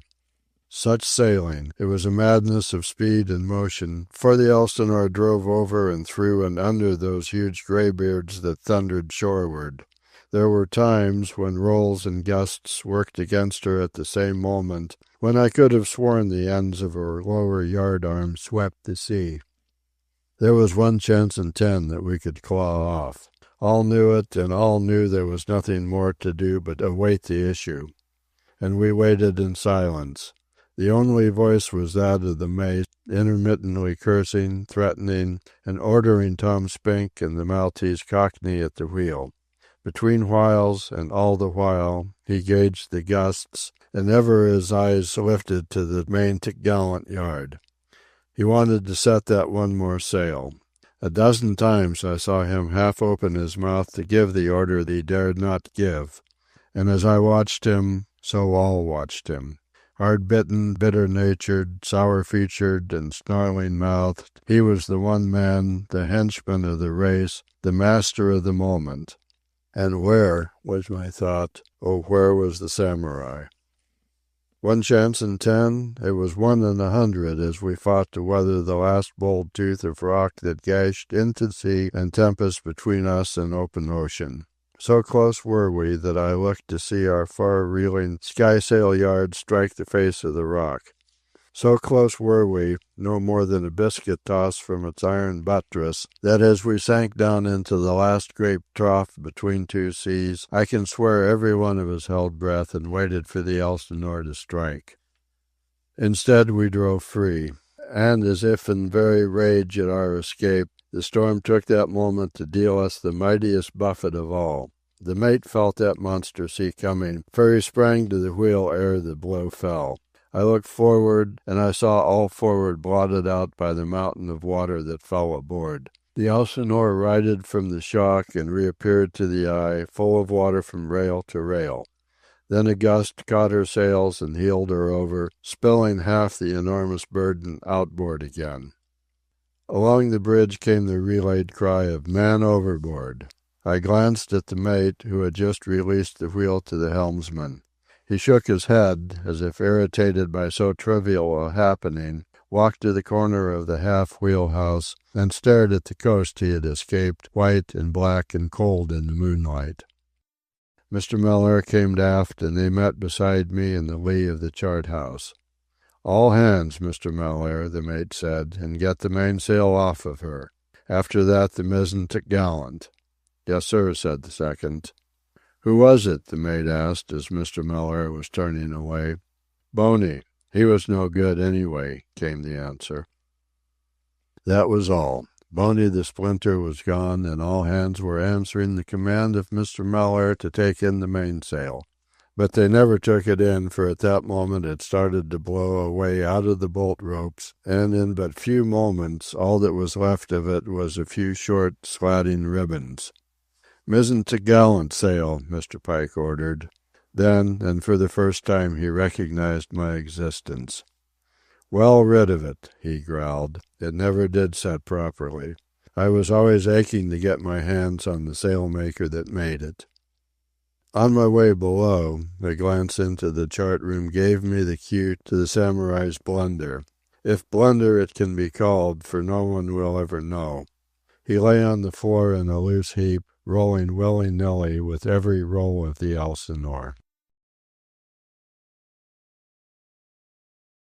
Chapter 39. There is so much to write about all at once. In the first place, Captain West. Not entirely unexpected was his death. Margaret tells me that she was apprehensive from the start of the voyage, and even before. It was because of her apprehension that she so abruptly changed her plans and accompanied her father. What really happened we do not know, but the agreed surmise is that it was some stroke of the heart. And yet, after the stroke, did he not come out on deck? Or could the first stroke have been followed by another and fatal one after I had helped him inside through the door? And even so, I have never heard of a heart-stroke being preceded hours before by a weakening of the mind. Captain West's mind seemed quite clear, and must have been quite clear, that last afternoon when he wore the Elsinore and started the lee-shore drift. In which case it was a blunder. The samurai blundered, and his heart destroyed him when he became aware of the blunder. At any rate, the thought of blunder never enters Margaret's head. She accepts, as a matter of course, that it was all a part of the oncoming termination of his sickness, and no one will ever undeceive her. Neither Mr. Pike, Mr. Malaire, nor I, among ourselves, mention a whisper of what so narrowly missed causing disaster. In fact, Mr. Pike does not talk about the matter at all. And then, again, might it not have been something different from heart disease? Or heart disease complicated with something else that obscured his mind that afternoon before his death? Well, no one knows, and I, for one, shall not sit, even in secret judgment, on the event. At midday of the day we clawed off Tierra del Fuego, the Elsinore was rolling in a dead calm, and all afternoon she rolled not a score of miles off the land. Captain West was buried at 4 o'clock, and at 8 bells that evening Mr. Pike assumed command and made a few remarks to both watches. They were straight from the shoulder remarks, or, as he called them, they were brass tacks. Among other things, he told the sailors that they had another boss, and that they would toe the mark as they never had before. Up to this time they had been loafing in a hotel, but from this time on they were going to work. On this hooker, from now on, he perorated, it's going to be like old times when a man jumped the last day of the voyage as well as the first. And God help the man that don't jump. That's all. Relieve the wheel and look out. And yet the men are in terribly wretched condition. I don't see how they can jump. Another week of westerly gales, alternating with brief periods of calm, has elapsed, making a total of 6 weeks off the Horn. So weak are the men that they have no spirit left in them, not even the gangsters. And so afraid are they of the mate that they really do their best to jump when he drives them, and he drives them all the time. Mr. Malaire shakes his head. Wait till they get around and up into better weather, he astonished me by telling me the other afternoon. Wait till they get dried out and rested up with more sleep and their sores healed and more flesh on their bones and more spunk in their blood. Then they won't stand for this driving. Mr. Pike can't realize that times have changed, sir, and laws have changed and men have changed. He's an old man, and I know what I am talking about. You mean you've been listening to the talk of the men? I challenged rashly, all my gorge rising at the unofficer-like conduct of this ship's officer. The shot went home, for, in a flash, that suave and gentle film of light vanished from the surface of the eyes, and the watching, fearful thing that lurked behind inside the skull seemed almost to leap out at me, while the cruel gash of mouth grew thinner and crueler. And at the same time, on my inner sight, was grotesquely lined a picture of a brain pulsing savagely against the veneer of skin that covered the cleft of skull beneath the dripping sou'wester. Then he controlled himself, the mouth gash relaxed, and the suave and gentle film drew again across the eyes. I mean, sir, he said softly, that I am speaking out of a long sea experience. Times have changed. The old driving days are gone, and I trust, Mr. Pathurst, that you will not misunderstand me in the matter, nor misinterpret what I have said. Although the conversation drifted on to other and calmer topics, I could not ignore the fact that he had not denied listening to the talk of the men. And yet, even as Mr. Pike grudgingly admits, he is a good sailor-man and second mate, save for his unholy intimacy with the men forward, an intimacy which even the Chinese cook and the Chinese steward deplore as unseamanlike and perilous. Even though men like the gangsters are so worn down by hardship that they have no heart of rebellion, there remain 3 of the frailest forward who will not die, and who are as spunky as ever. They are Andy Fay, Mulligan Jacobs, and Charles Davis. What strange abysmal vitality informs them is beyond all speculation. Of course, Charles Davis should have been overside with a sack of coal at his feet long ago, and Andy Fay and Mulligan Jacobs are only, and have always been, wrecked and emaciated wisps of men. Yet far stronger men than they have gone over the side, and far stronger men than they are laid up right now in absolute physical helplessness in the soggy forecastle bunks. And these two bitter flames of shreds of things stand all their watches and answer all calls for both watches. Yes, and the chickens have something of this same spunk of life in them, featherless, semi-frozen despite the oil stove, sprayed dripping on occasion by the frigid seas that pound by sheer weight through canvas tarpaulins. Nevertheless, not a chicken has died. Is it a matter of selection? Are these the iron-vigored ones that survive the hardships from Baltimore to the Horn and are fitted to survive anything? Then for a De Vries to take them, save them, and out of them found the hardiest breed of chickens on the planet. And after this I shall always query that phrase, most ancient in our language, chicken-hearted. Measured by the Elsinore's chickens, it is a misnomer. Nor are our 3 horn gypsies, the storm visitors with the dreaming topaz eyes, spunkless. Held in superstitious abhorrence by the rest of the crew, aliens by lack of any word of common speech, nevertheless they are good sailors, and are always first to spring into any enterprise of work or peril. They have gone into Mr. Mellaire's watch, and they are quite apart from the rest of the sailors.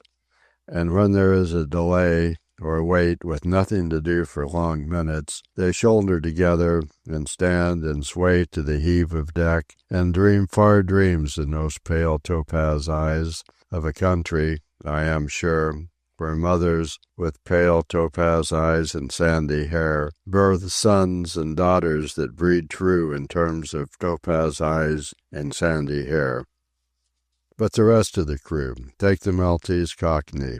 He is too keenly intelligent, too sharply sensitive, successfully to endure. He is a shadow of his former self. His cheeks have fallen in. Dark circles of suffering are under his eyes, while his eyes, Latin and English intermingled, are cavernously sunken and as bright burning as if aflame with fever. Tom Spink, hard-fibred Anglo-Saxon, good seaman that he is, long tried and always proved, is quite wrecked in spirit. He is waning and fearful. So broken is he, though he still does his work, that he is prideless and shameless. "I'll never ship around the Horn again, sir," he began on me the other day when I greeted him good morning at the wheel. "I've sworn it before, but this time I mean it. Never again, sir. Never again." "Why did you swear it before?" I queried. "It was on the Nahoma, sir, 4 years ago. 230 days from Liverpool to Frisco. Think of it, sir, 230 days. And we was loaded with cement and creosote, and the creosote got loose. We buried the captain right here off the Horn. The grub gave out. Most of us nearly died of scurvy. Every man jack of us was carted to hospital in Frisco. It was plain hell, sir, that's what it was, and 230 days of it. Yet here you are," I laughed, "signed on another Horn voyage." And this morning Tom Spink confided the following tome. "If only we'd lost the carpenter, sir, instead of Boney." I did not catch his drift for the moment, then I remembered. The carpenter was the Finn, the Jonah, the warlock who played tricks with the wind and despitefully used poor sailormen. Yes, and I make free to confess that I have grown well weary of this eternal buffeting by the great west wind. Nor are we alone in our travail on this desolate ocean. Never a day does the gray thin or the snow squalls cease that we do not sight ships, westbound like ourselves, hove to and trying to hold on to the meager westing they possess. And occasionally, when the gray clears and lifts, we see a lucky ship bound east, running before it and reeling off the miles. I saw Mr. Pike yesterday shaking his fist in a fury of hatred at one such craft that flew insolently past us not a quarter of a mile away. And the men are jumping. Mr. Pike is driving with those block-square fists of his, as many a man's face attests. So weak are they, and so terrible is he, that I swear he could whip either watch single-handed. I cannot help but note that Mr. Malheur refuses to take part in this driving. Yet I know that he is a trained driver, and that he was not adverse to driving at the outset of the voyage. But now he seems bent on keeping on good terms with the crew. I should like to know what Mr. Pike thinks of it, for he cannot possibly be blind to what is going on, but I am too well aware of what would happen if I raised the question. He would insult me, snap my head off, and indulge in a 3 days' sea grouch. Things are sad and monotonous enough for Margaret and me in the cabin and at table without invoking the blight of the mate's displeasure. Chapter 40. Another brutal sea superstition vindicated. From now on and for always, these imbeciles of ours will believe that Finns are Jonahs. We are west of the Diego de Ramirez rocks, and we are running west at a 12-knot clip with an easterly gale at our backs. And the carpenter is gone. His passing and the coming of the easterly wind were coincidental. It was yesterday morning, as he helped me to dress, that I was struck by the solemnity of Wada's face. He shook his head lugubriously as he broke the news. The carpenter was missing. The ship had been searched for him high and low. There just was no carpenter. "What does the steward think?" I asked. "What does Lewis think? And Yatsuda?" "The sailors, they kill 'em carpenter sure," was the answer. "Very bad ship this, very bad hearts. Just the same pig, just the same dog. All the time kill. All the time kill. By everybody kill. You see." The old steward, at work in his pantry, grinned at me when I mentioned the matter. "They make fool with me, I fix 'em," he said vindictively. "Maybe they kill me, all right, but I kill some too." He threw back his coat, and I saw, strapped to the left side of his body, in a canvas sheath, so that the handle was ready to hand, a meat knife of the heavy sort that butchers hack with. He drew it forth, it was fully 2 feet long, and to demonstrate its razor edge, sliced a sheet of newspaper into many ribbons. "Ha!" he laughed sardonically. "I am chink, monkey, damn fool, eh? No good, eh? All rotten damn to hell. I fix 'em, they make fool with me." And yet there is not the slightest evidence of foul play. Nobody knows what happened to the carpenter. There are no clues, no traces. The night was calm and snowy. No seas broke on board. Without doubt, the clumsy, big-footed, overgrown giant of a boy is overside and dead. The question is, did he go over of his own accord, or was he put over? At 8 o'clock Mr. Pike proceeded to interrogate the watches. He stood at the break of the poop, in the high place, leaning on the rail and gazing down at the crew assembled on the main deck beneath him. Man after man he questioned, and from each man came the one story. They knew no more about it than did we, or so they averred. "I suppose you'll be charging next that I hove that big lummox overboard with me own hands," Mulligan Jacobs snarled when he was questioned. "And maybe I did, being that husky and rampaging bull-like." The mate's face grew more forbidding and sour, but without comment he passed on to John Hackey, the San Francisco hoodlum. It was an unforgettable scene. The mate in the high place, the men, sullen and irresponsive, grouped below. A gentle snow drifted straight down through the windless air, while the Elsinore, with hollow thunder from her sails, rolled down on the quiet swells so that the ocean lapped the mouths of her scuppers with long-drawn, shuddering sucks and sobs. And all the men swayed in unison to the rolls, their hands in mittens, their feet in sack-wrapped sea boots, their faces worn and sick. And the 3 dreamers with the topaz eyes stood and swayed and dreamed together, incurious of setting and situation. And then it came, the hint of easterly air. The mate noted it first. I saw him start and turn his cheek to an almost imperceptible draught. Then I felt it. A minute longer he waited until assured, when, the dead carpenter forgotten, he burst out with orders to the wheel and the crew. And the men jumped, though in their weakness the climb aloft was slow and toilsome. And when the gaskets were off the gallant sails, and the men on deck were hoisting yards and sheeting home, those aloft were loosing the royals.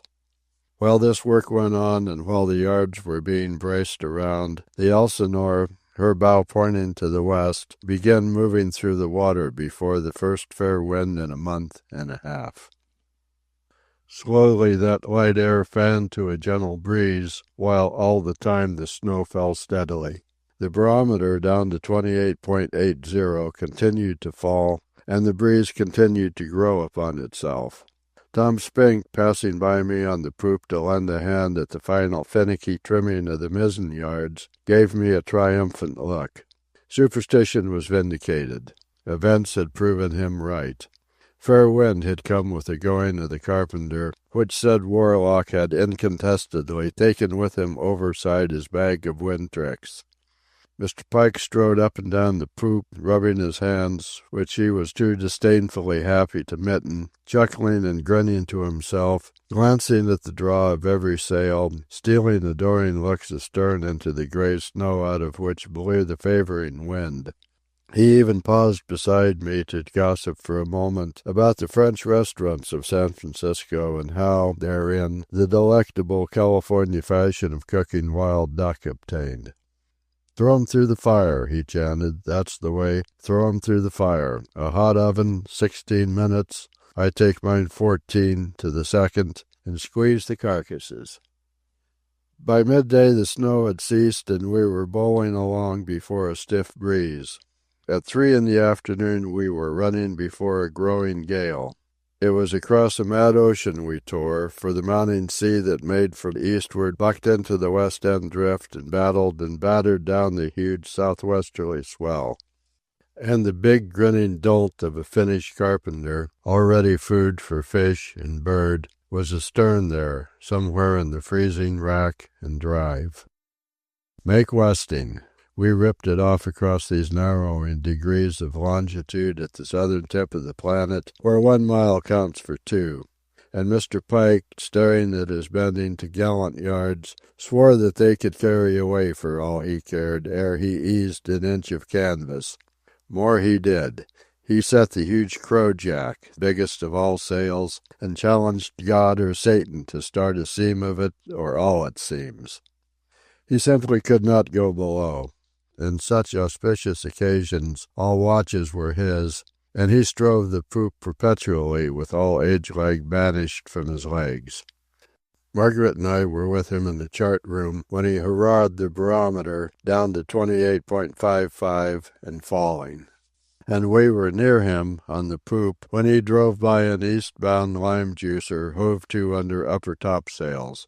We were a biscuit toss away, and he sprang upon the rail at the jigger shrouds, and danced a war dance, and waved his free arm, and yelled his scorn and joy at their discomfiture to the several oil-skinned figures on the stranger vessel's poop.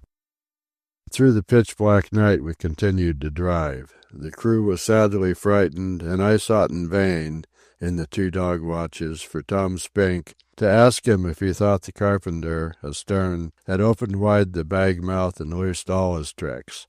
For the first time I saw the steward apprehensive. "Too much," he told me with ominous rolling head. "Too much sail. Rotten bad dam all to hell. By pretty quick all finish. You see." "They talk about running the easting down," Mr. Pike chortled to me as we clung to the poop rail to keep from fetching away and breaking ribs and necks. "Well, this is running your westing down if anybody should ride up in a go-devil and ask you." It was a wretched, glorious night. Sleep was impossible, for me at any rate, nor was there even the comfort of warmth. Something had gone wrong with the big cabin stove, due to our wild running, I fancy, and the steward was compelled to let the fire go out.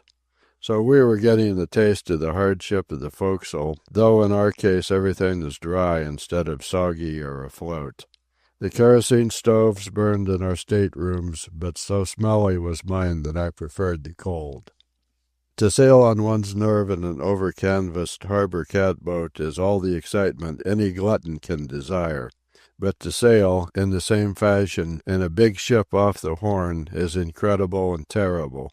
The great west wind drift, setting squarely into the teeth of the easterly gale, kicked up a tideway sea that was monstrous.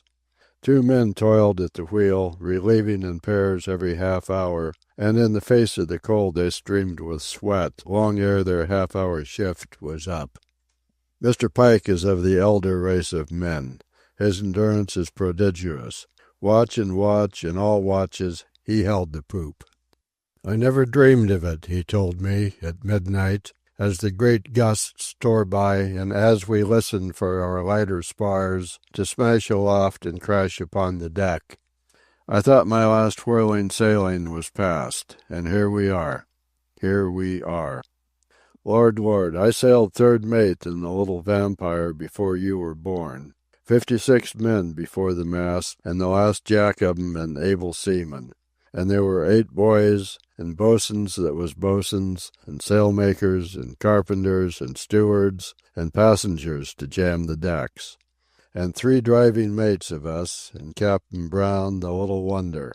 He didn't weigh 100 weight, and he drove us, 3 driving mates that learned from him what driving was. It was knock down and drag out from the start. The first hour of putting men to fair perished our knuckles. I've got the smashed joints yet to show. Every sea chest broke open, every sea bag turned out, and whiskey bottles, knuckle dusters, slingshots, bowie knives, and guns chucked overside by the armful. And when we chose the watches, each man of 56 of 'em laid his knife on the main hatch, and the carpenter broke the point square off. Yes, and the little Vampire only 800 tons. The Elsinore could carry her on her deck. But she was ship, all ship, and them was men's days. Margaret, save for inability to sleep, did not mind the driving, although Mr. Malaire, on the other hand, admitted apprehension. "He's got my goat," he confided to me. "It isn't right to drive a cargo carrier this way. This isn't a ballasted yacht. It's a coal hulk. I know what driving was, but it was in ships made to drive. Our ironwork aloft won't stand it.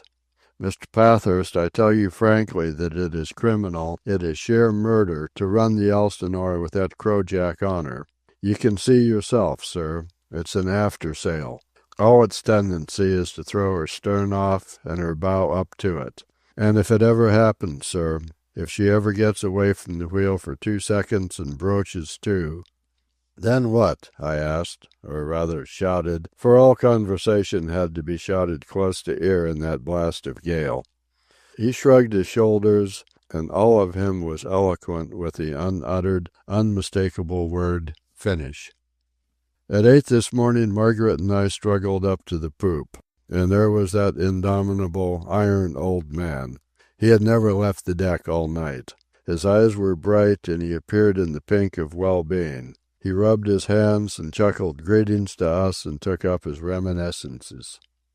In '51, on this same stretch, Miss West, the Flying Cloud, in 24 hours, logged 374 miles under her topgallant sails. That was sailing. She broke the record that day for sail and steam. "And what are we averaging, Mr. Pike?" Margaret queried, while her eyes were fixed on the main deck, where continually one rail and then the other dipped under the ocean and filled across from rail to rail, only to spill out and take in on the next roll. 13 for a fair average since 5 o'clock yesterday afternoon," he exulted. "In the squalls she makes all of 16, which is going some for the Elsinore." "I'd take the crojack off if I had charge," Margaret criticized. So would I, Miss West," he replied, "if we hadn't been 6 weeks already off the Horn." She ran her eyes aloft, spar by spar, past the spars of hollow steel to the wooden royals, which bent in the gusts like bows in some invisible archer's hands. "They're remarkably good sticks of timber," was her comment. "Well may you say it, Miss West," he agreed. "I'd never have believed they'd have stood it myself. But just look at 'em. Just look at 'em." There was no breakfast for the men. 3 times the galley had been washed out, and the men in the forecastle awash contented themselves with hardtack and cold salt horse. Aft with us, the steward scalded himself twice ere he succeeded in making coffee over a kerosene burner.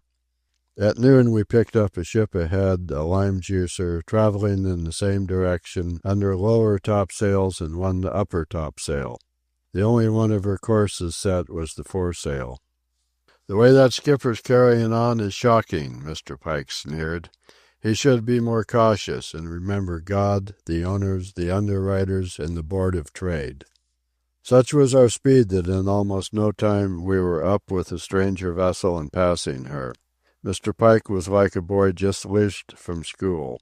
He altered the course so that we passed her 100 yards away. She was a gallant sight, but, such was our speed, she appeared standing still. Mr. Pike jumped upon the rail and insulted those on her poop by extending a rope's end in invitation to take a tow. Margaret shook her head privily to me as she gazed at our bending royal yards, but was caught in the act by Mr. Pike, who cried out, "What kites she won't carry she can drag." An hour later I caught Tom Spink, just relieved from his shift at the wheel and weak from exhaustion. "What do you think now of the carpenter and his bag of tricks?" I queried. "Lord lumme, it should have been the mate, sir," was his reply. By 5 in the afternoon we had logged 314 miles since 5 the previous day, which was 2 over an average of 13 knots for 24 consecutive hours. "Now take Captain Brown to the little vampire," Mr. Pike grinned to me, for our sailing made him good-natured. He would never take in until the kites and stunsails was about his ears. And when she was blowing her worst and we was half fairly shortened down, he'd turn in for a snooze and say to us, "Call me if she moderates." Yes, and I'll never forget the night when I called him and told him that everything on top the houses had gone adrift and that 2 of the boats had been swept aft and was kindling wood against the break of the cabin. "Very well, Mr. Pike," he says, batting his eyes and turning over to go to sleep again. "Very well, Mr. Pike," says he, "watch her." And Mr. Pike, "Yes, sir," says I. "Give me a call, Mr. Pike, when the windlass shows signs of coming aft."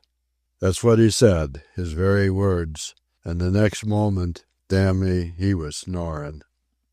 It is now midnight, and, cunningly wedged into my bunk, unable to sleep, I am writing these lines with flying dabs of pencil at my pad. And no more shall I write, I swear, till this gale is blown out, or we are blown to kingdom come. Chapter 41. The days have passed, and I have broken my resolve, for here I am again writing while the Elsinore surges along across a magnificent, smoky, dusty sea. But I have 2 reasons for breaking my word. First, and minor, we had a real dawn this morning. The gray of the sea showed a streaky blue, and the cloud masses were actually pink-tipped by a really and truly sun. Second, and major, we are around the Horn. We are north of 50 in the Pacific, in longitude 80.49, with Cape Pillar and the Straits of Magellan already south of east from us, and we are headed north-northwest. We are around the Horn. The profound significance of this can be appreciated only by one who has wind-jammed around from east to west. Blow high, blow low, nothing can happen to thwart us. No ship north of 50 was ever blown back. From now on it is plain sailing, and Seattle suddenly seems quite near. All the ship's company, with the exception of Margaret, is better spirited.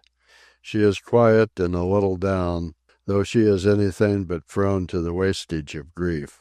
In her robust, vital philosophy, God's always in heaven. I may describe her as being merely subdued and gentle and tender. And she is very wistful to receive gentle consideration and tenderness from me. She is, after all, the genuine woman. She wants the strength that man has to give, and I flatter myself that I am 10 times a stronger man than I was when the voyage began, because I am 1,000 times a more human man since I told the books to go hang and began to revel in the human maleness of the man that loves a woman and is loved. Returning to the ship's company. The rounding of the Horn, the better weather that is continually growing better, the easement of hardship and toil and danger, with the promise of the tropics and of the balmy southeast trades before them, all these factors contribute to pick up our men again. The temperature is already so moderated that the men are beginning to shed their surplusage of clothing, and they no longer wrap sacking about their sea boots. Last evening, in the second dog watch, I heard a man actually singing. The steward has discarded the huge hacking knife and relaxed to the extent of engaging in an occasional sober romp with Possum. Wada's face is no longer solemnly long, and Lewis's Oxford accent is more mellifluous than ever. Mulligan Jacobs and Andy Fay are the same venomous scorpions they have always been. The three gangsters, with the clique they lead, have again asserted their tyranny and thrashed all the weaklings and feeblings in the forecastle. Charles Davis resolutely refuses to die, though how he survived that wet and freezing room of iron through all the weeks off the Horn has elicited wonder even from Mr. Pike, who has a most accurate knowledge of what men can stand and what they cannot stand. Anichich, with his eternal slogan of be hard, would have delighted in Mr. Pike. And, Larry has had a tooth removed. For some days distressed with a jumping toothache, he came aft to the mate for relief. Mr. Pike refused to monkey with the fangled forceps in the medicine chest. He used a 10-penny nail and a hammer in the good old way to which he was brought up. I vouch for this. I saw it done. One blow of the hammer and the tooth was out, while Larry was jumping around holding his jaw. It is a wonder it wasn't fractured. But Mr. Pike avers he has removed hundreds of teeth by this method and never known a fractured jaw. Also, he averred that he once sailed with a skipper who shaved every Sunday morning and never touched a razor nor any cutting edge to his face. What he used, according to Mr. Pike, was a lighted candle and a damp towel. Another candidate for Nietzsche's immortals who are hard. As for Mr. Pike himself, he is the highest-spirited, best-conditioned man on board. The driving to which he subjected the Elsinore was meat and drink. He still rubs his hands and chuckles over the memory of it. He said to me, in reference to the crew, I gave 'em a taste of real old-fashioned sailing. They'll never forget this hooker, at least them that don't take a sack of coal overside before we reached port. You mean you think we'll have more sea burials? I inquired. He turned squarely upon me, and squarely looked me in the eyes for the matter of 5 long seconds. He replied as he turned on his heel. Hell ain't begun to pop on this hooker. He still stands as mate's watch, alternating with Mr. Malaire, for he is firm in his conviction that there is no man for'ard fit to stand the second mate's watch. Also, he has kept his old quarters.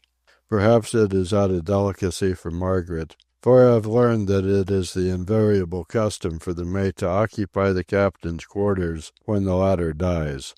So Mr. Malaire still eats by himself in the big after room, as he has done since the loss of the carpenter, and bunks as before in the midship house with Nancy. Chapter 42. Mr. Malaire was right. The men would not accept the driving when Elsinore won to easier latitudes.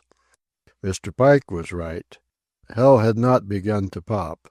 But it has popped now, and men are overboard without even the kindliness of a sack of coal at their feet. And yet the men, though ripe for it, did not precipitate the trouble. It was Mr. Malaire. Or, rather, it was Ditman Olensen, the crank-eyed Norwegian. Perhaps it was Possum. At any rate, it was an accident, in which the several named, including Possum, played their respective parts. To begin at the beginning. 2 weeks have elapsed since we crossed 50, and we are now in 37. The same latitude as San Francisco, or to be correct, we are as far south of the equator as San Francisco is north of it. The trouble was precipitated yesterday morning shortly after 9 o'clock, and Possum started the chain of events that culminated in downright mutiny. It was Mr. Malaire's watch, and he was standing on the bridge, directly under the mizzen-top, giving orders to sundry buyers who, with Arthur Deacon and the Maltese Cockney, was doing rigging work aloft. Get the picture and the situation in all its ridiculousness. Mr. Pike, thermometer in hand, was coming back along the bridge from taking the temperature of the coal in the forward hold. Ditman Owenson was just swinging into the mizzen-top as he went up with several turns of rope over one shoulder. Also, in some way, to the end of this rope was fastened a sizable block that might have weighed 10 pounds. Possum, running free, was fooling around the chicken coop on top the midship house. And the chickens, featherless but indomitable, were enjoying the milder weather as they pecked at the grain and grits which the steward had just placed in their feeding trough. The tarpaulin that covered their pen had been off for several days. Now observe, I am at the break of the poop, leaning on the rail, and watching Ditman Owenson swing into the top with his cumbersome burden. Mr. Pike, proceeding aft, has just passed Mr. Malaire. Possum, who on account of the horn weather and the tarpaulin has not seen the chickens in many weeks, is getting reacquainted and is investigating them with that keen nose of his. And a hen's beak, equally though differently keen, impacts on Possum's nose, which is as sensitive as it is keen. I may well say, now that I think it over, that it was this particular hen that started the mutiny. The men, well driven by Mr. Pike, were ripe for an explosion, and Possum and the hen laid the train. Possum fell away backwards from the coop and loosed a wild cry of pain and indignation. This attracted Ditman Owenson's attention. He paused and craned his neck out in order to see, and, in this moment of carelessness, the block he was carrying fetched away from him along with the several turns of rope around his shoulder. Both the mates sprang away to get out from under. The rope, fast to the block, and following it, lashed about like a black snake, and though the block fell clear of Mr. Malaire, the bite of the rope snatched off his cap. Mr. Pike had already started an oath aloft when his eyes caught sight of the terrible cleft in Mr. Malaire's head. There it was for all the world to read, and Mr. Pike's and mine were the only eyes that could read it. The sparse hair upon the second mate's crown served not at all to hide the cleft. It began out of sight in the thicker hair above the ears, and was exposed nakedly across the whole dome of head. The stream of abuse for Ditman Owenson was choked in Mr. Pike's throat. All he was capable of for the moment was to stare, petrified, at that enormous fissure, flanked at either end with the thatch of grizzled hair. He was in a dream, a trance, his great hands knotting and clenching unconsciously as he stared at the mark unmistakable by which he had said that he would some day identify the murderer of Captain Somers. And in that moment I remembered having heard him declare that some day he would stick his fingers in that mark. Still as in a dream, moving slowly, right hand outstretched like a talon, with the fingers drawn downward, he advanced on the second mate with the evident intention of thrusting his fingers into that cleft and of clawing and tearing at the brain life beneath that pulsed under the thin film of skin. The second mate backed away along the bridge, and Mr. Pike seemed partially to come to himself. His outstretched arm dropped to his side, and he paused. "I know you," he said in a strange, shaky voice, blended of age and passion.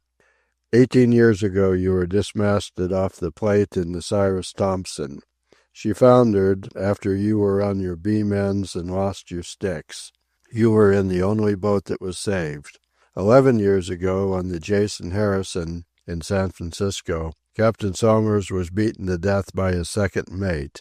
This second mate was a survivor of the Cyrus Thompson. This second mate had his skull split by a crazy sea cook. Your skull is split. This second mate's name was Sidney Waltham, and if you ain't Sidney Waltham... At this point, Mr. Malaire, or rather Sidney Waltham, despite his 50 years, did what only a sailor could do. He went over the bridge rail sidewise, caught the running gear up and down the mizzen mast, and landed lightly on his feet on top of number 3 hatch. Nor did he stop there. He ran across the hatch and dived through the doorway of his room in the midship house. Such must have been Mr. Pike's profundity of passion that he paused like a somnambulist, actually rubbed his eyes with the back of his hand, and seemed to awaken. But the second mate did not run to his room for refuge. The next moment he emerged, a .32 Smith & Wesson in his hand, and the instant he emerged he began shooting. Mr. Pike was wholly himself again, and I saw him perceptibly pause and decide between the two impulses that tore at him. One was to leap over the bridge rail and down at the man who shot at him, the other was to retreat. He retreated, and as he bounded aft along the narrow bridge the mutiny began. Arthur Deacon, from the mizzen top, leaned out and hurled a steel marlinspike at the fleeing mate. The thing flashed in the sunlight as it hurtled down. It missed Mr. Pike by 20 feet and nearly impaled Possum, who, afraid of firearms, was wildly rushing and ki-yiing aft. It so happened that the sharp point of the marlinspike struck the wooden floor of the bridge, and it penetrated the planking with such force that after it had fetched to a standstill, it vibrated violently for long seconds. I confess that I failed to observe a tithe of what occurred during the next several minutes. Pieced together as I will, after the event, I know that I missed much of what took place. I know that the men aloft in the mizzen descended to the deck, but I never saw them descend. I know that the second mate emptied the chambers of his revolver, but I did not hear all the shots. I know that Lars Johnson left the wheel, and on his broken leg, rebroken and not yet really mended, limped and scuttled across the poop, down the ladder, and gained forward. I know he must have limped and scuttled on that bad leg of his. I know that I must have seen him, and yet I swear that I have no impression of seeing him. I do know that I heard the rush of feet of men from forward along the main deck. And I do know that I saw Mr. Pike take shelter behind the steel jiggermast. Also, as the second mate maneuvered to port on top the number 3 hatch for his last shot, I know that I saw Mr. Pike duck around the corner of the chart house to starboard and get away aft and below by way of the booby hatch. And I did hear that last futile shot, and the bullet also as it ricocheted from the corner of the steel-walled chart house. As for myself, I did not move. I was too interested in seeing. It may have been due to lack of presence of mind, or to lack of habituation to an active part in scenes of quick action, but at any rate I merely retained my position at the break of the poop and looked on. I was the only person on the poop when the mutineers, led by the second mate and the gangsters, rushed it. I saw them swarm up the ladder, and it never entered my head to attempt to oppose them, which was just as well, for I would have been killed for my pains, and I could never have stopped them. I was alone on the poop, and the men were quite perplexed to find no enemy in sight. As Bert Rhine went past, he half fetched up in his stride, as if to knife me with a sheath knife, sharp-pointed, which he carried in his right hand. Then, and I know I correctly measured the drift of his judgment, he unflatteringly dismissed me as unimportant and ran on. Right here I was impressed by the lack of clear thinking on any of their parts. So spontaneously had the ship's company exploded in the mutiny that it was dazed and confused even while it acted. For instance, in the months since we left Baltimore there had never been a moment, day or night, even when preventer tackles were rigged, that a man had not stood at the wheel. So habituated were they to this, that they were shocked into consternation at sight of the deserted wheel. They paused for an instant to stare at it. Then Bert Rhine, with a quick word and gesture, sent the Italian, Guido Bombini, around the rear of the half-wheelhouse. The fact that he completed the circuit was proof that nobody was there. Again, in the swift rush of events, I must confess that I saw but little. I was aware that more of the men were climbing up the ladder and gaining the poop, but I had no eyes for them. I was watching that sanguinary group aft near the wheel and noting the most important thing, namely that it was Bert Rhine, the gangster, and not the second mate, who gave orders and was obeyed.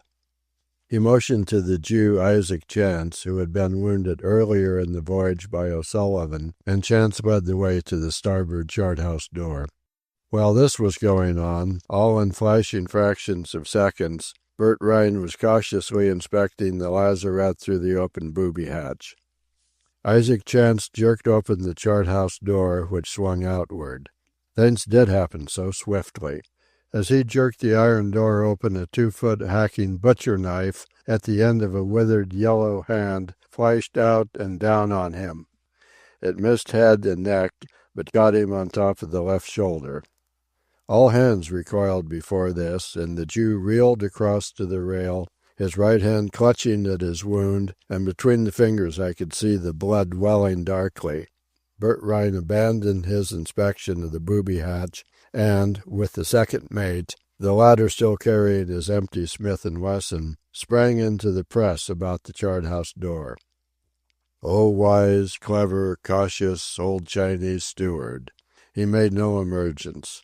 The door swung emptily back and forth to the rolling of the Elsinore, and no man knew but what, just inside, with that heavy hacking knife upraised, lurked the steward. And while they hesitated and stared at the aperture that alternately closed and opened with the swinging of the door, the booby hatch, situated between chart-house and wheel, erupted. It was Mr. Pike with his .44 automatic Colt. There were shots fired, other than by him. I know I heard them, like redheads at an old-time 4th of July, but I do not know who discharged them. All was mess and confusion.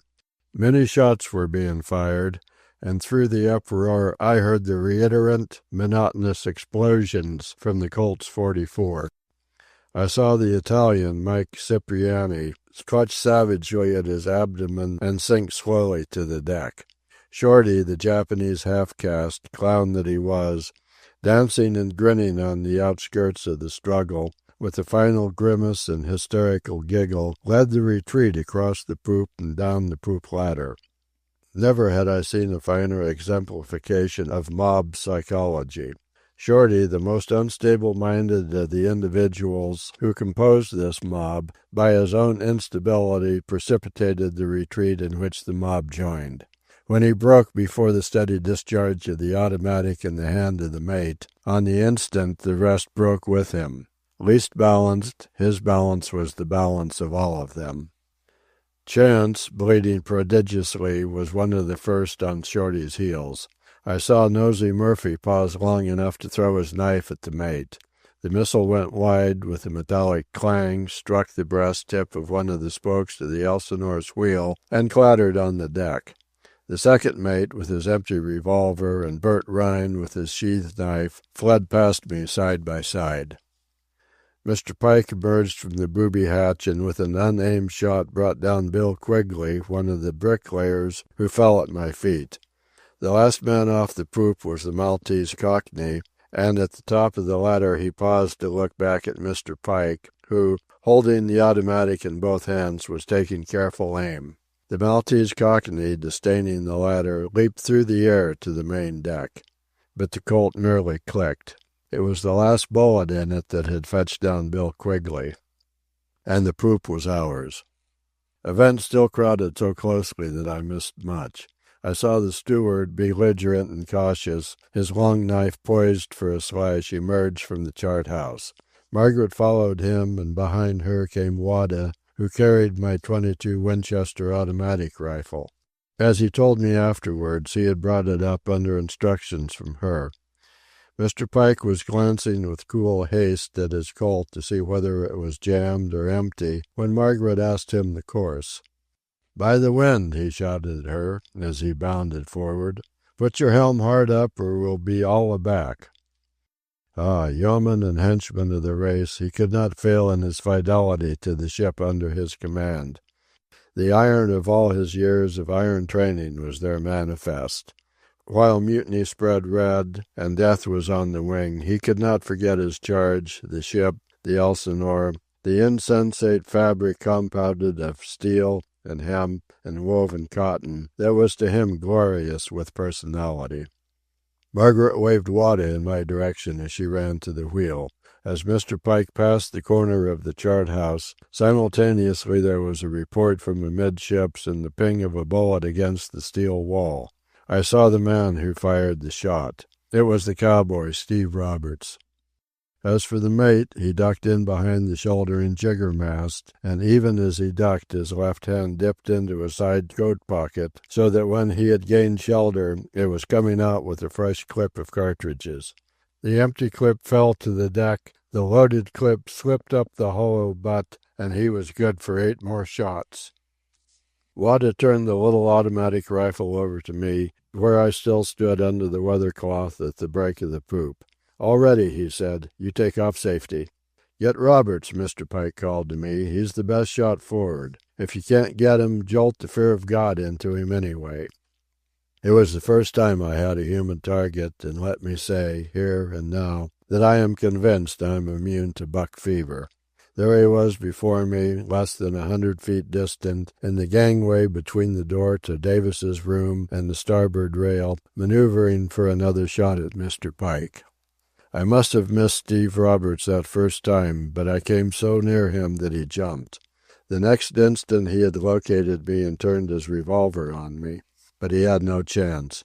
My little automatic was discharging as fast as I could tickle the trigger with my forefinger. The cowboy's first shot went wild of me because my bullet arrived ere he got his swift aim.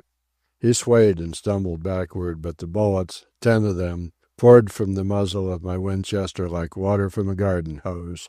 It was a stream of lead I played upon him. I shall never know how many times I hit him, but I am confident that after he had begun his long staggering fall, at least 3 additional bullets entered him ere he impacted on the deck. And even as he was falling, aimlessly and mechanically, stricken then with death, he managed twice again to discharge his weapon. And after he struck the deck, he never moved. I do believe he died in the air. As I held up my gun and gazed at the abruptly deserted main deck, I was aware of Wada's touch on my arm. I looked. In his hand were a dozen little .22 long, soft-nosed, smokeless cartridges. He wanted me to reload. I threw on the safety, opened the magazine, and tilted the rifle so that he could let the fresh cartridges of themselves slide into place. "Get some more," I told him. Scarcely had he departed on the errand when Bill Quigley, who lay at my feet, created a diversion. I jumped, yes, and I freely confess that I yelled, with startle and surprise, when I felt his paws clutch my ankles and his teeth shut down on the calf of my leg. It was Mr. Pike to the rescue. I understand now the Western hyperbole of hitting the high places. The mate did not seem in contact with the deck. My impression was that he soared through the air to me, landing beside me, and, in the instant of landing, kicking out with one of those big feet of his. Bill Quigley was kicked clear away from me, and the next moment he was flying overboard. It was a clean throw. He never touched the rail. Whether Mike Cipriani, who, till then, had lain in a welter, began crawling aft in the quest of safety, or whether he intended harm to Margaret at the wheel, we shall never know. For there was no opportunity given him to show his purpose. As swiftly as Mr. Pike could cross the deck with those giant bounds, just that swiftly was the Italian in the air and following Bill Quigley overside. The mate missed nothing with those eagle eyes of his as he returned along the poop. Nobody was to be seen on the main deck. Even the lookout had deserted the forecastle head, and the Elsinore, steered by Margaret, slipped a lazy 2 knots through the quiet sea. Mr. Pike was apprehensive of a shot from ambush, and it was not until after a scrutiny of several minutes that he put his pistol into his side coat pockets and snarled forward. "Come out, you rats! Show your ugly faces! I want to talk with you." Guido Bombini, gesticulating peaceful intentions and evidently thrust out by Bert Rhine, was the first to appear. When it was observed that Mr. Pike did not fire, the rest began to dribble into view. This continued till all were there save the cook, the two sailmakers, and the second mate. The last to come out was Tom Spink, the boy Buckwheat, and Herman Lunkenheimer, the good-natured but simple-minded German, and these three came out only after repeated threats from Bert Rhine, who, with Nosey Murphy and Kid Twist, was patently in charge. Also, like a faithful dog, Guido Bombini fawned close to him. "That will do. Stop where you are," Mr. Pike commanded, when the crew was scattered abreast to starboard and port of No. 3 hatch. It was a striking scene. Mutiny on the high seas. That phrase, learned in boyhood from my Marriott and Cooper, recrudesced in my brain. This was it, mutiny on the high sea in the year 1913, and I was part of it, a perishing blonde whose lot was cast with the perishing but lordly blondes, and I had already killed a man. Mr. Pike, in the high place, aged and indomitable, leaned his arm on the rail at the break of the poop and gazed down at the mutineers, the like of which, I'll wager, had never been assembled in mutiny before.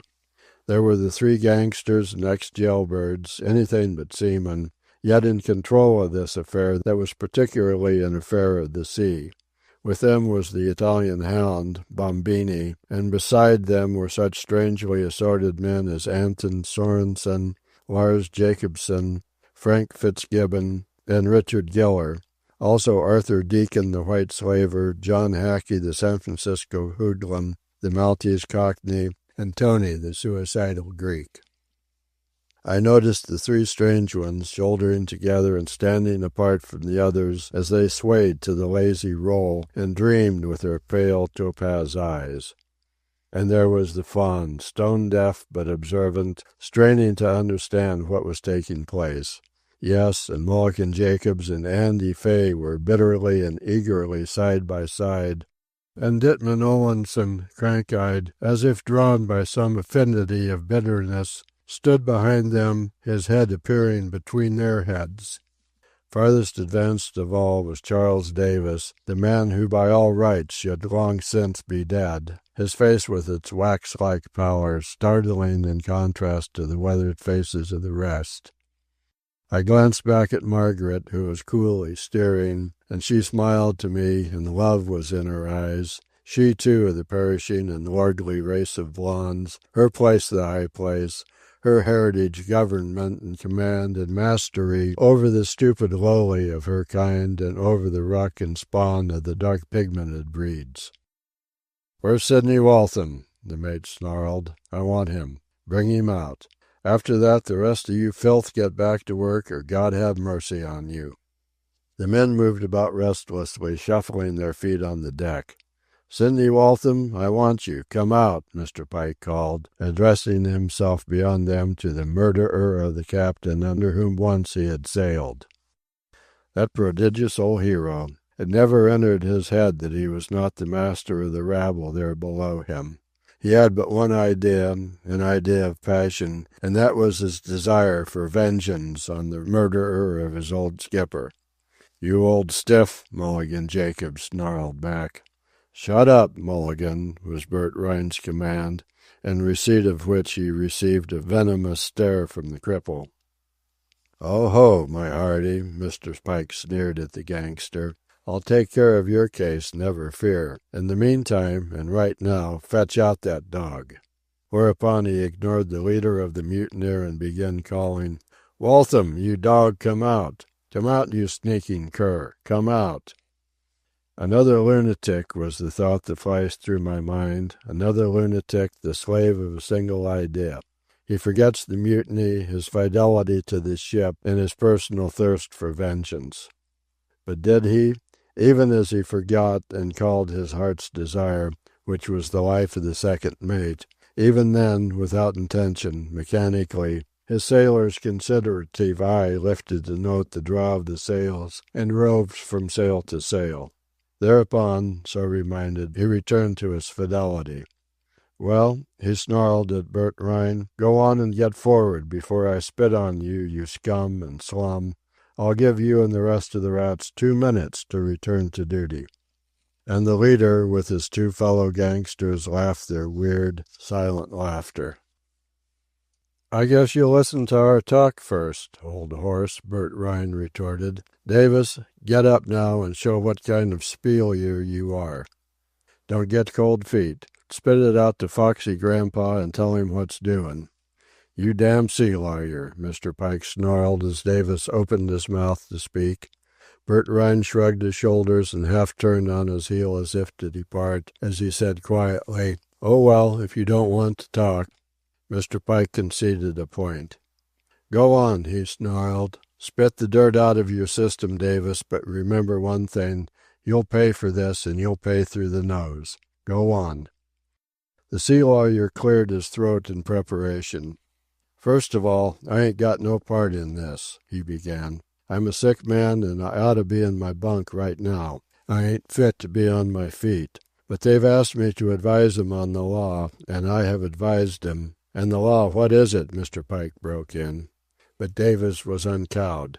"The law is that when the officers is inefficient, the crew can take charge peaceably and bring the ship into port.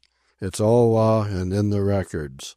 There was the Abyssinia in 1892, when the master died of fever and the mates took to drinking." "Go on," Mr. Pike shut him off. "I don't want your citations. What do ye want? Spit it out." "Well, and I'm talking as an outsider, as a sick man off duty that's been asked to talk. Well, the point is our skipper was a good one, but he's gone. Our mate is violent, seeking the life of the second mate. We don't care about that. What we want is to get into port with our lives. And our lives is in danger. We ain't hurt nobody. You've done all the bloodshed. You've shot and killed and thrown 2 men overboard as witnesses'll testify to in court. And there's Roberts there, dead, too, and heading for the sharks. And what for? For defending himself from murderous and deadly attack, as every man can testify and tell the truth, the whole truth and nothing but the truth, so help him God. Ain't that right, men?"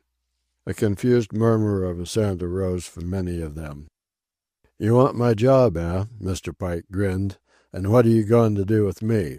"You'll be taken care of until we get in and turn you over to the lawful authorities," Davis answered promptly. "Most likely you can plead insanity and get off easy." At this moment I felt a stir at my shoulder. It was Margaret, armed with the long knife of the steward, whom she had put at the wheel. "You've got another guest coming, Davis," Mr. Pike said. "I've got no more talk with you. I'm going to talk to the bunch. I'll give you fellows just 2 minutes to choose, and I'll tell you your choices. You've only got 2 choices. You turn the second mate over to me and go back to duty and take what's coming to you, or you'll go to jail with the stripes on you for long sentences. You've got 2 minutes. The fellows that want jail can stand right where they are. The fellows that don't want jail and are willing to work faithful can walk right back to me here on the poop. 2 minutes, and you can keep your jaws stopped while you think over what it's going to be." He turned his head to me and said in an undertone, "Be ready with that pop gun for trouble, and don't hesitate. Slap it into 'em. The swine that think they can put as raw a deal as this over on us." It was Buckwheat who made the first move, but so tentative was it that it got no further than a tensing of the legs and a sway forward of the shoulders. Nevertheless, it was sufficient to start Herman Lunkenheimer, who thrust out his foot and began confidently to walk aft. Kid Twist gained him in a single spring, and Kid Twist, his wrist under the German's throat from behind, his knee pressed into the German's back, bent the man backward and held him. Even as the rifle came to my shoulder, the hound Bombini drew his knife directly beneath Kid Twist's wrist across the upstretched throat of the man. It was at this instant that I heard Mr. Pike's plug him and pulled the trigger, And of all ungodly things the bullet missed and caught the fawn, who staggered back, sat down on the hatch, and began to cough. And even as he coughed he still strained with pain-eloquent eyes to try to understand. No other man moved. Herman Lunkenheimer, released by Kid Twist, sank down on the deck. Nor did I shoot again. Kid Twist stood again by the side of Bert Rhine, and Guido Bombini fawned near. Bert Rhine actually visibly smiled. "Any more of you guys want to promenade aft?" he queried in velvet tones. 2 minutes up," Mr. Pike declared. "And what are you going to do about it, Grandpa?" Bert Rhine sneered. In a flash the big automatic was out of the mate's pocket, and he was shooting as fast as he could pull the trigger, while all hands fled to shelter. But as he had long since told me, he was no shot, and could effectively use the weapon only at close range, muzzle to stomach preferably. As we stared at the main deck, deserted save for the dead cowboy on his back, and for the fawn who still sat on the hatch and coughed, an eruption of men occurred over the forward edge of the midship house. "Shoot!" Margaret cried at my back. "Don't!" Mr. Pike roared at me. The rifle was at my shoulder when I desisted. Lewis, the cook, led the rush aft to us across the top of the house and along the bridge. Behind him, in single file and not wasting any time, came the Japanese sailmakers, Henry the training ship boy, and the other boy Buckwheat. Tom Spink brought up the rear. As he came up the ladder of the midship house, somebody from underneath must have caught him by a leg in an effort to drag him back. We saw half of him in sight and knew he was struggling and kicking. He fetched clear abruptly, gained the top of the house in a surge, and raced aft along the bridge until he overtook and collided with Buckwheat, who yelled out in fear that a mutineer had caught him. Chapter 43. We who are aft, besieged in the high place, are stronger in numbers than I dreamed until now, when I have just finished taking the ship's census. Of course Margaret, Mr. Pike, and myself are apart. We alone represent the ruling class. With us are servants and serfs, faithful to their salt, who look to us for guidance in life. I use my words advisedly. Tom Spink and Buckwheat are serfs and nothing else. Henry, the training ship boy, occupies an anomalous classification. He is of our kind, but he can scarcely be called even a cadet of our kind. He will some day win to us and become a mate or a captain, but in the meantime, of course, his past is against him. He is a candidate rising from the serf class to our class. Also, he is only a youth, the iron of his heredity not yet tested and proven. Wada, Lewis, and the steward are servants of Asiatic breed. So are the 2 Japanese sailmakers, scarcely servants, not to be called slaves, but something in between. So, all told, there are 11 of us aft in the citadel. But our followers are too servant-like and serf-like to be offensive fighters. They will help us defend the high place against all attack, but they are incapable of joining with us in an attack on the other end of the ship. They will fight like cornered rats to preserve their lives, but they will not advance like tigers upon the enemy. Tom Spink is faithful but spirit-broken. Buckwheat is hopelessly of the stupid lowly. Henry has not yet won his spurs. On our side remain Margaret, Mr. Pike, and myself. The rest will hold the wall of the poop and fight thereon to the death, but they are not to be depended upon in a sortie. At the other end of the ship, and I may as well give the roster, are the second mate, either to be called Malair or Waltham, a strong man of our own breed, but a renegade.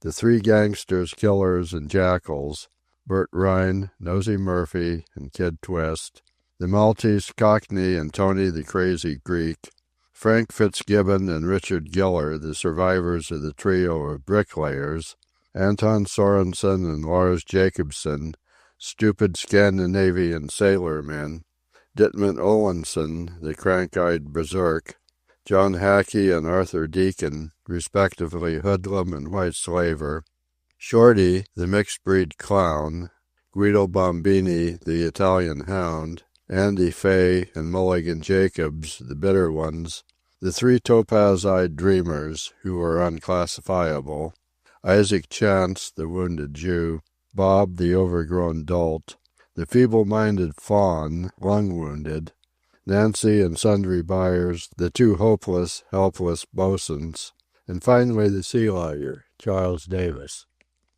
This makes 27 of them against the 11 of us. But there are men strong in viciousness among them. They, too, have their serfs and bravos.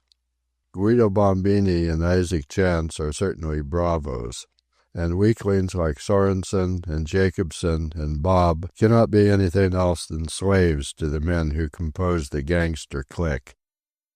I failed to tell what happened yesterday after Mr. Pike emptied his automatic and cleared the deck. The poop was indubitably ours, and there was no possibility of the mutineers making a charge on us in broad daylight. Margaret had gone below, accompanied by Wada, to see to the security of the port and starboard doors that opened from the cabin directly on the main deck. These are still caulked and tight and fastened on the inside, as they have been since the passage of Cape Horn began.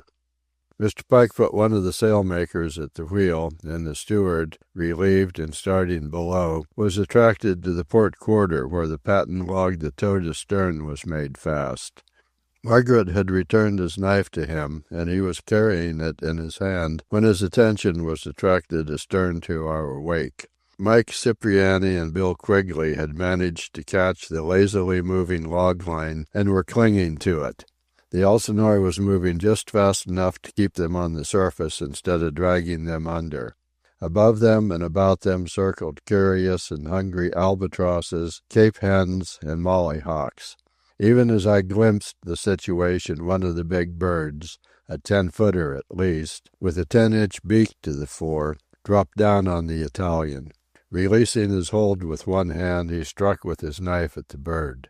Feathers flew, and the albatross, deflected by the blow, fell clumsily into the water. Quite methodically, just as part of the day's work, the steward chopped down with his knife, catching the log line between the steel edge and the rail. At once, no longer buoyed up by the Elsinore's 2-knot drag ahead, the wounded men began to swim and flounder. The circling hosts of huge seabirds descended upon them, with carnivorous beaks striking at their heads and shoulders and arms. A great screeching and squawking arose from the winged things of prey as they strove for the living meat. And yet, somehow, I was not very profoundly shocked. These were the men whom I had seen eviscerate the shark and toss it overboard, and shout with joy as they watched it devoured alive by its brethren. They had played a violent, cruel game with the things of life, and the things of life now played upon them the same violent, cruel game. As they that rise by the sword perish by the sword, just so did these two men who had lived cruelly die cruelly. "Oh well," was Mr. Pike's comment, "we've saved 2 sacks of mighty good coal." Certainly our situation might be worse. We are cooking on the coal stove and on the oil burners. We have servants to cook and serve for us. And most important of all, we are in possession of all the food on the Elsinore. Mr. Pike makes no mistake.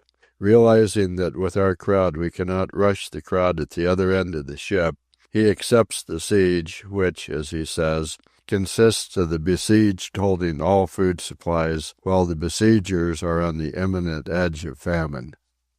"Starve the dogs," he growls. "Starve 'em until they crawl aft and lick our shoes. Maybe you think the custom of carrying the stores aft just happened. Only it didn't. Before you and I were born it was long established, and it was established on brass tacks. They knew what they were about, the old cusses, when they put the grub in the lazarette." Lewis says there is not more than 3 days' regular whack in the galley, that the barrel of hardtack in the forecastle will quickly go, and that our chickens, which they stole last night from the top of the midship house, are equivalent to no more than an additional day's supply. In short, at the outside limit, we are convinced the men will be keen to talk surrender within the week. We are no longer sailing.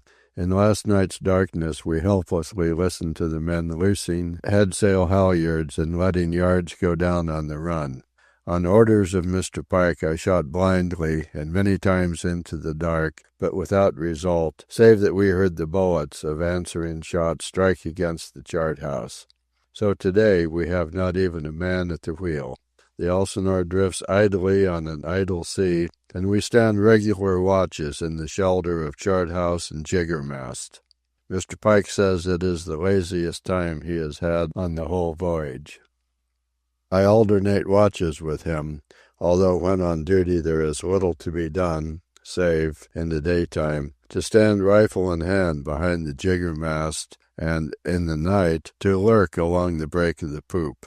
Behind the chart house, ready to repel assault, are my watch of 4 men, Tom Spink, Wada, Buckwheat, and Lewis. Henry, the 2 sailmakers, and the old steward compose Mr. Pike's watch. It is his orders that no one forward is to be allowed to show himself. So, today, when the second mate appeared at the corner of the midship house, I made him take a quick leap back with the thud of my bullet against the iron wall a foot from his head. Charles Davis tried the same game and was similarly stimulated. Also this evening, after dark, Mr. Pike put block and tackle on the first section of the bridge, heaved it out of place, and lowered it upon the poop. Likewise he hoisted in the ladder at the break of the poop that leads down to the main deck. The men will have to do some climbing if they ever elect to rush us. I am writing this in my watch below. I came off duty at 8 o'clock, and at midnight I go on deck to stay till 4 tomorrow morning. Wada shakes his head and says that the Blackwood Company should rebate us on the first-class passage paid in advance. We are working our passage, he contends. Margaret takes the adventure joyously. It is the first time she has experienced mutiny, but she is such a thorough seawoman that she appears like an old hand at the game. She leaves the deck to the mate and me, but still acknowledging his leadership, she has taken charge below and entirely manages the commissary, the cooking, and the sleeping arrangements. We still keep our old quarters, and she has bedded the newcomers in the big after room with blankets issued from the slop chest. In a way, from the standpoint of her personal welfare, the mutiny is the best thing that could have happened to her. It has taken her mind off her father and filled her waking hours with work to do. This afternoon, standing above the open booby hatch, I heard her laugh ring out as in the old days coming down the Atlantic. Yes, and she hums snatches of songs under her breath as she works. In the second dog watch this evening, after Mr. Pike had finished dinner and joined us on the poop, she told him that if he did not soon re-rig his phonograph, she was going to start in on the piano. The reason she advanced was the psychological effect such sounds of revelry would have on the starving mutineers. The days pass and nothing of moment happens. We get nowhere. The Elsinore, without the steadying of her canvas, rolls emptily and drifts a lunatic course. Sometimes she is bow on to the wind, and at other times she is directly before it, but at all times she is circling vaguely and hesitantly to get somewhere else than where she is. As an illustration, at daylight this morning, she came up into the wind as if endeavoring to go about. In the course of half an hour she worked off till the wind was directly abeam. In another half hour she was back into the wind. Not until evening did she manage to get the wind on her port bow, but when she did, she immediately paid off, accomplished the complete circle in an hour, and recommenced her morning tactics of trying to get into the wind. And there is nothing for us to do save hold the poop against the attack that is never made. Mr. Pike, more from force of habit than anything else, takes his regular observations and works up the Elsinore's position. This noon she was 8 miles east of yesterday's position, yet today's position, in longitude, was within a mile of where she was 4 days ago. On the other hand, she invariably makes northing at the rate of 7 or 8 miles a day. Aloft the Elsinore is a sad spectacle. all is confusion and disorder. The sails, unfurled, are a slovenly mess along the yards, and many loose ends sway dismally to every roll. The only yard that is loose is the main yard. It is fortunate that wind and wave are mild, else would the ironwork carry away, and the mutineers find the huge thing of steel about their ears. There is one thing we cannot understand. A week has passed, and the men show no signs of being starved into submission. Repeatedly and in vain has Mr. Pike interrogated the hands aft with us. One and all, from the cook to buckwheat, they swear they have no knowledge of any food forward, save the small supply in the galley and the barrel of hardtack in the forecastle. Yet it is very evident that those forward are not starving. We see the smoke from the galley stove and can only conclude that they have food to cook. Twice has Bert Rhine attempted a truce, but both times his white flag, as soon as it showed above the edge of the midship house, was fired upon by Mr. Pike. The last occurrence was 2 days ago. It is Mr. Pike's intention thoroughly to starve them into submission, but now he is beginning to worry about their mysterious food supply. Mr. Pike is not quite himself. He is obsessed, I know beyond any doubt, with the idea of vengeance on the second mate. On divers occasions, now, I have come unexpectedly upon him and found him muttering to himself with grim-set face, or clenching and unclenching his big square fists and grinding his teeth. His conversation continually runs upon the feasibility of our making a night attack forward, and he is perpetually questioning Tom Spink and Lewis on their ideas of where the various men may be sleeping, the point of which always is, where is the second mate likely to be sleeping? No later than yesterday afternoon did he give me the most positive proof of his obsession. It was 4 o'clock, the beginning of the first dog watch, and he had just relieved me. So careless have we grown that we now stand in broad daylight at the exposed break of the poop. Nobody shoots at us, and occasionally, over the top of the forward house, Shorty sticks up his head and grins or makes clownish faces at us. At such times Mr. Pike studies Shorty's features through the telescope in an effort to find signs of starvation. Yet he admits dolefully that Shorty is looking fleshed up. But to return, Mr. Pike had just relieved me yesterday afternoon, when the second mate climbed the forecastle head and sauntered to the very eyes of the Elsinore, where he stood gazing overside. "Take a crack at him," Mr. Pike said. It was a long shot, and I was taking slow and careful aim when he touched my arm. "No, don't," he said. I lowered the little rifle and looked at him inquiringly. "You might hit him," he explained, "and I want him for myself." Life is never what we expect it to be. All our voyage from Baltimore south to the Horn and around the Horn has been marked by violence and death. And now that it has culminated in open mutiny, there is no more violence, much less death. We keep to ourselves aft, and the mutineers keep to themselves forward. There is no more harshness, no more snarling and bellowing of commands, and in this fine weather a general festival obtains. Aft, Mr. Pike and Margaret alternate with phonograph and piano, and forward, although we cannot see them, a full-fledged foo-foo band makes most of the day and night hideous. A squealing accordion that Tom Spink says was the property of Max Cipriani is played by Guido Bombini, who sets the pace and seems the leader of the foo-foo. There are 2 broken-reeded harmonicas. Someone plays a Jew's harp. Then there are homemade fifes and whistles and drums, combs covered with paper, extemporized triangles, and bones made from ribs of salt horse such as Negro minstrels use. The whole crew seems to compose the band, and, like a lot of monkey folk rejoicing in crude rhythm, emphasizes the beat by hammering kerosene cans, frying pans, and all sorts of things metallic or reverberant. Some genius has rigged a line to the clapper of the ship's bell on the forecastle head, and clangs it horribly in the big foo-foo crises, though Bombini can be heard censuring him severely on occasion. And to cap it all, the foghorn machine pumps in at the oddest moments in imitation of a big bass viol. And this is Mutiny on the High Seas. Almost every hour of my deck watches I listen to this infernal din, and am maddened into desire to join with Mr. Pike in a night attack and put these rebellious and inharmonious slaves to work. Yet they are not entirely inharmonious. Guido Bombini has a respectable though untrained tenor voice, and has surprised me by a variety of selections, not only from Verdi, but from Wagner and Massenet.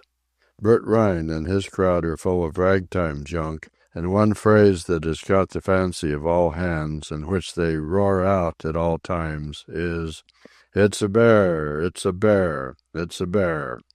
This morning Nancy, evidently very strongly urged, gave a doleful rendering of Flying Cloud.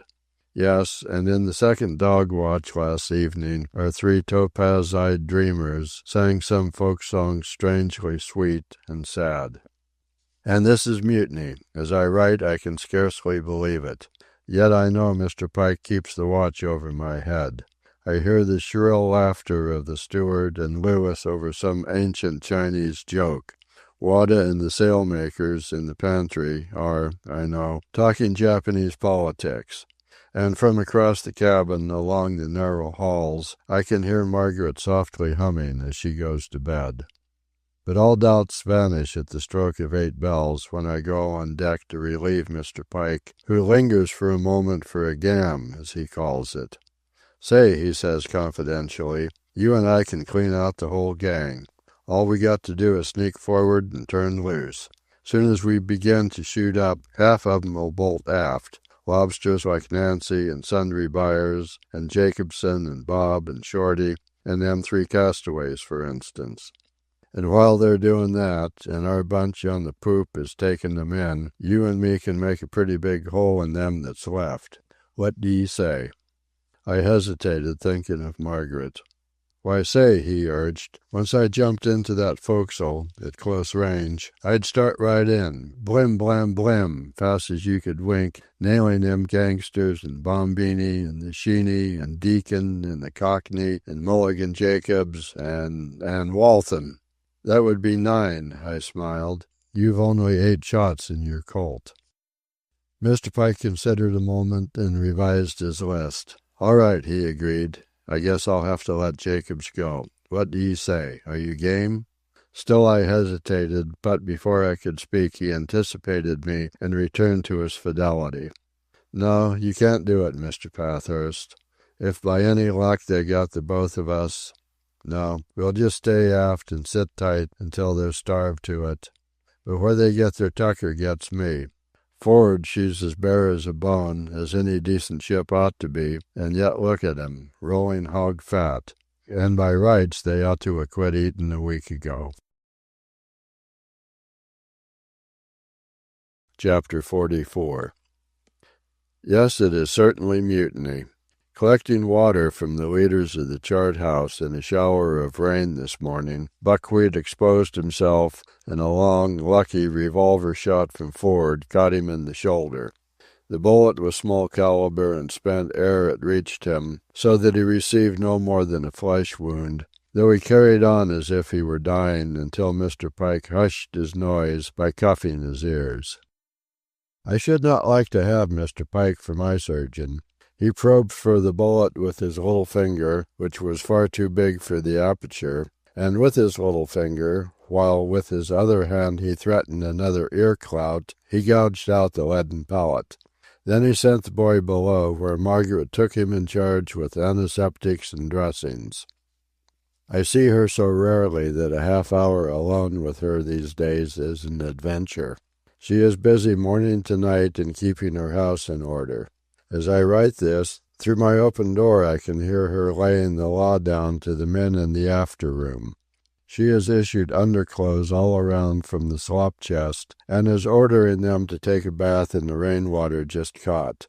And to make sure of their thoroughness in the matter, she has told off Lewis and the steward to supervise the operation. Also, she has forbidden their smoking their pipes in the after room. And, to cap everything, They are to scrub walls, ceiling, everything, and then start tomorrow morning at painting. All of which serves to convince me almost that mutiny does not obtain and that I have imagined it. But no, I hear Buckwheat blubbering and demanding how he can take a bath in his wounded condition. I wait and listen for Margaret's judgment. Nor am I disappointed. Tom Spink and Henry are told off to the task, and the thorough scrubbing of Buckwheat is assured. The mutineers are not starving. Today they have been fishing for albatrosses.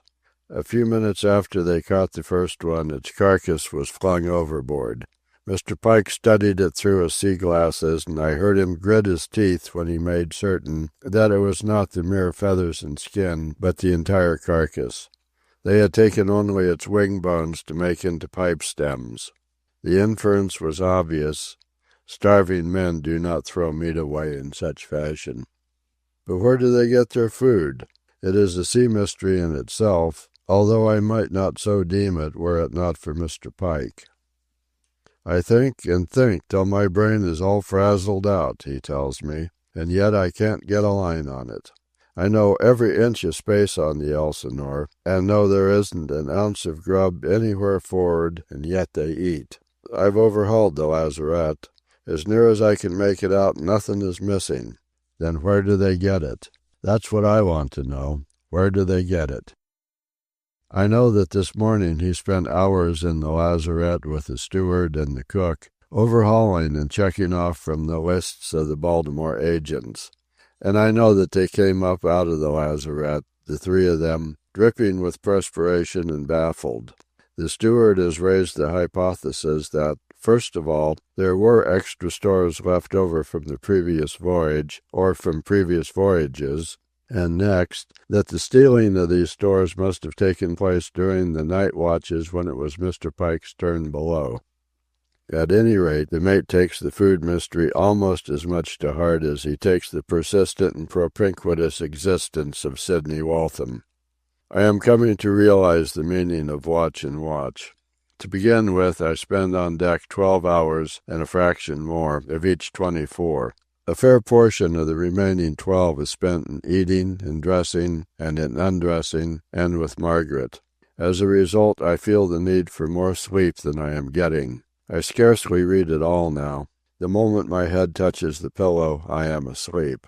Oh, I sleep like a baby, eat like a navvy, and in years have not enjoyed such physical well-being. I tried to read George Moore last night and was dreadfully bored. He may be a realist, but I solemnly aver he does not know reality on that tight, little, sheltered life archipelago of his. If he could windjam around the Horn just one voyage, he would be twice the writer. And Mr. Pike, for practically all his 69 years, has stood his watch and watch, with many a spillover of watches into watches. And yet he is iron. In a struggle with him, I am confident he would break me like so much straw. He is truly a prodigy of a man, and, so far as today is concerned, an anachronism. The fawn is not dead, despite my unlucky bullet. Henry insisted that he caught a glimpse of him yesterday. Today I saw him myself.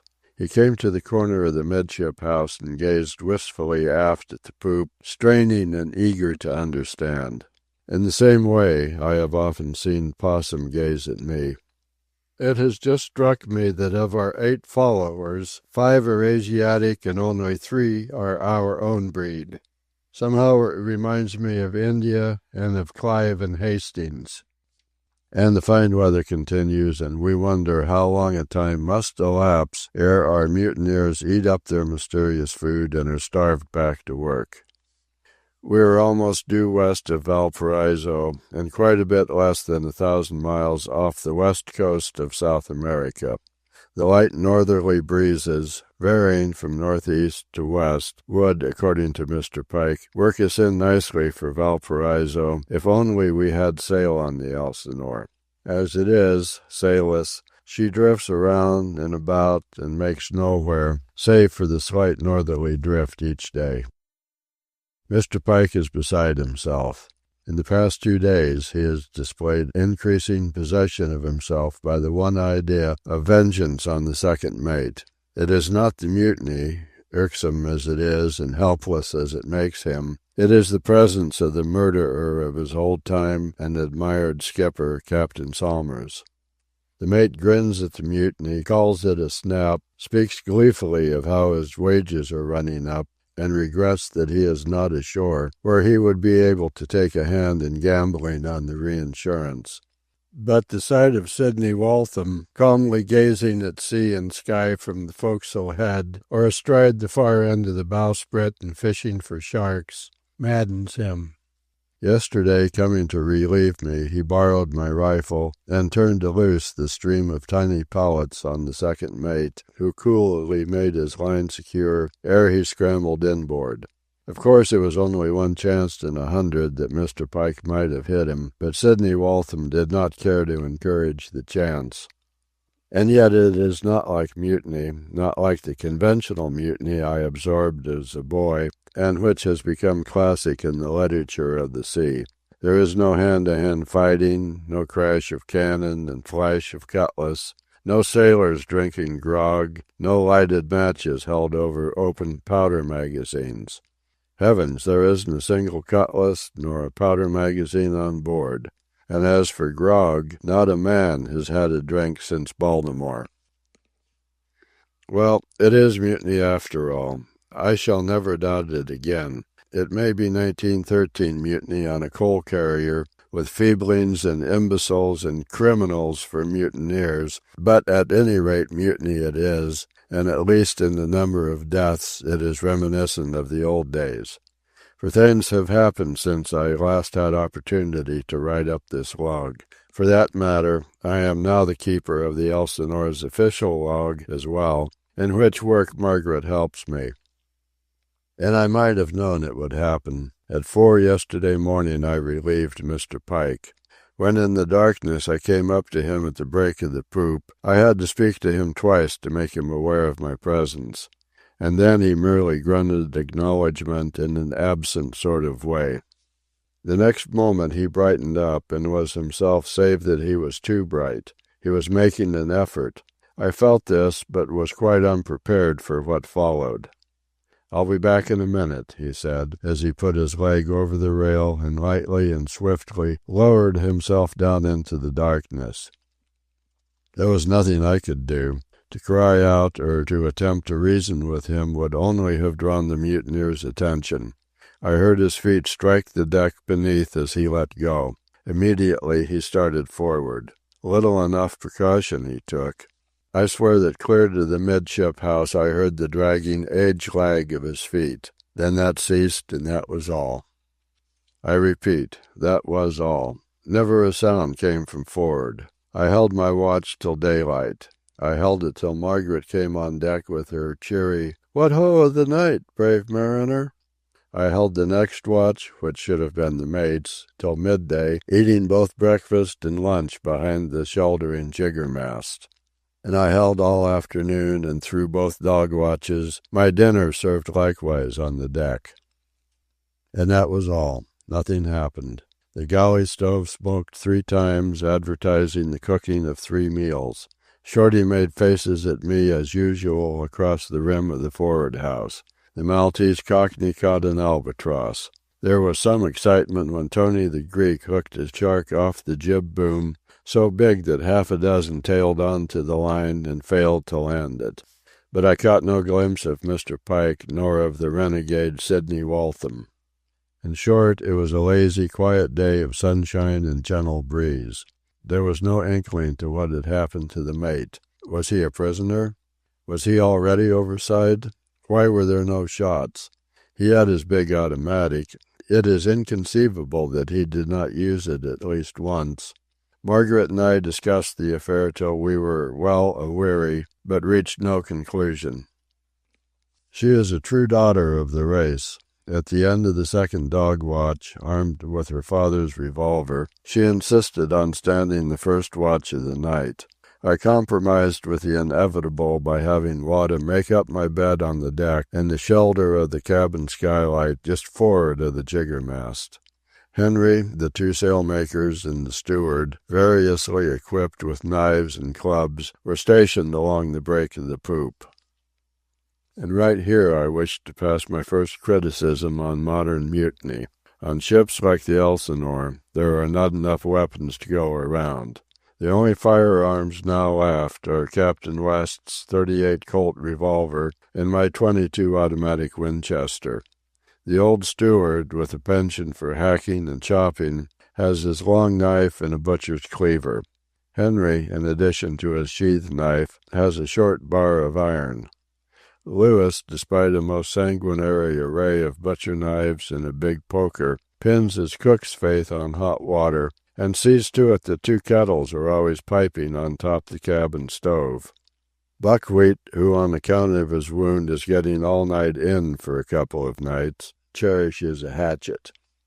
The rest of our retainers have knives and clubs, though Usada, the first sailmaker, carries a hand axe, and Uchino, the second sailmaker, sleeping or waking, never parts from a claw hammer. Tom Spink has a harpoon. Wada, however, is the genius. By means of the cabin stove he has made a sharp pike point of iron and fitted it to a pole. Tomorrow he intends to make more for the other men. It is rather shuddery, however, to speculate on the terrible assortment of cutting, gouging, jabbing, and slashing weapons with which the mutineers are able to equip themselves from the carpenter's shop. If it ever comes to an assault on the poop, there will be a weird mess of wounds for the survivors to dress. For that matter, master as I am of my little rifle, no man could gain the poop in the daytime. Of course, if rush they will rush us in the night, when my rifle will be worthless. Then it will be blow for blow, hand to hand, and the strongest pates and arms will win. But no, I have just bethought me. We shall be ready for any night rush. I'll take a leaf out of modern warfare and show them not only are we top dog, a favorite phrase of the mate, but why we are top dog. It is simple, night illumination. As I write, I work out the idea. Gasoline, balls of oakum, caps and gunpowder from a few cartridges, Roman candles, and flares blue, red, and green, shallow metal receptacles to carry the explosive and inflammable stuff, and a trigger-like arrangement by which, pulling on a string, the caps are exploded in the gunpowder and fire set to the gasoline-soaked oakum and to the flares and candles. It will be brain as well as brawn against mere brawn. I have worked like a Trojan all day, and the idea is realized. Margaret helped me out with suggestions, and Tom Spink did the sailorizing. Over our head, from the jiggermast, the steel stays that carry the 3 jigger trysails descend high above the break of the poop and across the main deck to the mizzenmast. A light line has been thrown over each stay and been thrown repeatedly around so as to form an unslipping knot. Tom Spink waited till dark, when he went aloft and attached loose rings of stiff wire around the stays below the knots. Also he bent on hoisting gear and connected permanent fastenings with the sliding rings. And further, between rings and fastenings is a slack of 50 feet of light line. This is the idea. After dark each night we shall hoist our 3 metal wash basins, loaded with inflammables, up to the stays. The arrangement is such that at the first alarm of a rush, by pulling a cord the trigger is pulled that ignites the powder, and the very same pull operates a trip device that lets the rings slide down the steel stays. Of course, suspended from the rings are the illuminators, and when they have run down the stays 50 feet, the lines will automatically bring them to rest. Then all the main deck between the poop and the mizzenmast will be flooded with light, while we shall be in comparative darkness. Of course, each morning before daylight we shall lower all this apparatus to the deck, so that the men forward will not guess what we have up our sleeves, or, rather, what we have up the trysail stays. Even today, the little of our gear that has to be left standing aroused their curiosity. Head after head showed over the edge of the forward house as they peeped and peered and tried to make out what we were up to. Why, I find myself almost looking forward to an attack in order to see the devices work. Chapter 45. And what has happened to Mr. Pike remains a mystery. For that matter, what has happened to the second mate? In the past 3 days we have by our eyes taken the senses of the mutineers. Every man has been seen by us with the sole exception of Mr. Mellaire, or Sidney Waltham, as I assume I must correctly name him. He has not appeared, does not appear, and we can only speculate and conjecture. In the past 3 days various interesting things have taken place. Margaret stands watch and watch with me, day and night, the clock around, for there is no one of our retainers to whom we can entrust the responsibility of a watch. Though mutiny obtains and we are besieged in the high place, the weather is so mild and there is so little call on our men that they have grown careless and sleep aft to the chart-house when it is their watch on deck. Nothing ever happens, and like true sailors, they wax fat and lazy. Even have I found Lewis, the steward, and Wada guilty of catnapping.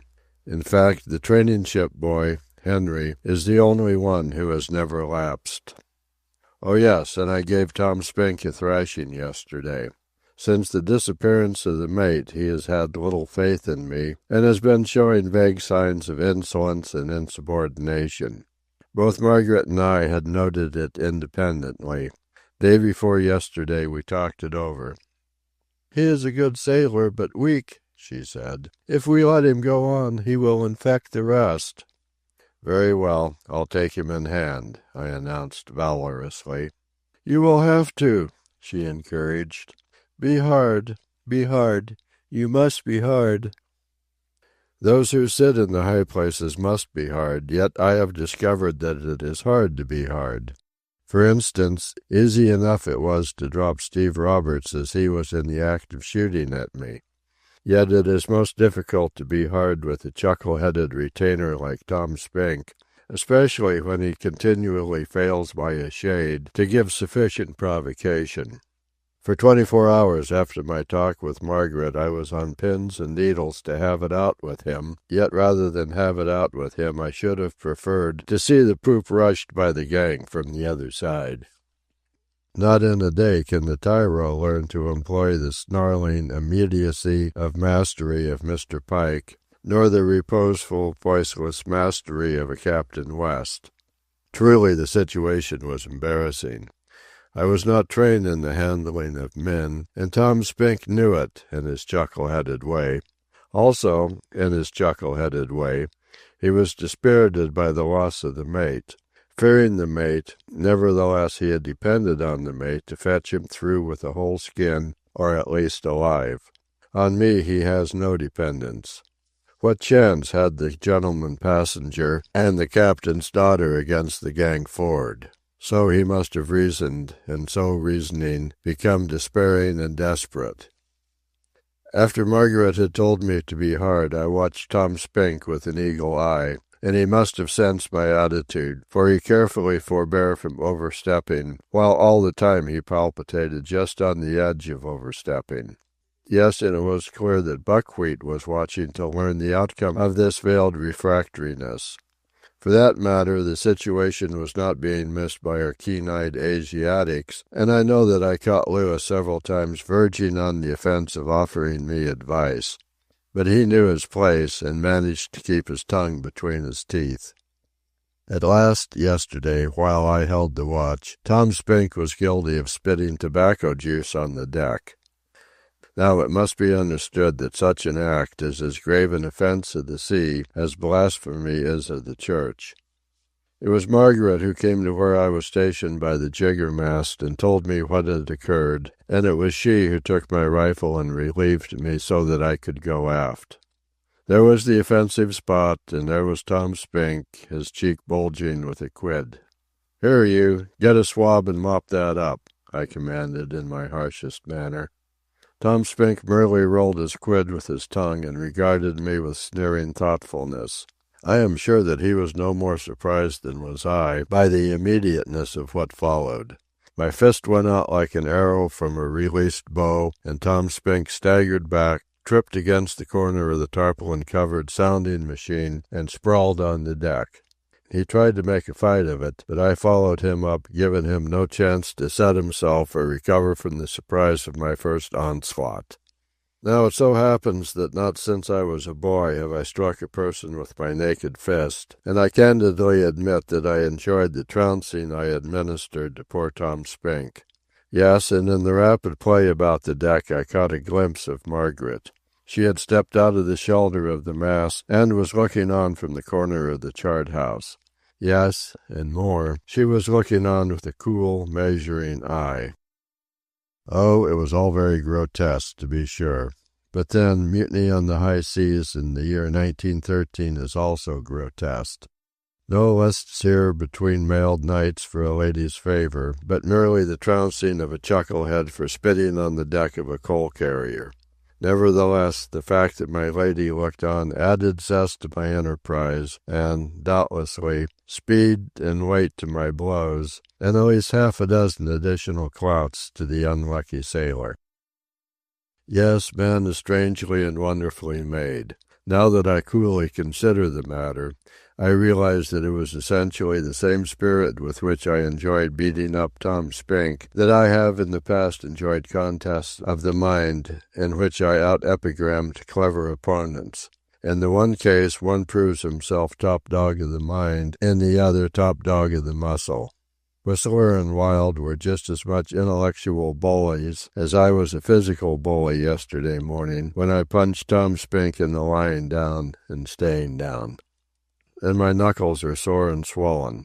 I cease writing for a moment to look at them and to hope they will not stay permanently enlarged. At any rate, Tom Spink took his disciplining and promised to come in and be good. "Sir!" I thundered at him, quite in Mr. Pike's most bloodthirsty manner. "Sir," he mumbled with bleeding lips. "Yes, sir. I'll mop it up, sir. Yes, sir."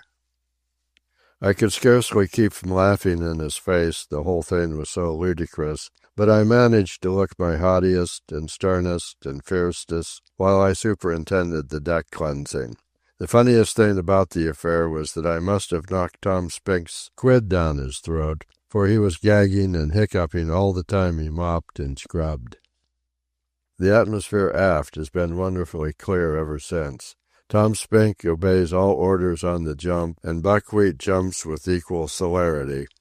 As for the 5 Asiatics, I feel that they are stouter behind me, now that I have shown masterfulness. By punching a man's face, I verily believe I have doubled our united strength. And there is no need to punch any of the rest. The Asiatics are keen and willing. Henry is a true cadet of the breed. Buckwheat will follow Tom Spink's lead, and Tom Spink, a proper Anglo-Saxon peasant, will lead Buckwheat all the better by virtue of the punching. 2 days have passed, and 2 noteworthy things have happened. The men seem to be nearing the end of their mysterious food supply, and we have had our first truce. I have noted, through the glasses, that no more carcasses of the mollyhawks they are now catching are thrown overboard. This means that they have begun to eat the tough and unsavory creatures, although it does not mean, of course, that they have entirely exhausted their other stores. It was Margaret, her sailor's eye on the falling barometer and on the making stuff adrift in the sky, who called my attention to a coming blow. "As soon as the sea rises," she said, "we'll have that loose mainyard and all the rest of the top hamper tumbling down on deck." So it was that I raised the white flag for a parley.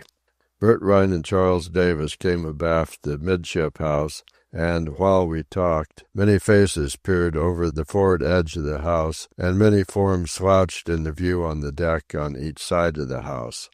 "Well, getting tired?" was Bert Rhine's insolent greeting. "Anything we can do for you?" "Yes, there is," I answered sharply. "You can save your heads so that when you return to work there will be enough of you left to do the work."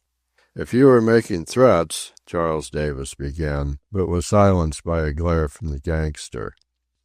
"Well, what is it?" Bert Rhine demanded. "Cough it off your chest." "It's for your own good," was my reply. "It is coming on to blow, and all that unfurled canvas aloft will bring the yards down on your heads. We're safe here aft. You are the ones who will run risks, and it is up to you to hustle your crowd aloft and make things fast and ship-shape." "And if we don't?" the gangster sneered. "Well, you'll take your chances, that is all," I answered carelessly. "I just want to call your attention to the fact that one of those steel yards, end on, will go through the roof of your forecastle as if it were so much eggshell." Bert Rhine looked to Charles Davis for verification, and the latter nodded. "We'll talk it over first," the gangster announced. "And I'll give you 10 minutes," I returned. "If at the end of 10 minutes you've not started taking it in, it will be too late. I shall put a bullet into any man who shows himself." "All right, we'll talk it over." As they started to go back, I called, "One moment." They stopped and turned about. "What have you done to Mr. Pike?" I asked. Even the impassive Bert Rhine could not quite conceal his surprise. "And what have you done with Mr. Malheur?" he retorted. "You tell us, and we'll tell you." I am confident of the genuineness of his surprise. Evidently the mutineers have been believing us guilty of the disappearance of the second mate, just as we have been believing them guilty of the disappearance of the first mate. The more I dwell upon it, the more it seems the proposition of the Kilkenny cats a case of mutual destruction on the part of the two mates. "Another thing," I said quickly. "Where do you get your food?" Bert Rhine laughed one of his silent laughs. Charles Davis assumed an expression of mysteriousness and superiority, and Shorty, leaping into view from the corner of the house, danced a jig of triumph. I drew out my watch. "Remember," I said, "you've got 10 minutes in which to make a start." They turned and went forward, and before the 10 minutes were up, all hands were aloft and stowing canvas. All this time the wind, out of the northwest, was breezing up. The old familiar harp chords of a rising gale were strumming along the rigging, and the men, I verily believe from lack of practice, were particularly slow at their work.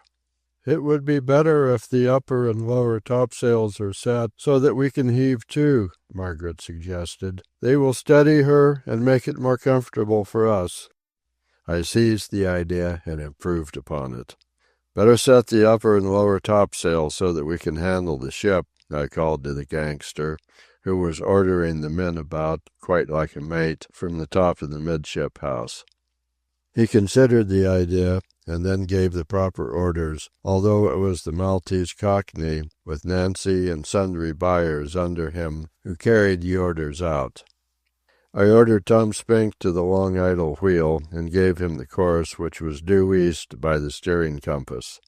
This put the wind on our port quarter, so that the Elsinore began to move through the water before a fair breeze, and due east, less than 1,000 miles away, lay the coast of South America and the port of Valparaiso.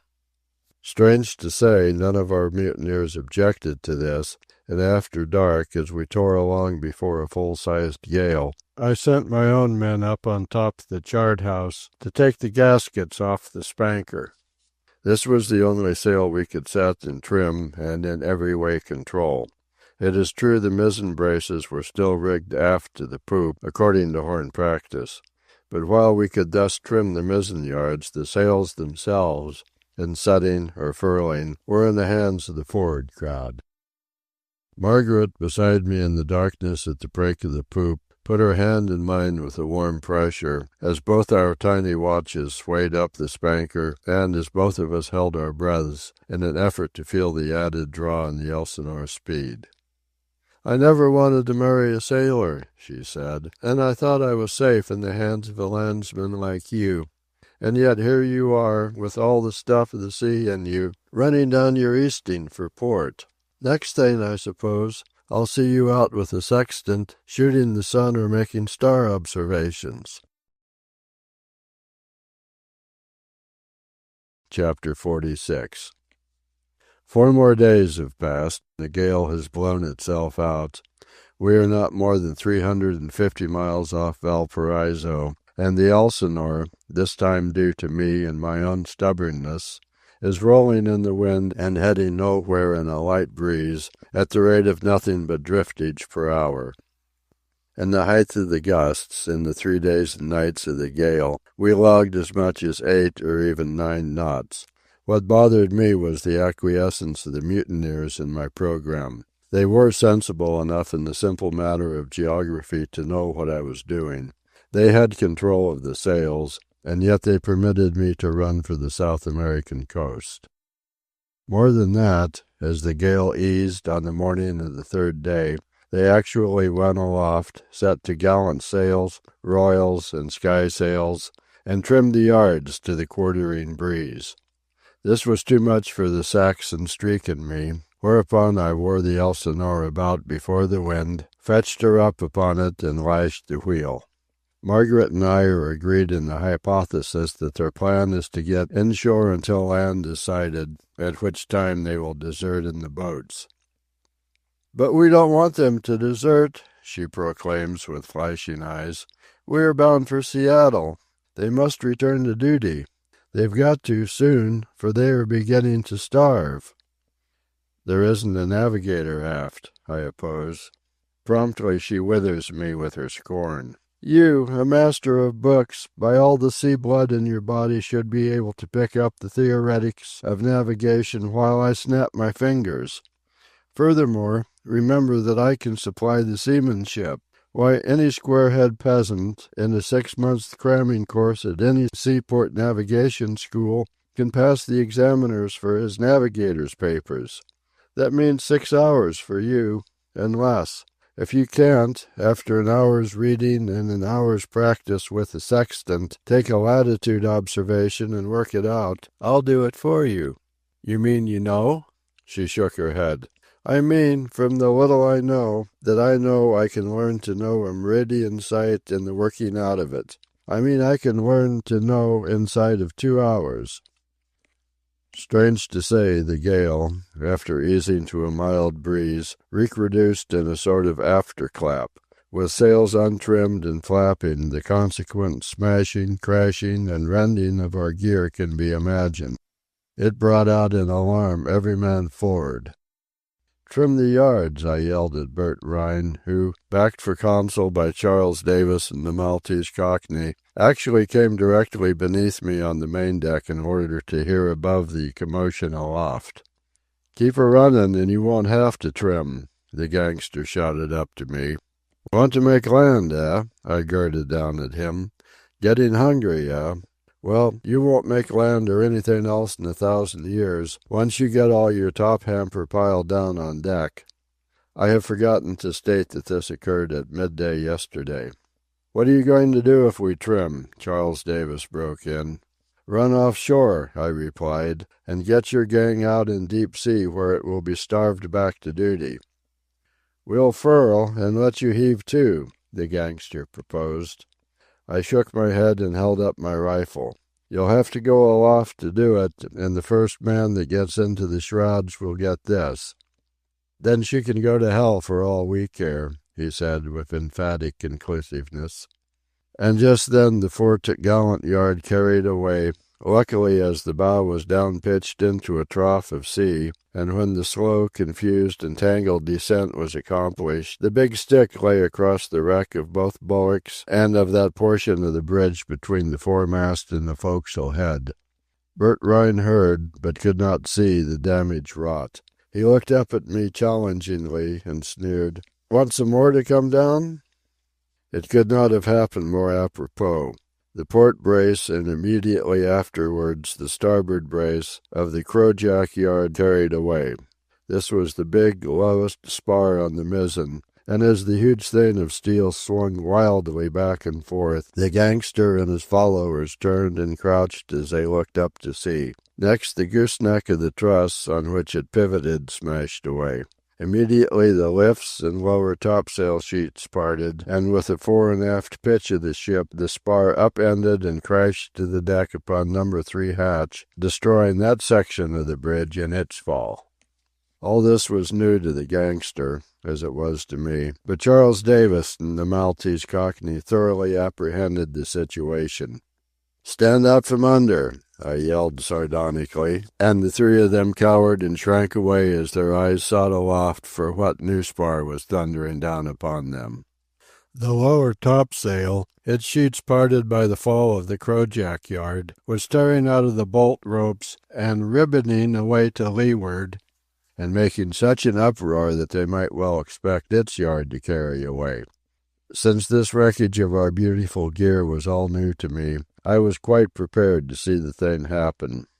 The gangster leader, no sailor, but, after months at sea, intelligent enough and nervously strong enough to appreciate the danger, turned his head and looked up at me.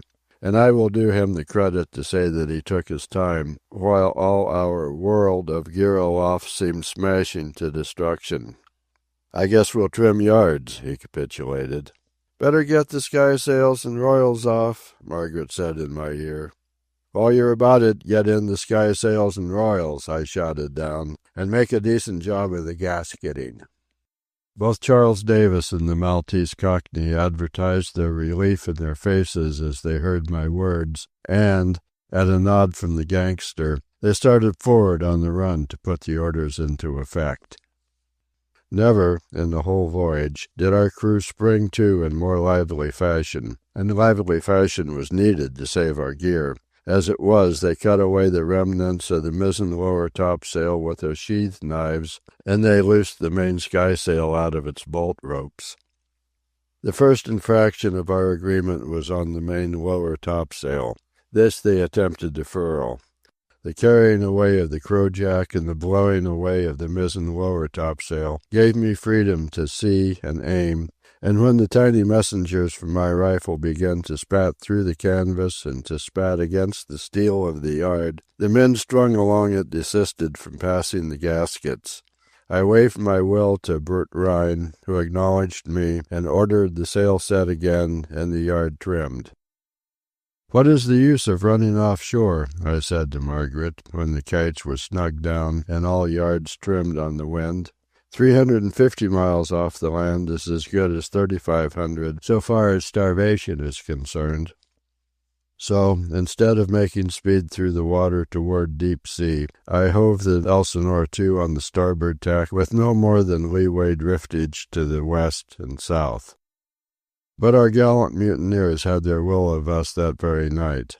In the darkness we could hear the work aloft going on as yards were run down, sheets let go, and sails clewed up and gasketed. I did try a few random shots, and all my reward was to hear the whine and creak of ropes through sheaves, and to receive an equally random fire of revolver shots. It is a most curious situation. We of the high place are masters of the steering of the Elsinore, while those forward are masters of the motor power. The only sail that is wholly ours is the spanker. They control absolutely sheets, halyards, clewlines, buntlines, braces, and downhauls, every sail on the fore and main. We control the braces on the mizzen, although they control the canvas on the mizzen. For that matter, Margaret and I fail to comprehend why they do not go aloft any dark night and sever the mizzen braces at the yard ends. All that prevents this, we are decided, is laziness. For if they did sever the braces that lead aft into our hands, they would be compelled to rig new braces forward in some fashion, else, in the rolling, would the mizzenmast be stripped of every spar. And still, the mutiny we are enduring is ridiculous and grotesque. There was never a mutiny like it. It violates all standards and precedents. In the old classic mutinies, long ere this, attacking like tigers, the seamen should have swarmed over the poop and killed most of us, or been most of them killed. Wherefore I sneer at our gallant mutineers and recommend trained nurses for them, quite in the manner of Mr. Pike. But Margaret shakes her head and insists that human nature is human nature, and that under similar circumstances human nature will express itself similarly. In short, she points to the number of deaths that have already occurred, and declares that on some dark night, sooner or later, whenever the pitch of hunger sufficiently sharpens, we shall see our rascals storming aft. And in the meantime, except for the tenseness of it, and for the incessant watchfulness which Margaret and I alone maintain, it is more like a mild adventure, more like a page out of some book of romance which ends happily. It is surely romance, watch and watch, for a man and woman who love, to relieve each other's watches. Each such relief is a love passage and unforgettable. Never was there wooing like it. The muttered surmises of wind and weather, the whispered counsels, the kissed commands and palms of hands, the dared contact of the dark. Oh, truly, I have often, since this voyage began, told the books to go hang. And yet the books are at the back of the race life of me. I am what I am out of 10,000 generations of my kind. Of that there is no discussion. And yet my midnight philosophy stands the test of my breed. I must have selected my book out of the 10,000 generations that compose me. I have killed a man, Steve Roberts. As a perishing blonde without an alphabet, I should have done this unwaveringly. As a perishing blonde with an alphabet, plus the contents of my brain are the philosophizing of all philosophers, I have killed this same man with the same unwaveringness. Culture has not emasculated me. I am quite unaffected. It was in the day's work, and my kind have always been day workers, doing the day's work, whatever it might be, in high adventure or dull ploddingness, and always doing it. Never would I ask to set back the dial of time or event. I would kill Steve Roberts again, under the same circumstances, as a matter of course. When I say I am unaffected by this happening, I do not quite mean it. I am affected. I am aware that the spirit of me is informed with a sober elation of efficiency. I have done something that had to be done, as any man would do what has to be done in the course of the day's work. Yes, I am a perishing blonde and a man, and I sit in the high place and bend the stupid ones to my will. And I am a lover, loving a royal woman of my own perishing breed, and together we occupy, and shall occupy, the high place of government and command until our kind perish from the earth. Chapter 47. Margaret was right. The mutiny is not violating standards and precedents. We have had our hands full for days and nights. Dittman Olenson, the crank-eyed berserker, has been killed by Wada, and the training ship boy, the one lone cadet of our breed, has gone overside with a regulation sack of coal at his feet. The poop has been rushed. My illuminating invention has proved a success. The men are getting hungry, and we still sit in command in the high place. First of all, the attack on the poop 2 nights ago in Margaret's watch. No, first I have made another invention. Assisted by the old steward, who knows, as the Chinese ought, a deal about fireworks, and getting my materials from our signal rockets and Roman candles, I manufactured 6 bombs. I don't really think they are very deadly, and I know our extemporized fuses are slower than our voyage is at the present time, but nevertheless the bombs have served the purpose, as you shall see. And now to the attempt to rush the poop. It was in Margaret's watch from midnight till 4 in the morning when the attack was made. Sleeping on the deck by the cabin skylight, I was very close to her when her revolver went off and continued to go off. My first spring was to the tripping lines on my illuminators.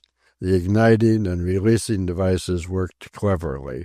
I pulled 2 of the tripping lines, and 2 of the contraptions exploded into light and noise, and at the same time ran automatically down the jigger trysail stays and automatically fetched up at the ends of their lines. The illumination was instantaneous and gorgeous. Henry, the 2 sailmakers, and the steward, at least 3 of them awakened from sound sleep, I am sure, ran to join us along the break of the poop. All the advantages lay with us, for we were in the dark, while our foes were outlined against the light behind them. But such light! The powder crackled, fizzed, and spluttered, and spilled out the excess of gasoline from the flaming oakum balls, so that streams of fire dripped down on the main deck below, and the stuff of the signal flares dripped red light and blue and green. There was not much of a fight, for the mutineers were shocked by our fireworks. Margaret fired her revolver haphazardly, while I held my rifle for any that gained the poop. But the attack faded away as quickly as it had come. I did see Margaret overshoot some man, scaling the poop from the port rail, and the next moment I saw Wada, charging like a buffalo, jab him in the chest with the spear he had made, and thrust the boarder back and down. That was all. The rest retreated forward on the dead run, while the 3 trysails, furled at the bottom of the stays next to the mizzen and set on fire by the dripping gasoline, went up in flames and burned away entirely and out without setting the rest of the ship on fire. That is one of the virtues of a ship steel-masted and steel-stayed. And on the deck beneath us, crumpled, twisted, face hidden so that we could not identify him, lay the man whom Wada had speared. And now I come to a phase of adventure that is new to me. I have never found it in the books. In short, it is carelessness coupled with laziness, or vice versa. I had used 2 of my illuminators. Only one remained. An hour later, convinced of the movement aft of men along the deck, I let go the 3rd and last, and with its brightness sent them scurrying forward. Whether they were attacking the poop tentatively to learn whether or not I had exhausted my illuminators, or whether or not they were trying to rescue Dittman Olanson, we shall never know. The point is, they did come aft, they were compelled to retreat by my illuminator, and it was my last illuminator. And yet I did not start in, there and then, to manufacture fresh ones. This was carelessness, it was laziness. And I hazarded our lives, perhaps, if you please, on a psychological guess that I had convinced our mutineers that we had an inexhaustible stock of illuminators in reserve. The rest of Margaret's watch, which I shared with her, was undisturbed. At 4, I insisted that she go below and turn in, but she compromised by taking my own bed behind the skylight. At break of day I was able to make out the body still lying as last I had seen it. At 7 o'clock, before breakfast, and while Margaret still slept, I sent the 2 boys, Henry and Buckwheat, down to the body. I stood above them at the rail, rifle in hand and ready. But from forward came no signs of life, and the lads, between them, rolled the crank-eyed Norwegian over so that we could recognize him, carried him to the rail, and shoved him stiffly across and into the sea. Wada's spear thrust had gone clear through him. But before 24 hours were up, the mutineers evened the score handsomely. They more than evened it, for we are so few that we cannot so well afford the loss of one as they can. To begin with, and a thing I had anticipated and for which I had prepared my bombs, while Margaret and I ate a deck breakfast in the shelter of the jiggermast, a number of the men sneaked aft and got under the overhang of the poop. Buckwheat saw them coming and yelled the alarm, but it was too late. There was no direct way to get them out. The moment I put my head over the rail to fire at them, I knew they would fire up at me with all the advantage in their favor. They were hidden. I had to expose myself.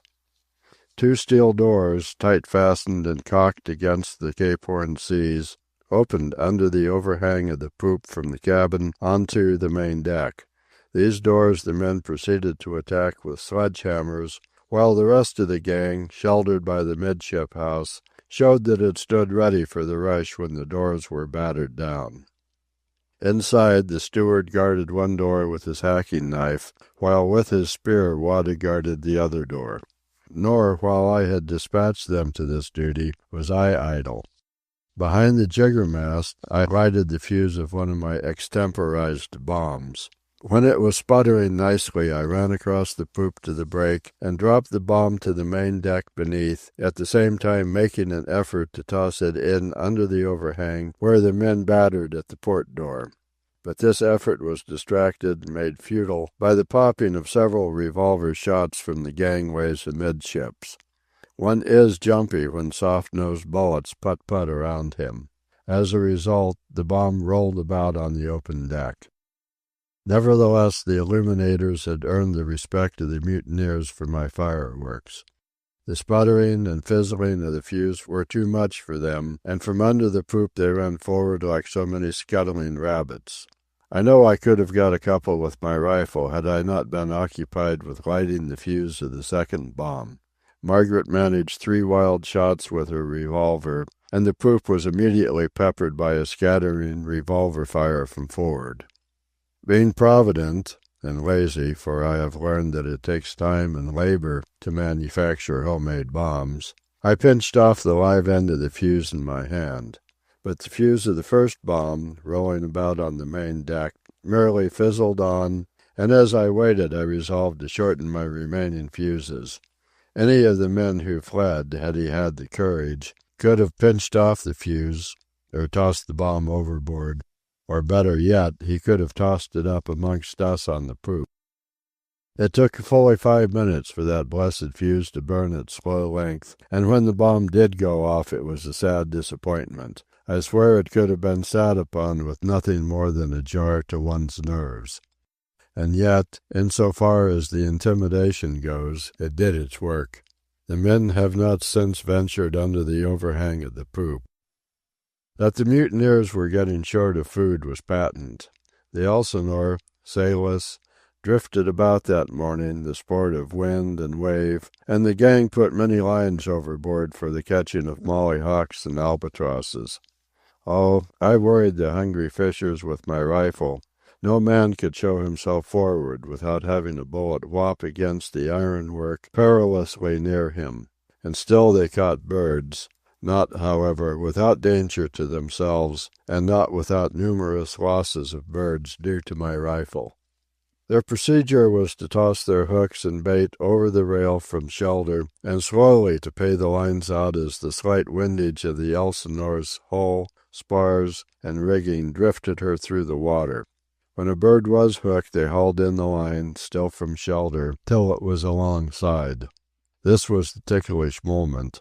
The hook, merely a hollow and acute-angled triangle of sheet copper floating on a piece of board at the end of the line, held the bird by pinching its curved beak into the acute angle. The moment the line slacked, the bird was released. So, when alongside, this was the problem, to lift the bird out of the water, straight up the side of the ship, without once jamming and easing and slacking. When they tried to do this from shelter, invariably they lost the bird. They worked out a method. When the bird was alongside, the several men with revolvers turned loose on me, while one man, overhauling and keeping the line taut, leaped to the rail and quickly hove the bird up and over and inboard. I know this long-distance revolver fire seriously bothered me. One cannot help jumping when death, in the form of a piece of flying lead, hits the rail beside him, or the mast over his head, or winds away in a ricochet from the steel shrouds. Nevertheless, I managed with my rifle to bother the exposed men on the rail to the extent that they lost one hooked bird out of 2. And 26 men require a quantity of albatrosses and mollyhawks every 24 hours, while they can fish only in the daylight.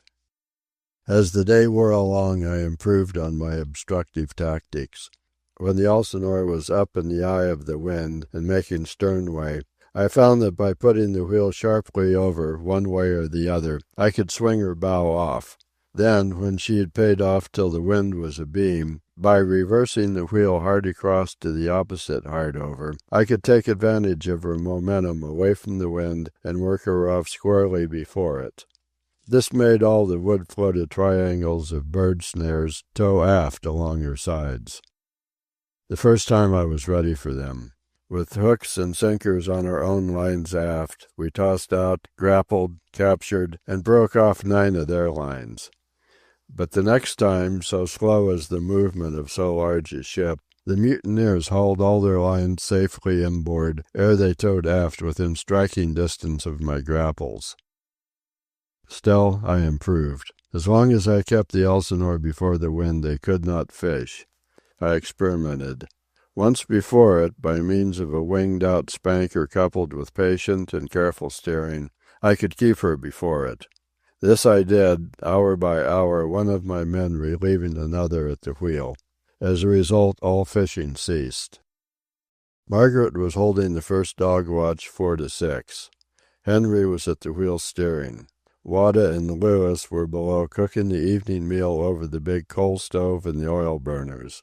I had just come up from below and was standing beside the sounding machine, not half a dozen feet from Henry at the wheel. Some obscure sound from the ventilator must have attracted me, for I was gazing at it when the thing happened. But first, the ventilator.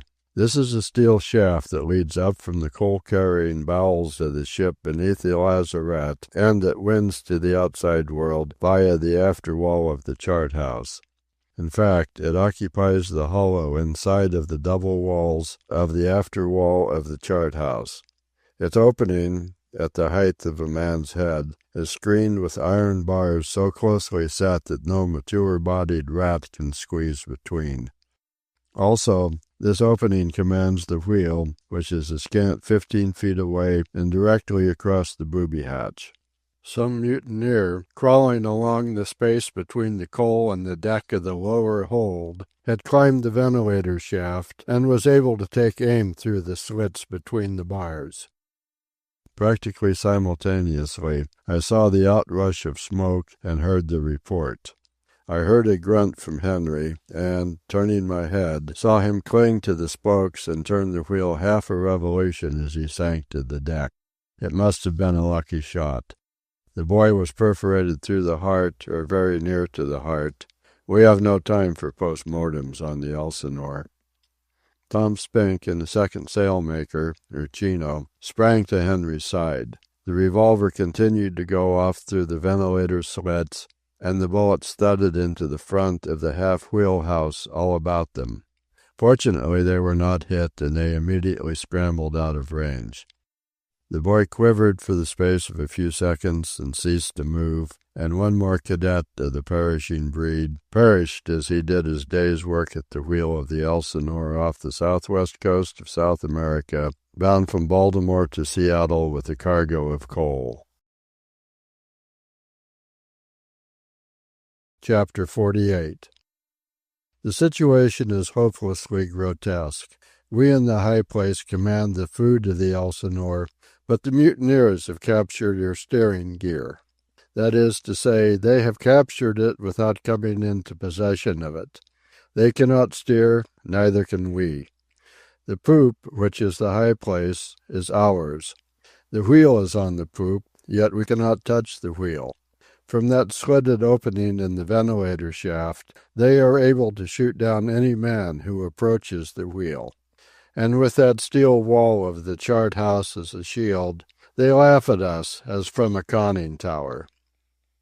I have a plan, but it is not worthwhile putting into execution unless its need becomes imperative.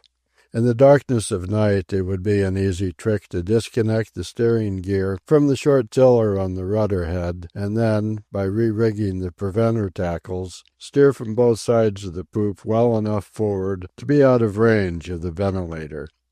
In the meantime, in this fine weather, the Elsinore drifts as she lists, or as the windage of her lists and the sea movement of waves lists.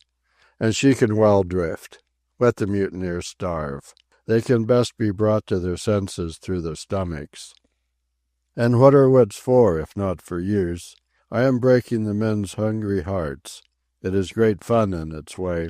The mollyhawks and albatrosses, after their fashion, have followed the Elsinore up out of their own latitudes. This means there are only so many of them, and that their numbers are not recruited. Syllogism, major premise, a definite and limited amount of bird meat. Minor premise, the only food the mutineers now have is bird meat. Conclusion: destroy the available food, and the mutineers will be compelled to come back to duty. I have acted on this bit of logic. I began experimentally by tossing small chunks of fat pork and crusts of stale bread overside. When the birds descended for the feast, I shot them. Every carcass thus left floating on the surface of the sea was so much less meat for the mutineers. But I bettered the method. Yesterday I overhauled the medicine chest, and I dosed my chunks of fat pork and bread with the contents of every bottle that bore a label of skull and crossbones. I even added rough-on rats to the deadliness of the mixture, this on the suggestion of the steward. And today, behold, there is no bird left in the sky. True, while I played my game yesterday, the mutineers hooked a few of the birds, but now the rest are gone, and that is bound to be the last food for the men forward until they resume duty. Yes, it is grotesque. It is a boy's game. It reads like Midshipman Easy, like Frank Mildmay, like Frank Reed Jr., and yet, i'faith, life and death's in the issue. I have just gone over the toll of our dead since the voyage began. First was Christian Jesperson killed by O'Sullivan when that maniac aspired to throw overboard Andy Fay's sea boots. Then O'Sullivan, because he interfered with Charles Davis's sleep, brained by that worthy with a steel marlin spike. Next Petro Marinkovich, just ere we began the passage of the Horn, murdered undoubtedly by the gangster clique, his life cut out of him with knives, his carcass left lying on the deck to be found by us and be buried by us. And the samurai, Captain West, a sudden though not a violent death, albeit occurring in the midst of all elemental violence as Mr. Pike clawed the Elsinore off the lee shore of the Horn. And Boney the Splinter, following, washed overboard to drown as we cleared the sea-gashing rock-tooth where the southern tip of the continent bit into the storm-wrath of the Antarctic. And the big-footed, clumsy youth of a Finnish carpenter hove overside as a Jonah by his fellows who believed that Finns control the winds. And Mike Cipriani and Bill Quigley, Rome and Ireland, shot down on the poop and flung overboard alive by Mr. Pike, still alive and clinging to the log line, cut adrift by the steward to be eaten alive by the great-beaked albatrosses, mollyhawks, and sooty-plumaged Cape hens. Steve Roberts, one-time cowboy, shot by me as he tried to shoot me. Herman Lunkenheimer, his throat cut before all of us by the hound Bombini, as Kid Twist stretched the throat taut from behind. The two mates, Mr. Pike and Mr. Malaire, mutually destroying each other in what must have been an unwitnessed epic combat. Dittman Olenson speared by Wada as he charged berserk at the head of the mutineers in the attempt to rush the poop. And last, Henry, the cadet of the perishing house, shot at the wheel from the ventilator shaft in the course of his day's work. No, as I contemplate this roll call of the dead which I have just made, I see we are not playing a boy's game. Why, we have lost a third of us, and the bloodiest battles of history have rarely achieved such a percentage of mortality.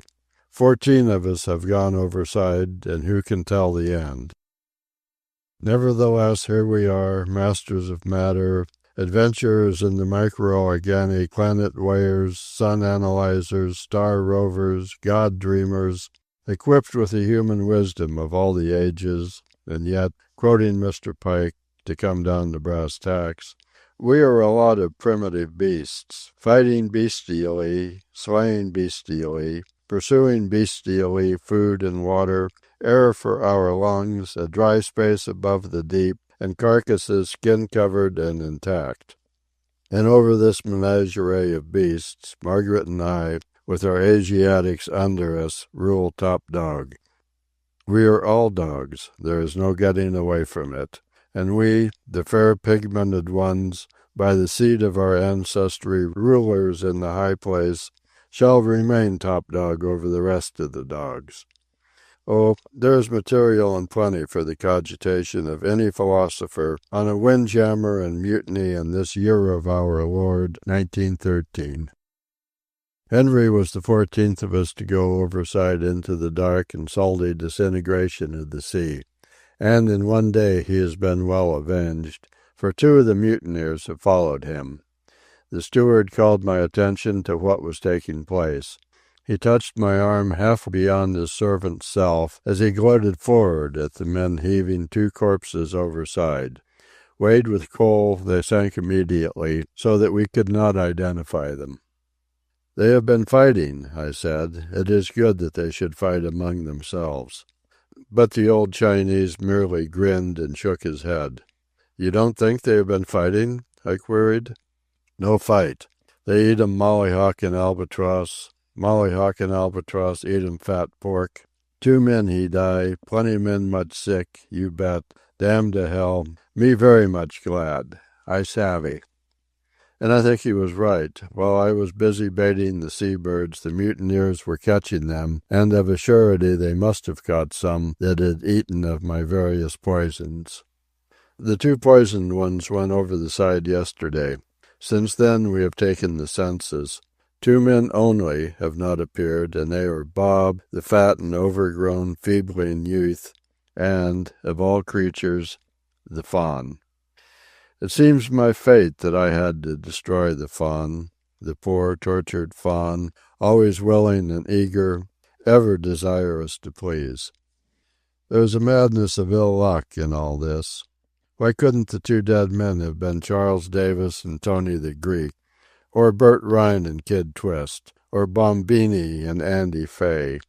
Yes, and in my heart I know I should have felt better had it been Isaac Chance and Arthur Deacon, or Nancy and Sundry Byers, or Shorty and Larry.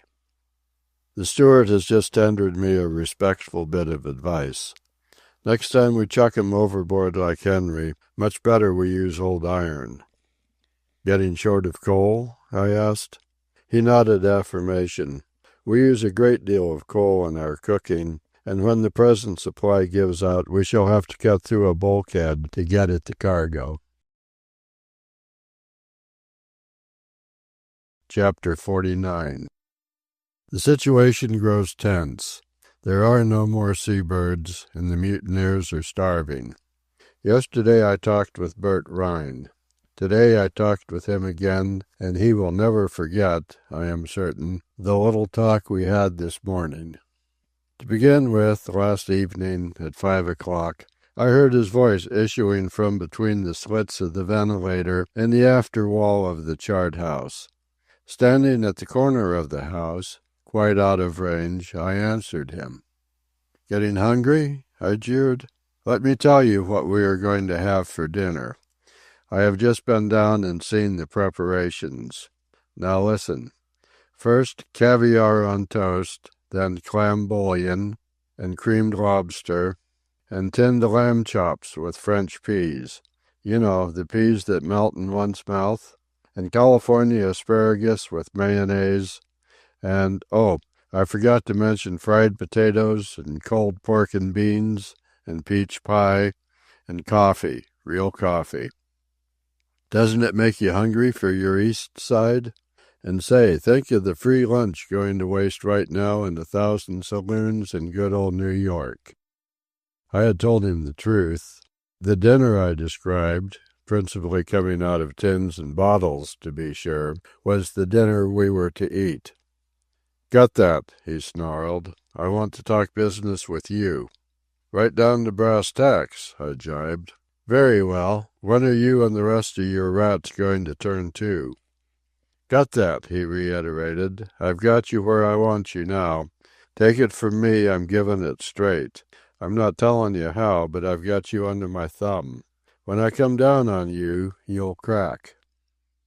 "Hell is full of cocksure rats like you," I retorted, although I never dreamed how soon he would be writhing in the particular hell preparing for him. "Forget it," he sneered back. "I've got you where I want you. I'm just telling you, that's all." "Pardon me," I replied, "when I tell you that I'm from Missouri. You'll have to show me." And as I thus talked, the thought went through my mind of how I naturally sought out the phrases of his own vocabulary in order to make myself intelligible to him. The situation was bestial, with 16 of our complement already gone into the dark, and the terms I employed, perforce, were terms of bestiality. And I thought, also, of I who was thus compelled to dismiss the dreams of the utopians, the visions of the poets, the king thoughts of the king thinkers, in a discussion with this ripened product of the New York Inferno. To him I must talk in the elemental terms of life and death, of food and water, of brutality and cruelty. "I give you your choice," he went on. "Give in now, and you won't be hurt, none of you." "And if we don't?" I dared airily. "You'll be sorry you was ever born. You ain't a mush head. You've got a girl there that's stuck on you. It's about time you think of her. You ain't altogether a mutt. You get my drive?" I did get it, and somehow across my brain flashed a vision of all I had ever read and heard of the siege of the legations at Peking, and of the plans of the white men for their womankind in the event of the yellow hordes breaking through the last lines of defense. I and the old steward got it, for I saw his black eyes glint murderously in their narrow, tilted slits. He knew the drift of the gangsters' meeting. "You get my drive?" the gangster repeated. And I knew anger, not ordinary anger, but cold anger. And I caught a vision of the high places in which we had sat and ruled down the ages in all lands, on all seas.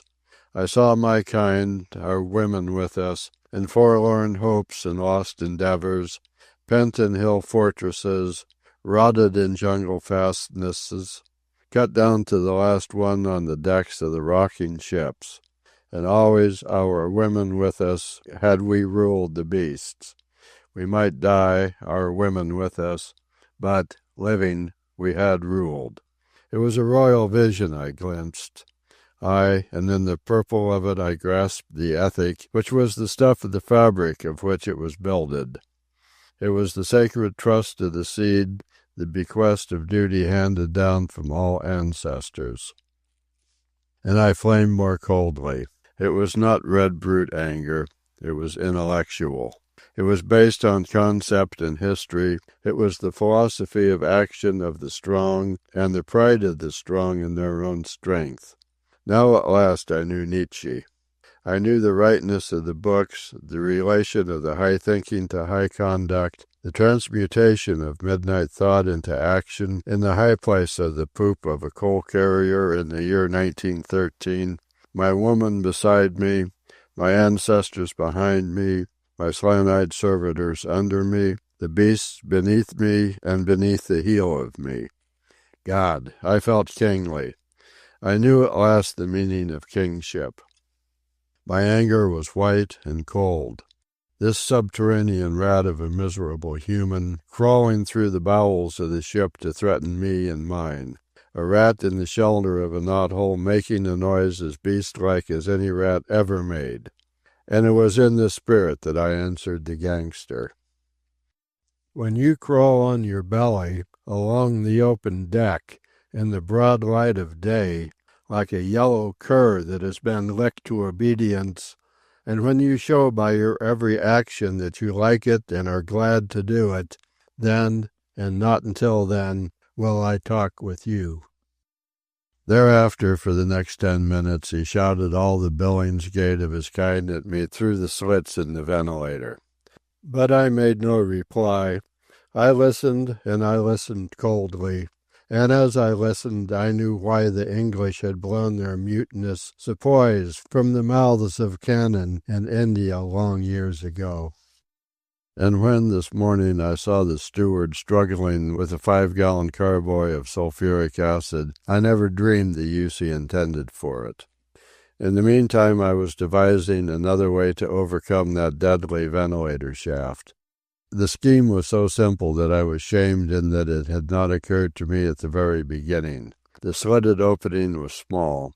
2 sacks of flour, in a wooden frame, suspended by ropes from the edge of the chart-house roof directly above, would effectually cover the opening and block all revolver fire. No sooner thought than done. Tom Spink and Lewis were on top the chart-house with me and preparing to lower the flour when we heard a voice issuing from the shaft. "Who's in there now?" I demanded. "Speak up." "I'm giving you a last chance," Bert Rhine answered. And just then, around the corner of the house, stepped the steward. In his hand he carried a large galvanized pail, and my casual thought was that he had come to get rainwater from the barrels. Even as I thought it, he made a sweeping half-circle with the pail and sloshed its contents into the ventilator opening. And even as the liquid flew through the air, I knew it for what it was.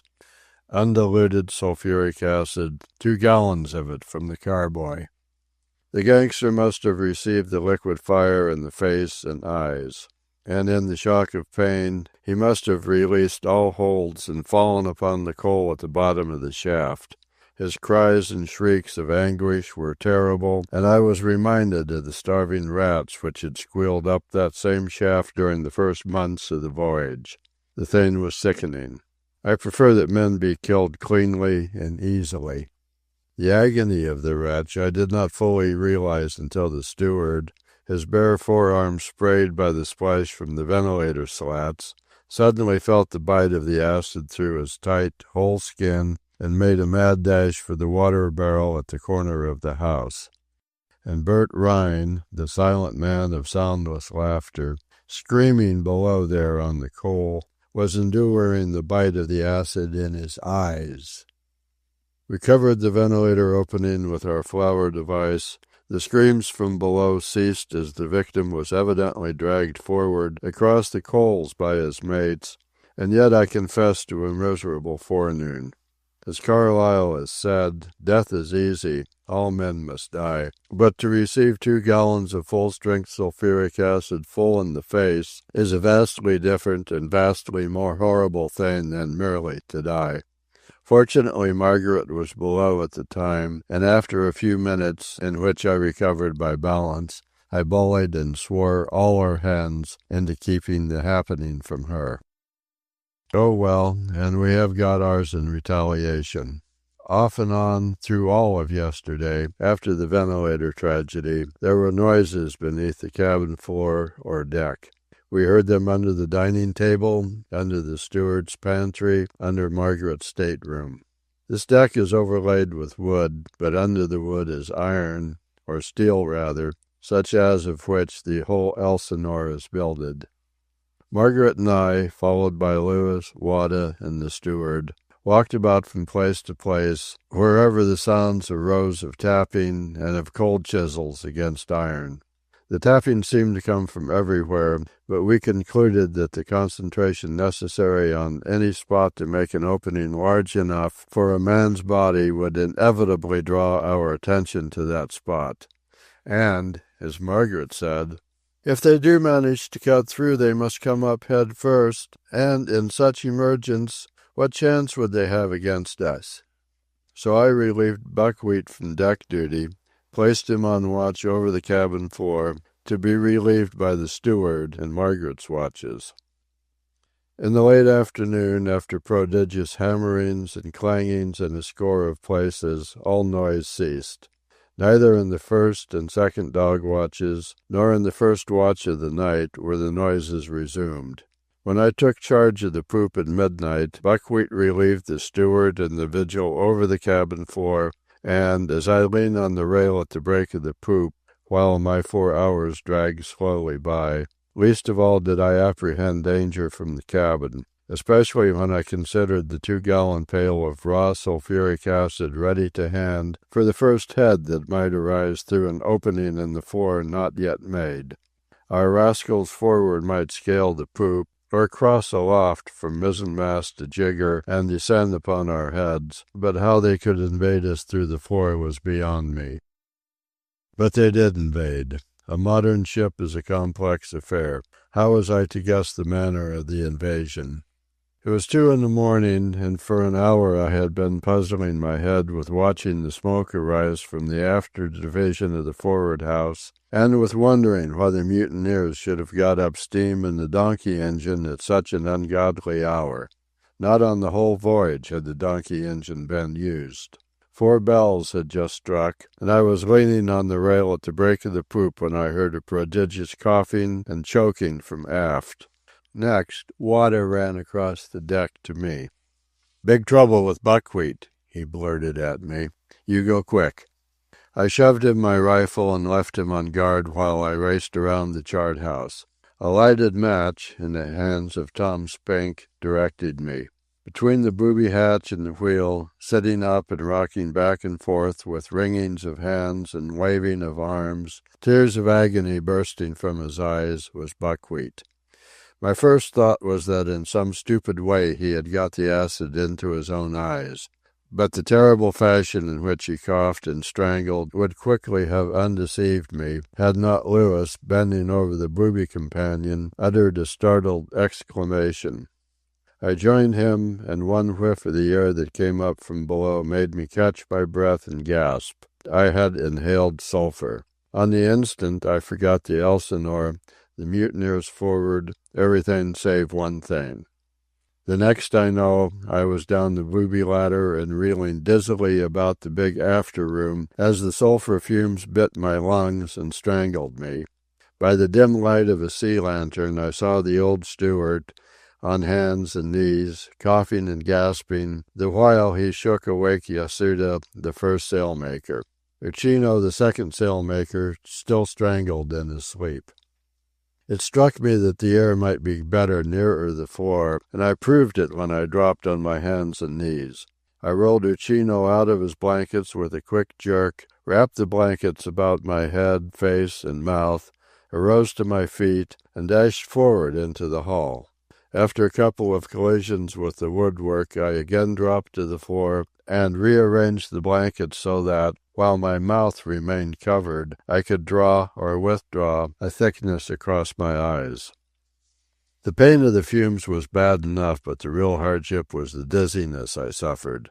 I blundered into the steward's pantry and out of it, missed the cross hall, stumbled through the next starboard opening in the long hall, and found myself bent double by a violent collision with the dining-room table.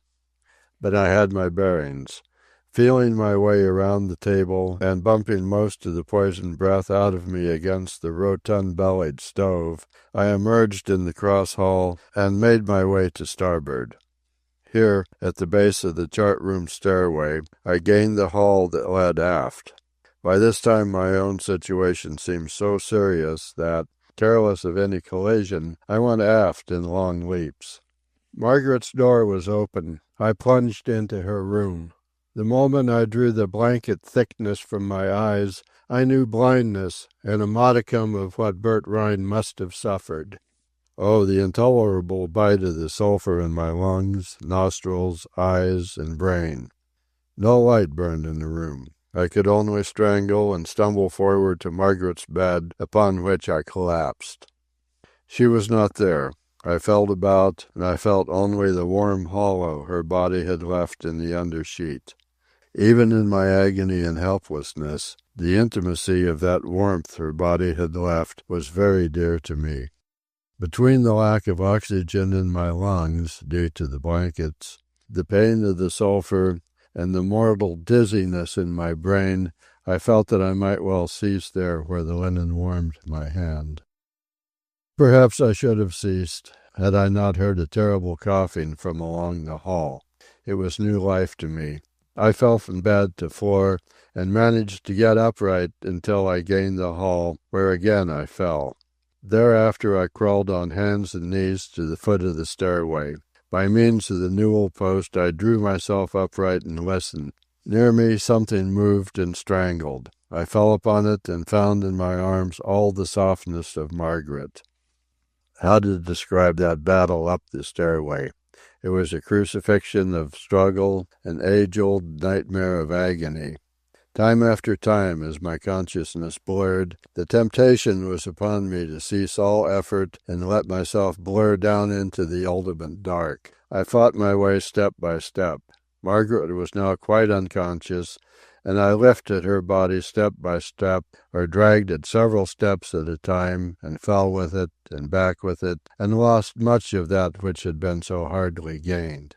And yet out of it all this I remember, that warm, soft body of hers was the dearest thing in the world, vastly more dear than the pleasant land I remotely remembered, than all the books and all the humans I had ever known, than the deck above with its sweet pure air softly blowing under the cool starry sky.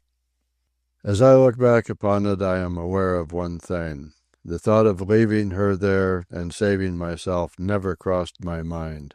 The one place for me was where she was. Truly, this which I write seems absurd and purple, yet it was not absurd during those long minutes of the chart-room stairway. One must taste death for a few centuries of such agony ere he can receive sanction for purple passages. And as I fought my screaming flesh, my reeling brain, and climbed that upward way, I prayed one prayer, that the chart-house doors out upon the poop might not be shut. Life and death lay right there in that one point of the issue. Was there any creature of my creatures aft with common sense and anticipation sufficient to make him think to open those doors? How I yearned for one man, for one proved henchman, such as Mr. Pike, to be on the poop. As it was, with the sole exception of Tom Spink and Buckwheat, my men were Asiatics. I gained the top of the stairway, but was too far gone to rise to my feet. Nor could I rise upright on my knees. I crawled like any four-legged animal, nay, I wormed my way like a snake, prone to the deck. It was a matter of several feet to the doorway.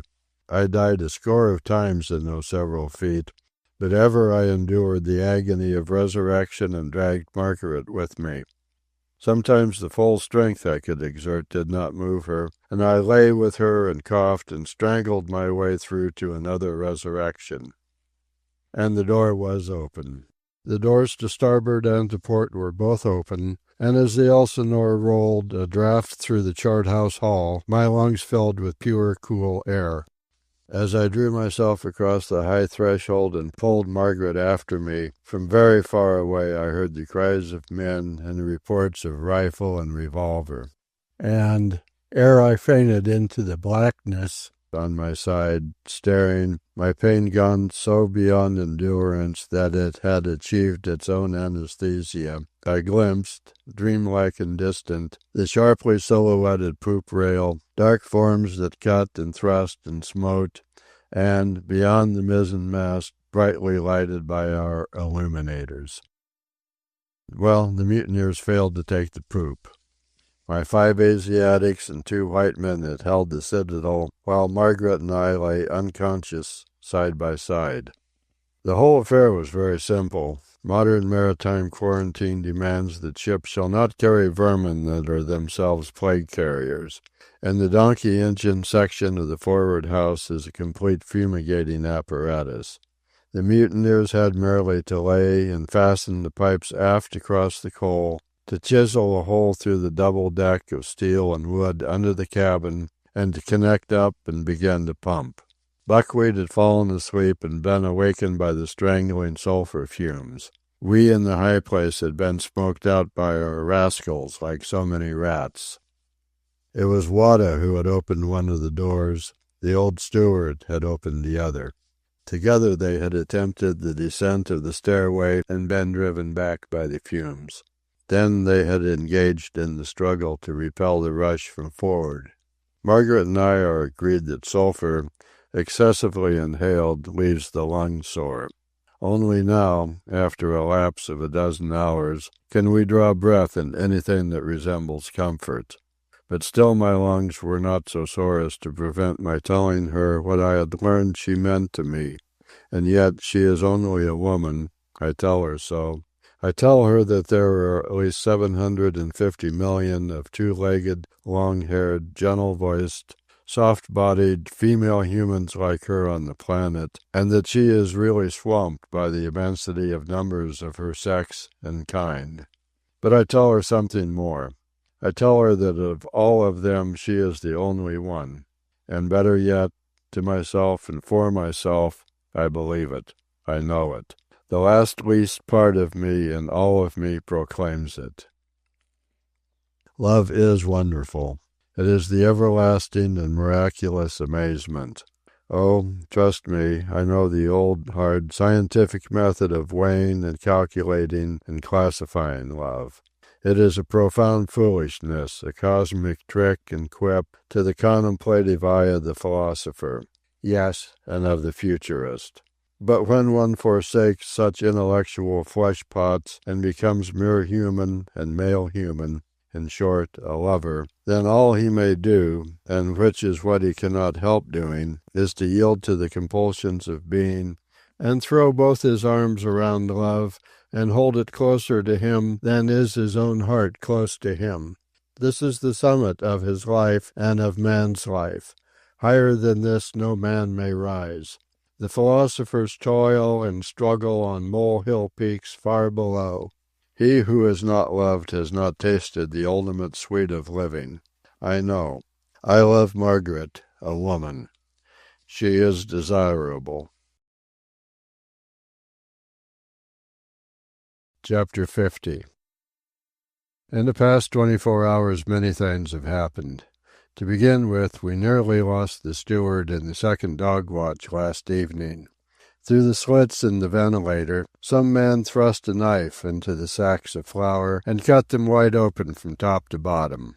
In the dark, the flour poured to the deck unobserved. Of course, the man behind could not see through the screen of empty sacks, but he took a blind pot shot at point-blank range when the steward went by, slip-sloppily dragging the heels of his slippers. Fortunately it was a miss, but so close a miss was it that his cheek and neck were burned with powder grains. At 6 bells in the first watch came another surprise. Tom Spink came to me where I stood guard at the forward end of the poop. His voice shook as he spoke. "For the love of God, sir, they've come," he said. "Who?" I asked sharply. "Them," he chattered. "The ones that come aboard off the Horn, sir, the 3 drownded sailors. They're here, aft, sir, the 3 of them, standin' in a row by the wheel." "How did they get there?" "Bein' warlocks, they flew, sir. You didn't see 'em go by you, did you, sir?" "No," I admitted. "They never went by me." Poor Tom Spink groaned. "But there are lines aloft there on which they could cross over from mizzen to jigger," I added. "Send Wada to me." When the latter relieved me, I went aft. And there in a row were our 3 pale-haired storm waifs with the topaz eyes.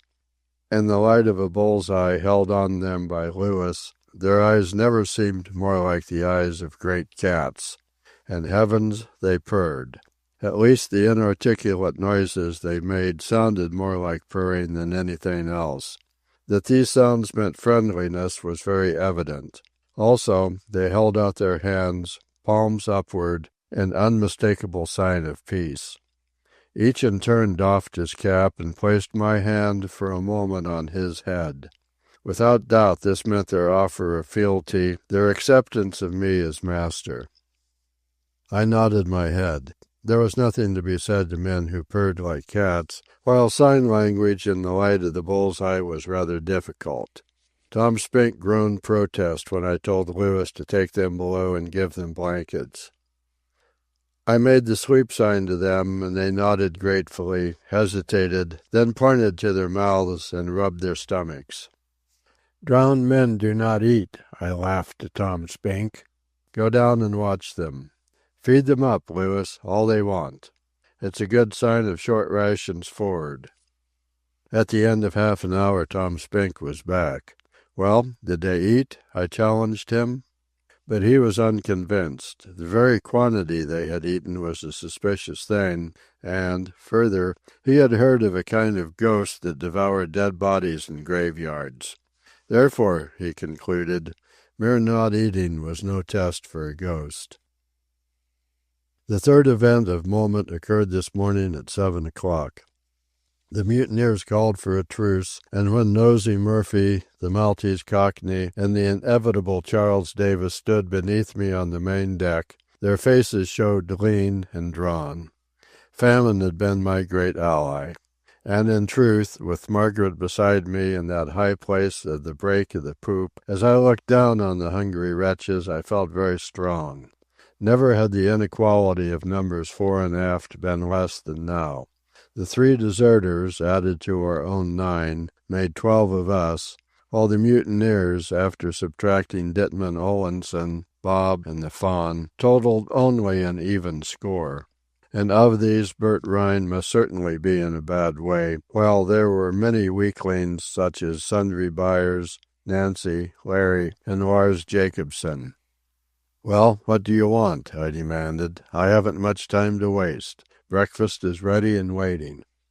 Charles Davis started to speak, but I shut him off. "I'll have nothing out of you, Davis, at least not now.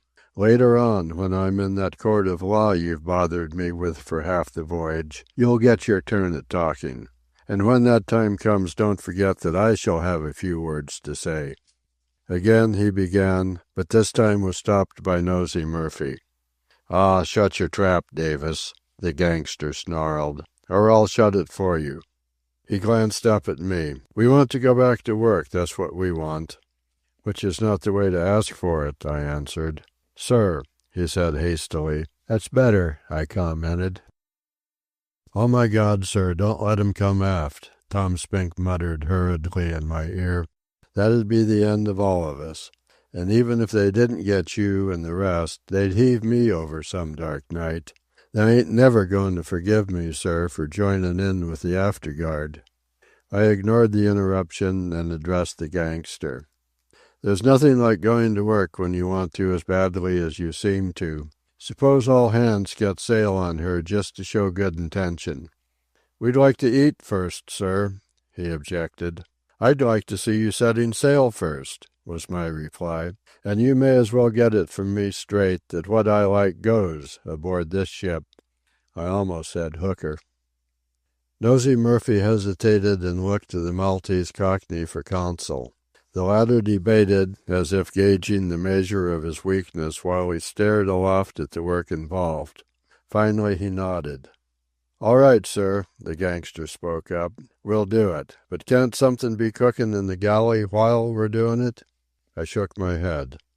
"I didn't have that in mind, and I don't care to change my mind now. When every sail is stretched and every yard braced, and all that mess of gear cleared up, food for a good meal will be served out. You needn't bother about the spanker nor the mizzen braces. We'll make your work lighter by that much." In truth, as they climbed aloft, they showed how miserably weak they were. There were some too feeble to go aloft. Poor Sundry Byers continually pressed his abdomen as he toiled around the deck capstans, and never was Nancy's face quite so forlorn as when he obeyed the Maltese Cockney's command and went up to loose the mizzen skysail. In passing, I must note one delicious miracle that was worked before our eyes. They were hoisting the mizzen upper topsail yard by means of one of the patent deck capstans. Although they had reversed the gear so as to double the purchase, they were having a hard time of it. Lars Jacobson was limping on his twice-broken leg, and with him were Sundry Byers, Tony the Greek, Bombini, and Mulligan Jacobs. Nosey Murphy held the turn. When they stopped from sheer exhaustion, Murphy's glance chanced to fall on Charles Davis, the one man who had not worked since the outset of the voyage, and who was not working now. "Bear a hand, Davis," the gangster called. Margaret gurgled low laughter in my ear as she caught the drift of the episode. The sea lawyer looked at the other in amazement ere he answered, "I guess not." After nodding Sundry Byers over to him to take the turn, Murphy straightened his back and walked close to Davis, then said very quietly, "I guess yes." That was all. For a space neither spoke. Davis seemed to be giving the matter judicial consideration. The men at the capstan panted, rested, and looked on, all save Bombini, who slunk across the deck until he stood at Murphy's shoulder. Under such circumstances, the decision Charles Davis gave was eminently the right one, although even then he offered a compromise. "I'll hold the turn," he volunteered. "You'll lump around one of them capstan bars," Murphy said. The sea lawyer made no mistake. He knew in all absoluteness that he was choosing between life and death, and he limped over to the capstan and found his place. And as the work started, and as he toiled around and around the narrow circle, Margaret and I shamelessly and loudly laughed our approval. And our men stole forward along the poop to peer down at the spectacle of Charles Davis at work. All of which must have pleased Nosey Murphy, for, as he continued to hold the turn and coil down, he kept a critical eye on Davis. "More juice, Davis," he commanded with an abrupt sharpness, and Davis, with a startle, visibly increased his efforts. This was too much for our fellows who, Asiatics and all, applauded with laughter and hand-clapping. And what could I do? It was a gala day, and our faithful ones deserved some little recompense of amusement. So I ignored the breach of discipline and of poop etiquette by strolling away aft with Margaret. At the wheel was one of our storm waifs. I set the course due east for Valparaiso and sent the steward below to bring up sufficient food for one substantial meal for the mutineers. "When do we get our next grub, sir?" Nosey Murphy asked, as the steward served the supplies down to him from the poop. "At midday," I answered, "and as long as you and your gang are good, you'll get your grub 3 times each day. You can choose your own watches any way you please. But the ship's work must be done and done properly. If it isn't, then the grub stops. That will do. Now go forward." "One thing more, sir," he said quickly. "Bert Rhine is awful bad. He can't see, sir. It looks like he's going to lose his face. He can't sleep. He groans all the time." It was a busy day. I made a selection of things from the medicine chest for the acid-burned gangster, and, finding that Murphy knew how to manipulate a hypodermic syringe, entrusted him with one. Then, too, I practiced with the sextant, and think I fairly caught the sun at noon and correctly worked up the observation. But this is latitude, and is comparatively easy. Longitude is more difficult, but I am reading up on it. All afternoon a gentle northerly fan of air snored the Elsinore through the water at a 5-knot clip, and our course lay east for land, for the habitation of man, for the law and order that men institute whenever they organize into groups. Once in Valparaiso, with police flag flying, our mutineers will be taken care of by the shore authorities. Another thing I did was to rearrange our watches aft so as to split up the 3 storm visitors. Margaret took one in her watch along with the 2 sailmakers, Tom Spink and Lewis. Lewis is half white and all trustworthy, so that, at all times, on deck or below, he is told off to the task of never letting the topaz-eyed one out of his sight. In my watch are the steward, Buckwheat, Wada, and the other 2 topaz-eyed ones. And to one of these Wada is told off, and to the other is assigned the steward. We are not taking any chances. Always, day and night, on duty or off, these storm strangers will have one of our proved men watching them. Yes, and I tried the stranger men out last evening. It was after a council with Margaret. She was sure, and I agreed with her, that the men forward are not blindly yielding to our bringing them in to be prisoners in Valparaiso. As we tried to forecast it, their plan is to desert the Elsinore and the boats as soon as we fetch up with the land. Also, considering some of the bitter lunatic spirits forward, there would be a large chance of their drilling the Elsinore's steel sides and scuttling her ere they took to the boats. For scuttling a ship is surely as ancient a practice as mutiny on the high seas. So it was at 1 a.m. that I tried out our strangers. 2 of them I took forward with me in the raid on the small boats. One I left beside Margaret, who kept charge of the poop. On the other side of him stood the steward with his big hacking knife. By signs I had made it clear to him and to his 2 comrades who were to accompany me forward that at the first sign of treachery he would be killed. And not only did the old steward, with signs emphatic and unmistakable, pledge himself to perform the execution, but we were all convinced that he was eager for the task. With Margaret I also left Buckwheat and Tom Spink. Wada, the 2 sailmakers, Lewis, and the 2 topaz-eyed ones accompanied me. In addition to fighting weapons, we were armed with axes. We crossed the main deck unobserved, gained the bridge by way of the midship house, and by way of the bridge gained the top of the forward house. Here were the first boats we began work on, but first of all I called in the lookout from the forecastle head. He was Mulligan Jacobs, and he picked his way back across the wreck of the bridge where the fore-topgallant yard still lay, and came up to me unafraid, as implacable and bitter as ever. "Jacobs," I whispered, "you are to stay here beside me until we finish the job of smashing the boats. Do you get that?" As though it could frighten me, he growled all too loudly. "Go ahead for all I care. I know your game. And I know the game of the hell's maggots under our feet this minute. 'Tis they that'd desert in the boats. 'Tis you that'll smash the boats and jail 'em kit and crew." "Shh," I vainly interpolated. "What of it?" he went on as loudly as ever. "They're sleeping with full bellies. The only night watch we keep is the lookout.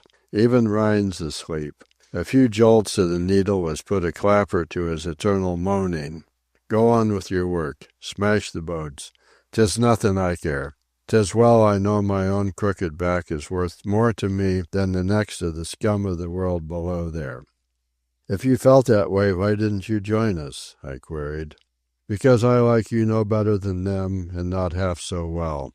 They're what you and your fathers have made 'em. And who in hell are you and your fathers? Robbers of the toil of men. I like them little, I like you and your fathers not at all. Only I like myself and me crooked back that's a livin' proof there ain't no God and makes Browning a liar." "Join us now," I urged, meeting him in his mood. "It will be easier for your back." "To hell with you," was his answer. "Go ahead and smash the boats. You can hang some of them, but you can't touch me with the law. 'Tis me that's a crippled creature of circumstance, too weak to raise a hand against any man, a feather blown about by the windy contention of men strong in their back and brainless in their heads." "As you please," I said. "As I can't help pleasin'," he retorted, "bein' what I am and so made for the little flash between the darknesses which men call life. And why couldn't I have been the butterfly, or a fat pig in a full trough, or a mere mortal man with a straight back and women to love me? Go on and smash the boats. Play hell to the top of your bent. Like me, you'll end in the darkness. And your darkness'll be as dark as mine." "A full belly puts the spunk back into you," I sneered. "'Tis on an empty belly that the juice of my dislike turns to acid. Go on and smash the boats." "Whose idea was the sulfur?" I asked. "I'm not telling you the man, but I envied him until it showed failure. And whose idea was it to douse the sulfuric into Rhine's face? He'll lose that same face from the way it's shutting." "Nor will I tell you," I said, "though I will tell you that I am glad the idea was not mine." "Oh well," he muttered cryptically. "Different customs on different ships, as the cook said when he went forward to cast off the spanker sheet." Not until the job was done and I was back on the poop did I have time to work out the drift of that last figure in its terms of the sea. Mulligan Jacobs might have been an artist, a philosophic poet, had he not been born crooked with a crooked back. And we smashed the boats. With axes and sledges it was an easier task than I had imagined. On top of both houses we left the boats masses of splintered wreckage, the topaz-eyed ones working most energetically, and we regained the poop without a shot being fired. The forecastle turned out, of course, at our noise, but made no attempt to interfere with us. And right here I register another complaint against the sea novelists. A score of men forward, desperate all, with desperate deeds behind them, and jail and the gallows facing them not many days away, should have only begun to fight. And yet this score of men did nothing while we destroyed their last chance for escape. "But where did they get the grub?" the steward asked me afterwards. This question he has asked me every day since the first day Mr. Pike began cudgeling his brains over it. I wondered, had I asked Mulligan Jacobs the question, if he would have told me. At any rate, in court at Valparaiso that question will be answered. In the meantime, I suppose I shall submit to having the steward ask me it daily. "It is murder and mutiny on the high seas," I told them this morning, when they came aft in a body to complain about the destruction of the boats and to demand my intentions. And as I looked down upon the poor wretches from the break of the poop, standing there in the high place, the vision of my kind down all its mad, violent, and masterful past was strong upon me. Already, since our departure from Baltimore, 3 other men, masters, had occupied this high place and gone their way. The samurai, Mr. Pike, and Mr. Malaire. I stood there, 4th, no seaman, merely a master by the blood of my ancestors, and the work of the Elsinore in the world went on. Bert Rhine, his head and face swathed in bandages, stood there beneath me, and I felt for him a tingle of respect. He, too, in a subterranean, ghetto way, was master over his rats. Nosey Murphy and Kid Twist stood shoulder to shoulder with their stricken gangster leader. It was his will, because of his terrible injury, to get into land and doctors as quickly as possible. He preferred taking his chance in court against the chance of losing his life, or, perhaps, his eyesight. The crew was divided against itself, and Isaac Chance, the Jew, his wounded shoulder with a hunch to it, seemed to lead the revolt against the gangsters. His wound was enough to convict him in any court, and well he knew it. Beside him, and at his shoulders, clustered the Maltese Cockney, Andy Fay, Arthur Deacon, Frank Fitzgibbon, Richard Giller, and John Hackey. In another group still allegiant to the gangsters were men such as Shorty, Sorensen, Lars Jacobson, and Larry. Charles Davis was prominently in the gangster group. A 4th group was composed of Sundry Byers, Nancy, and Tony the Greek. This group was distinctly neutral. And finally, unaffiliated, quite by himself, stood Mulligan Jacobs, listening, I fancy, to far echoes of ancient wrongs, and feeling, I doubt not, the bite of the iron-hot hooks in his brain. "What are you going to do with us, sir?" Isaac Chance demanded of me, in defiance to the gangsters who were expected to do the talking. Bert Rhine lurched angrily toward the sound of the Jew's voice. Chance's partisans drew closer to him. "Jail you," I answered from above, "and it shall go as hard with all of you as I can make it hard." "Maybe you will and maybe you won't," the Jew retorted. "Shut up, Chance," Bert Rhine commanded. "And you'll get yours, you wop," Chance snarled, "if I have to do it myself."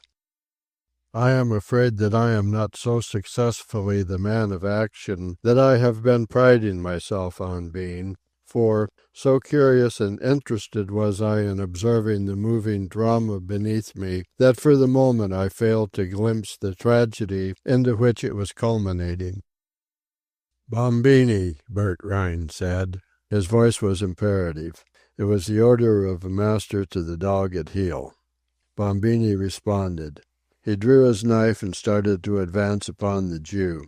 But a deep rumbling, animal-like in its sound and menace, arose in the throats of those about the Jew.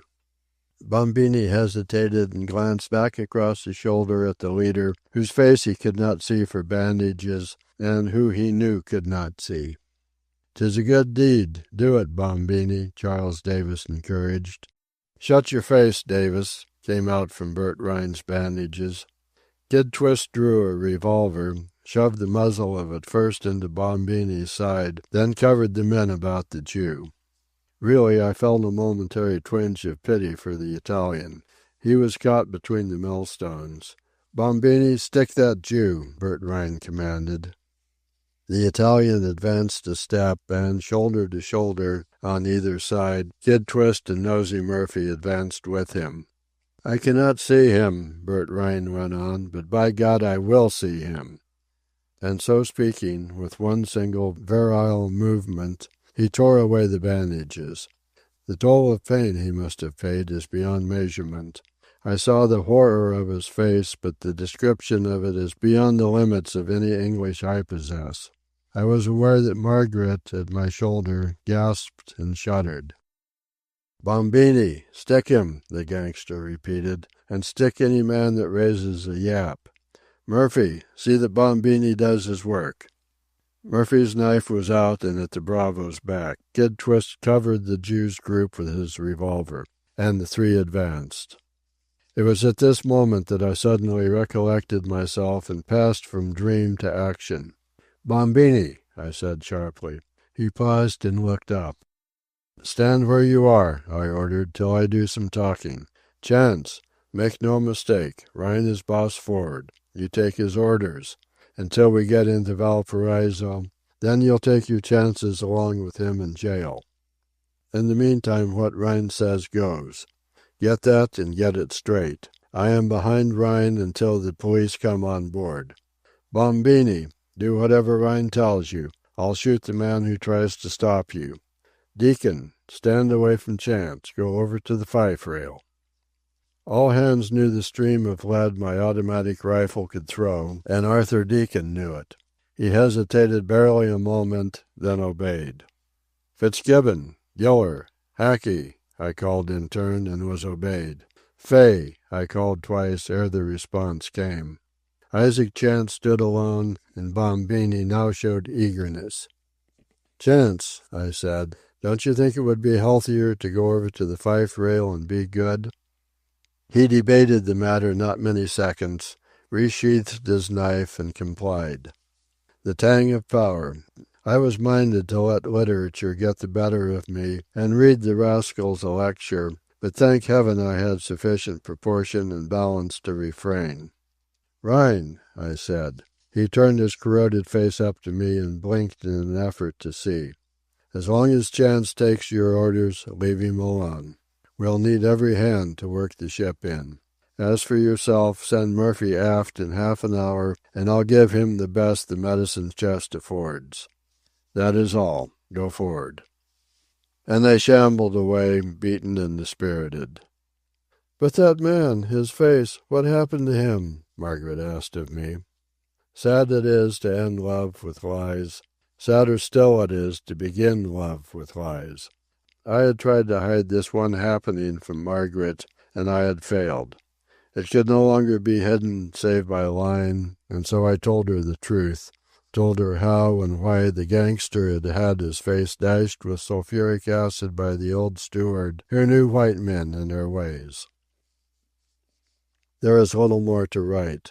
The mutiny of the Elsinore is over. The divided crew is ruled by the gangsters, who are as intent on getting their leader into port as I am intent on getting all of them into jail. The first lap of the voyage of the Elsinore draws to a close. 2 days, at most, with our present sailing, will bring us into Valparaiso. And then, as beginning a new voyage, the Elsinore will depart for Seattle. One thing more remains for me to write, and then this strange log of a strange cruise will be complete. It happened only last night. I am yet fresh from it, in a thrill with it, and with the promise of it. Margaret and I spent the last hour of the second dog watch together at the break of the poop. It was good again to feel the Elsinore yielding to the wind pressure on her canvas, to feel her slipping and sliding through the water in an easy sea. Hidden by the darkness, clasped in each other's arms, we talked love and love plans. Nor am I ashamed to confess I was all for immediacy. Once in Valparaiso, I contended, We would fit out the Elsinore with fresh crew and officers and send her on her way. As for us, steamers and rapid traveling would fetch us quickly home. Furthermore, Valparaiso being the place where such things as licenses and ministers obtained, we would be married ere we caught the fast steamers for home. But Margaret was obdurate. The Wests have always stood by their ships, she urged, had always brought their ships into the ports intended, or had gone down with their ships in the effort. The Elsinore had cleared from Baltimore for Seattle with the Wests in the high place. The Elsinore would re-equip with officers and men in Valparaiso, and the Elsinore would arrive in Seattle with the West still on board. But think, dear heart, I objected, the voyage will require months. Remember what Henley has said, every kiss we take or give leaves us less of life to live. She pressed her lips to mine. We kiss, she said, but I was stupid. Oh, the weary, weary months, I complained. You dear silly, she gurgled. Don't you understand? I understand only that it is many 1,000 miles from Valparaiso to Seattle, I answered. You won't understand, she challenged. I am a fool, I admitted. I am aware of only one thing. I want you. I want you. You are a dear, but you are very, very stupid, she said, and as she spoke she caught my hand and pressed the palm of it against her cheek. What do you feel? She asked. Hot cheeks, cheeks most hot. I am blushing for what your stupidity compels me to say, she explained. You have already said that such things as licenses and ministers obtained in Valparaiso, and well... You mean? I stammered. Just that, she confirmed. The honeymoon shall be on the Elsinore from Valparaiso all the way to Seattle, I rattled on. The many thousands of miles, the weary, weary months, she teased in my own intonations, until I stifled her teasing with my lips. End of The Mutiny of the Elsinore by Jack London.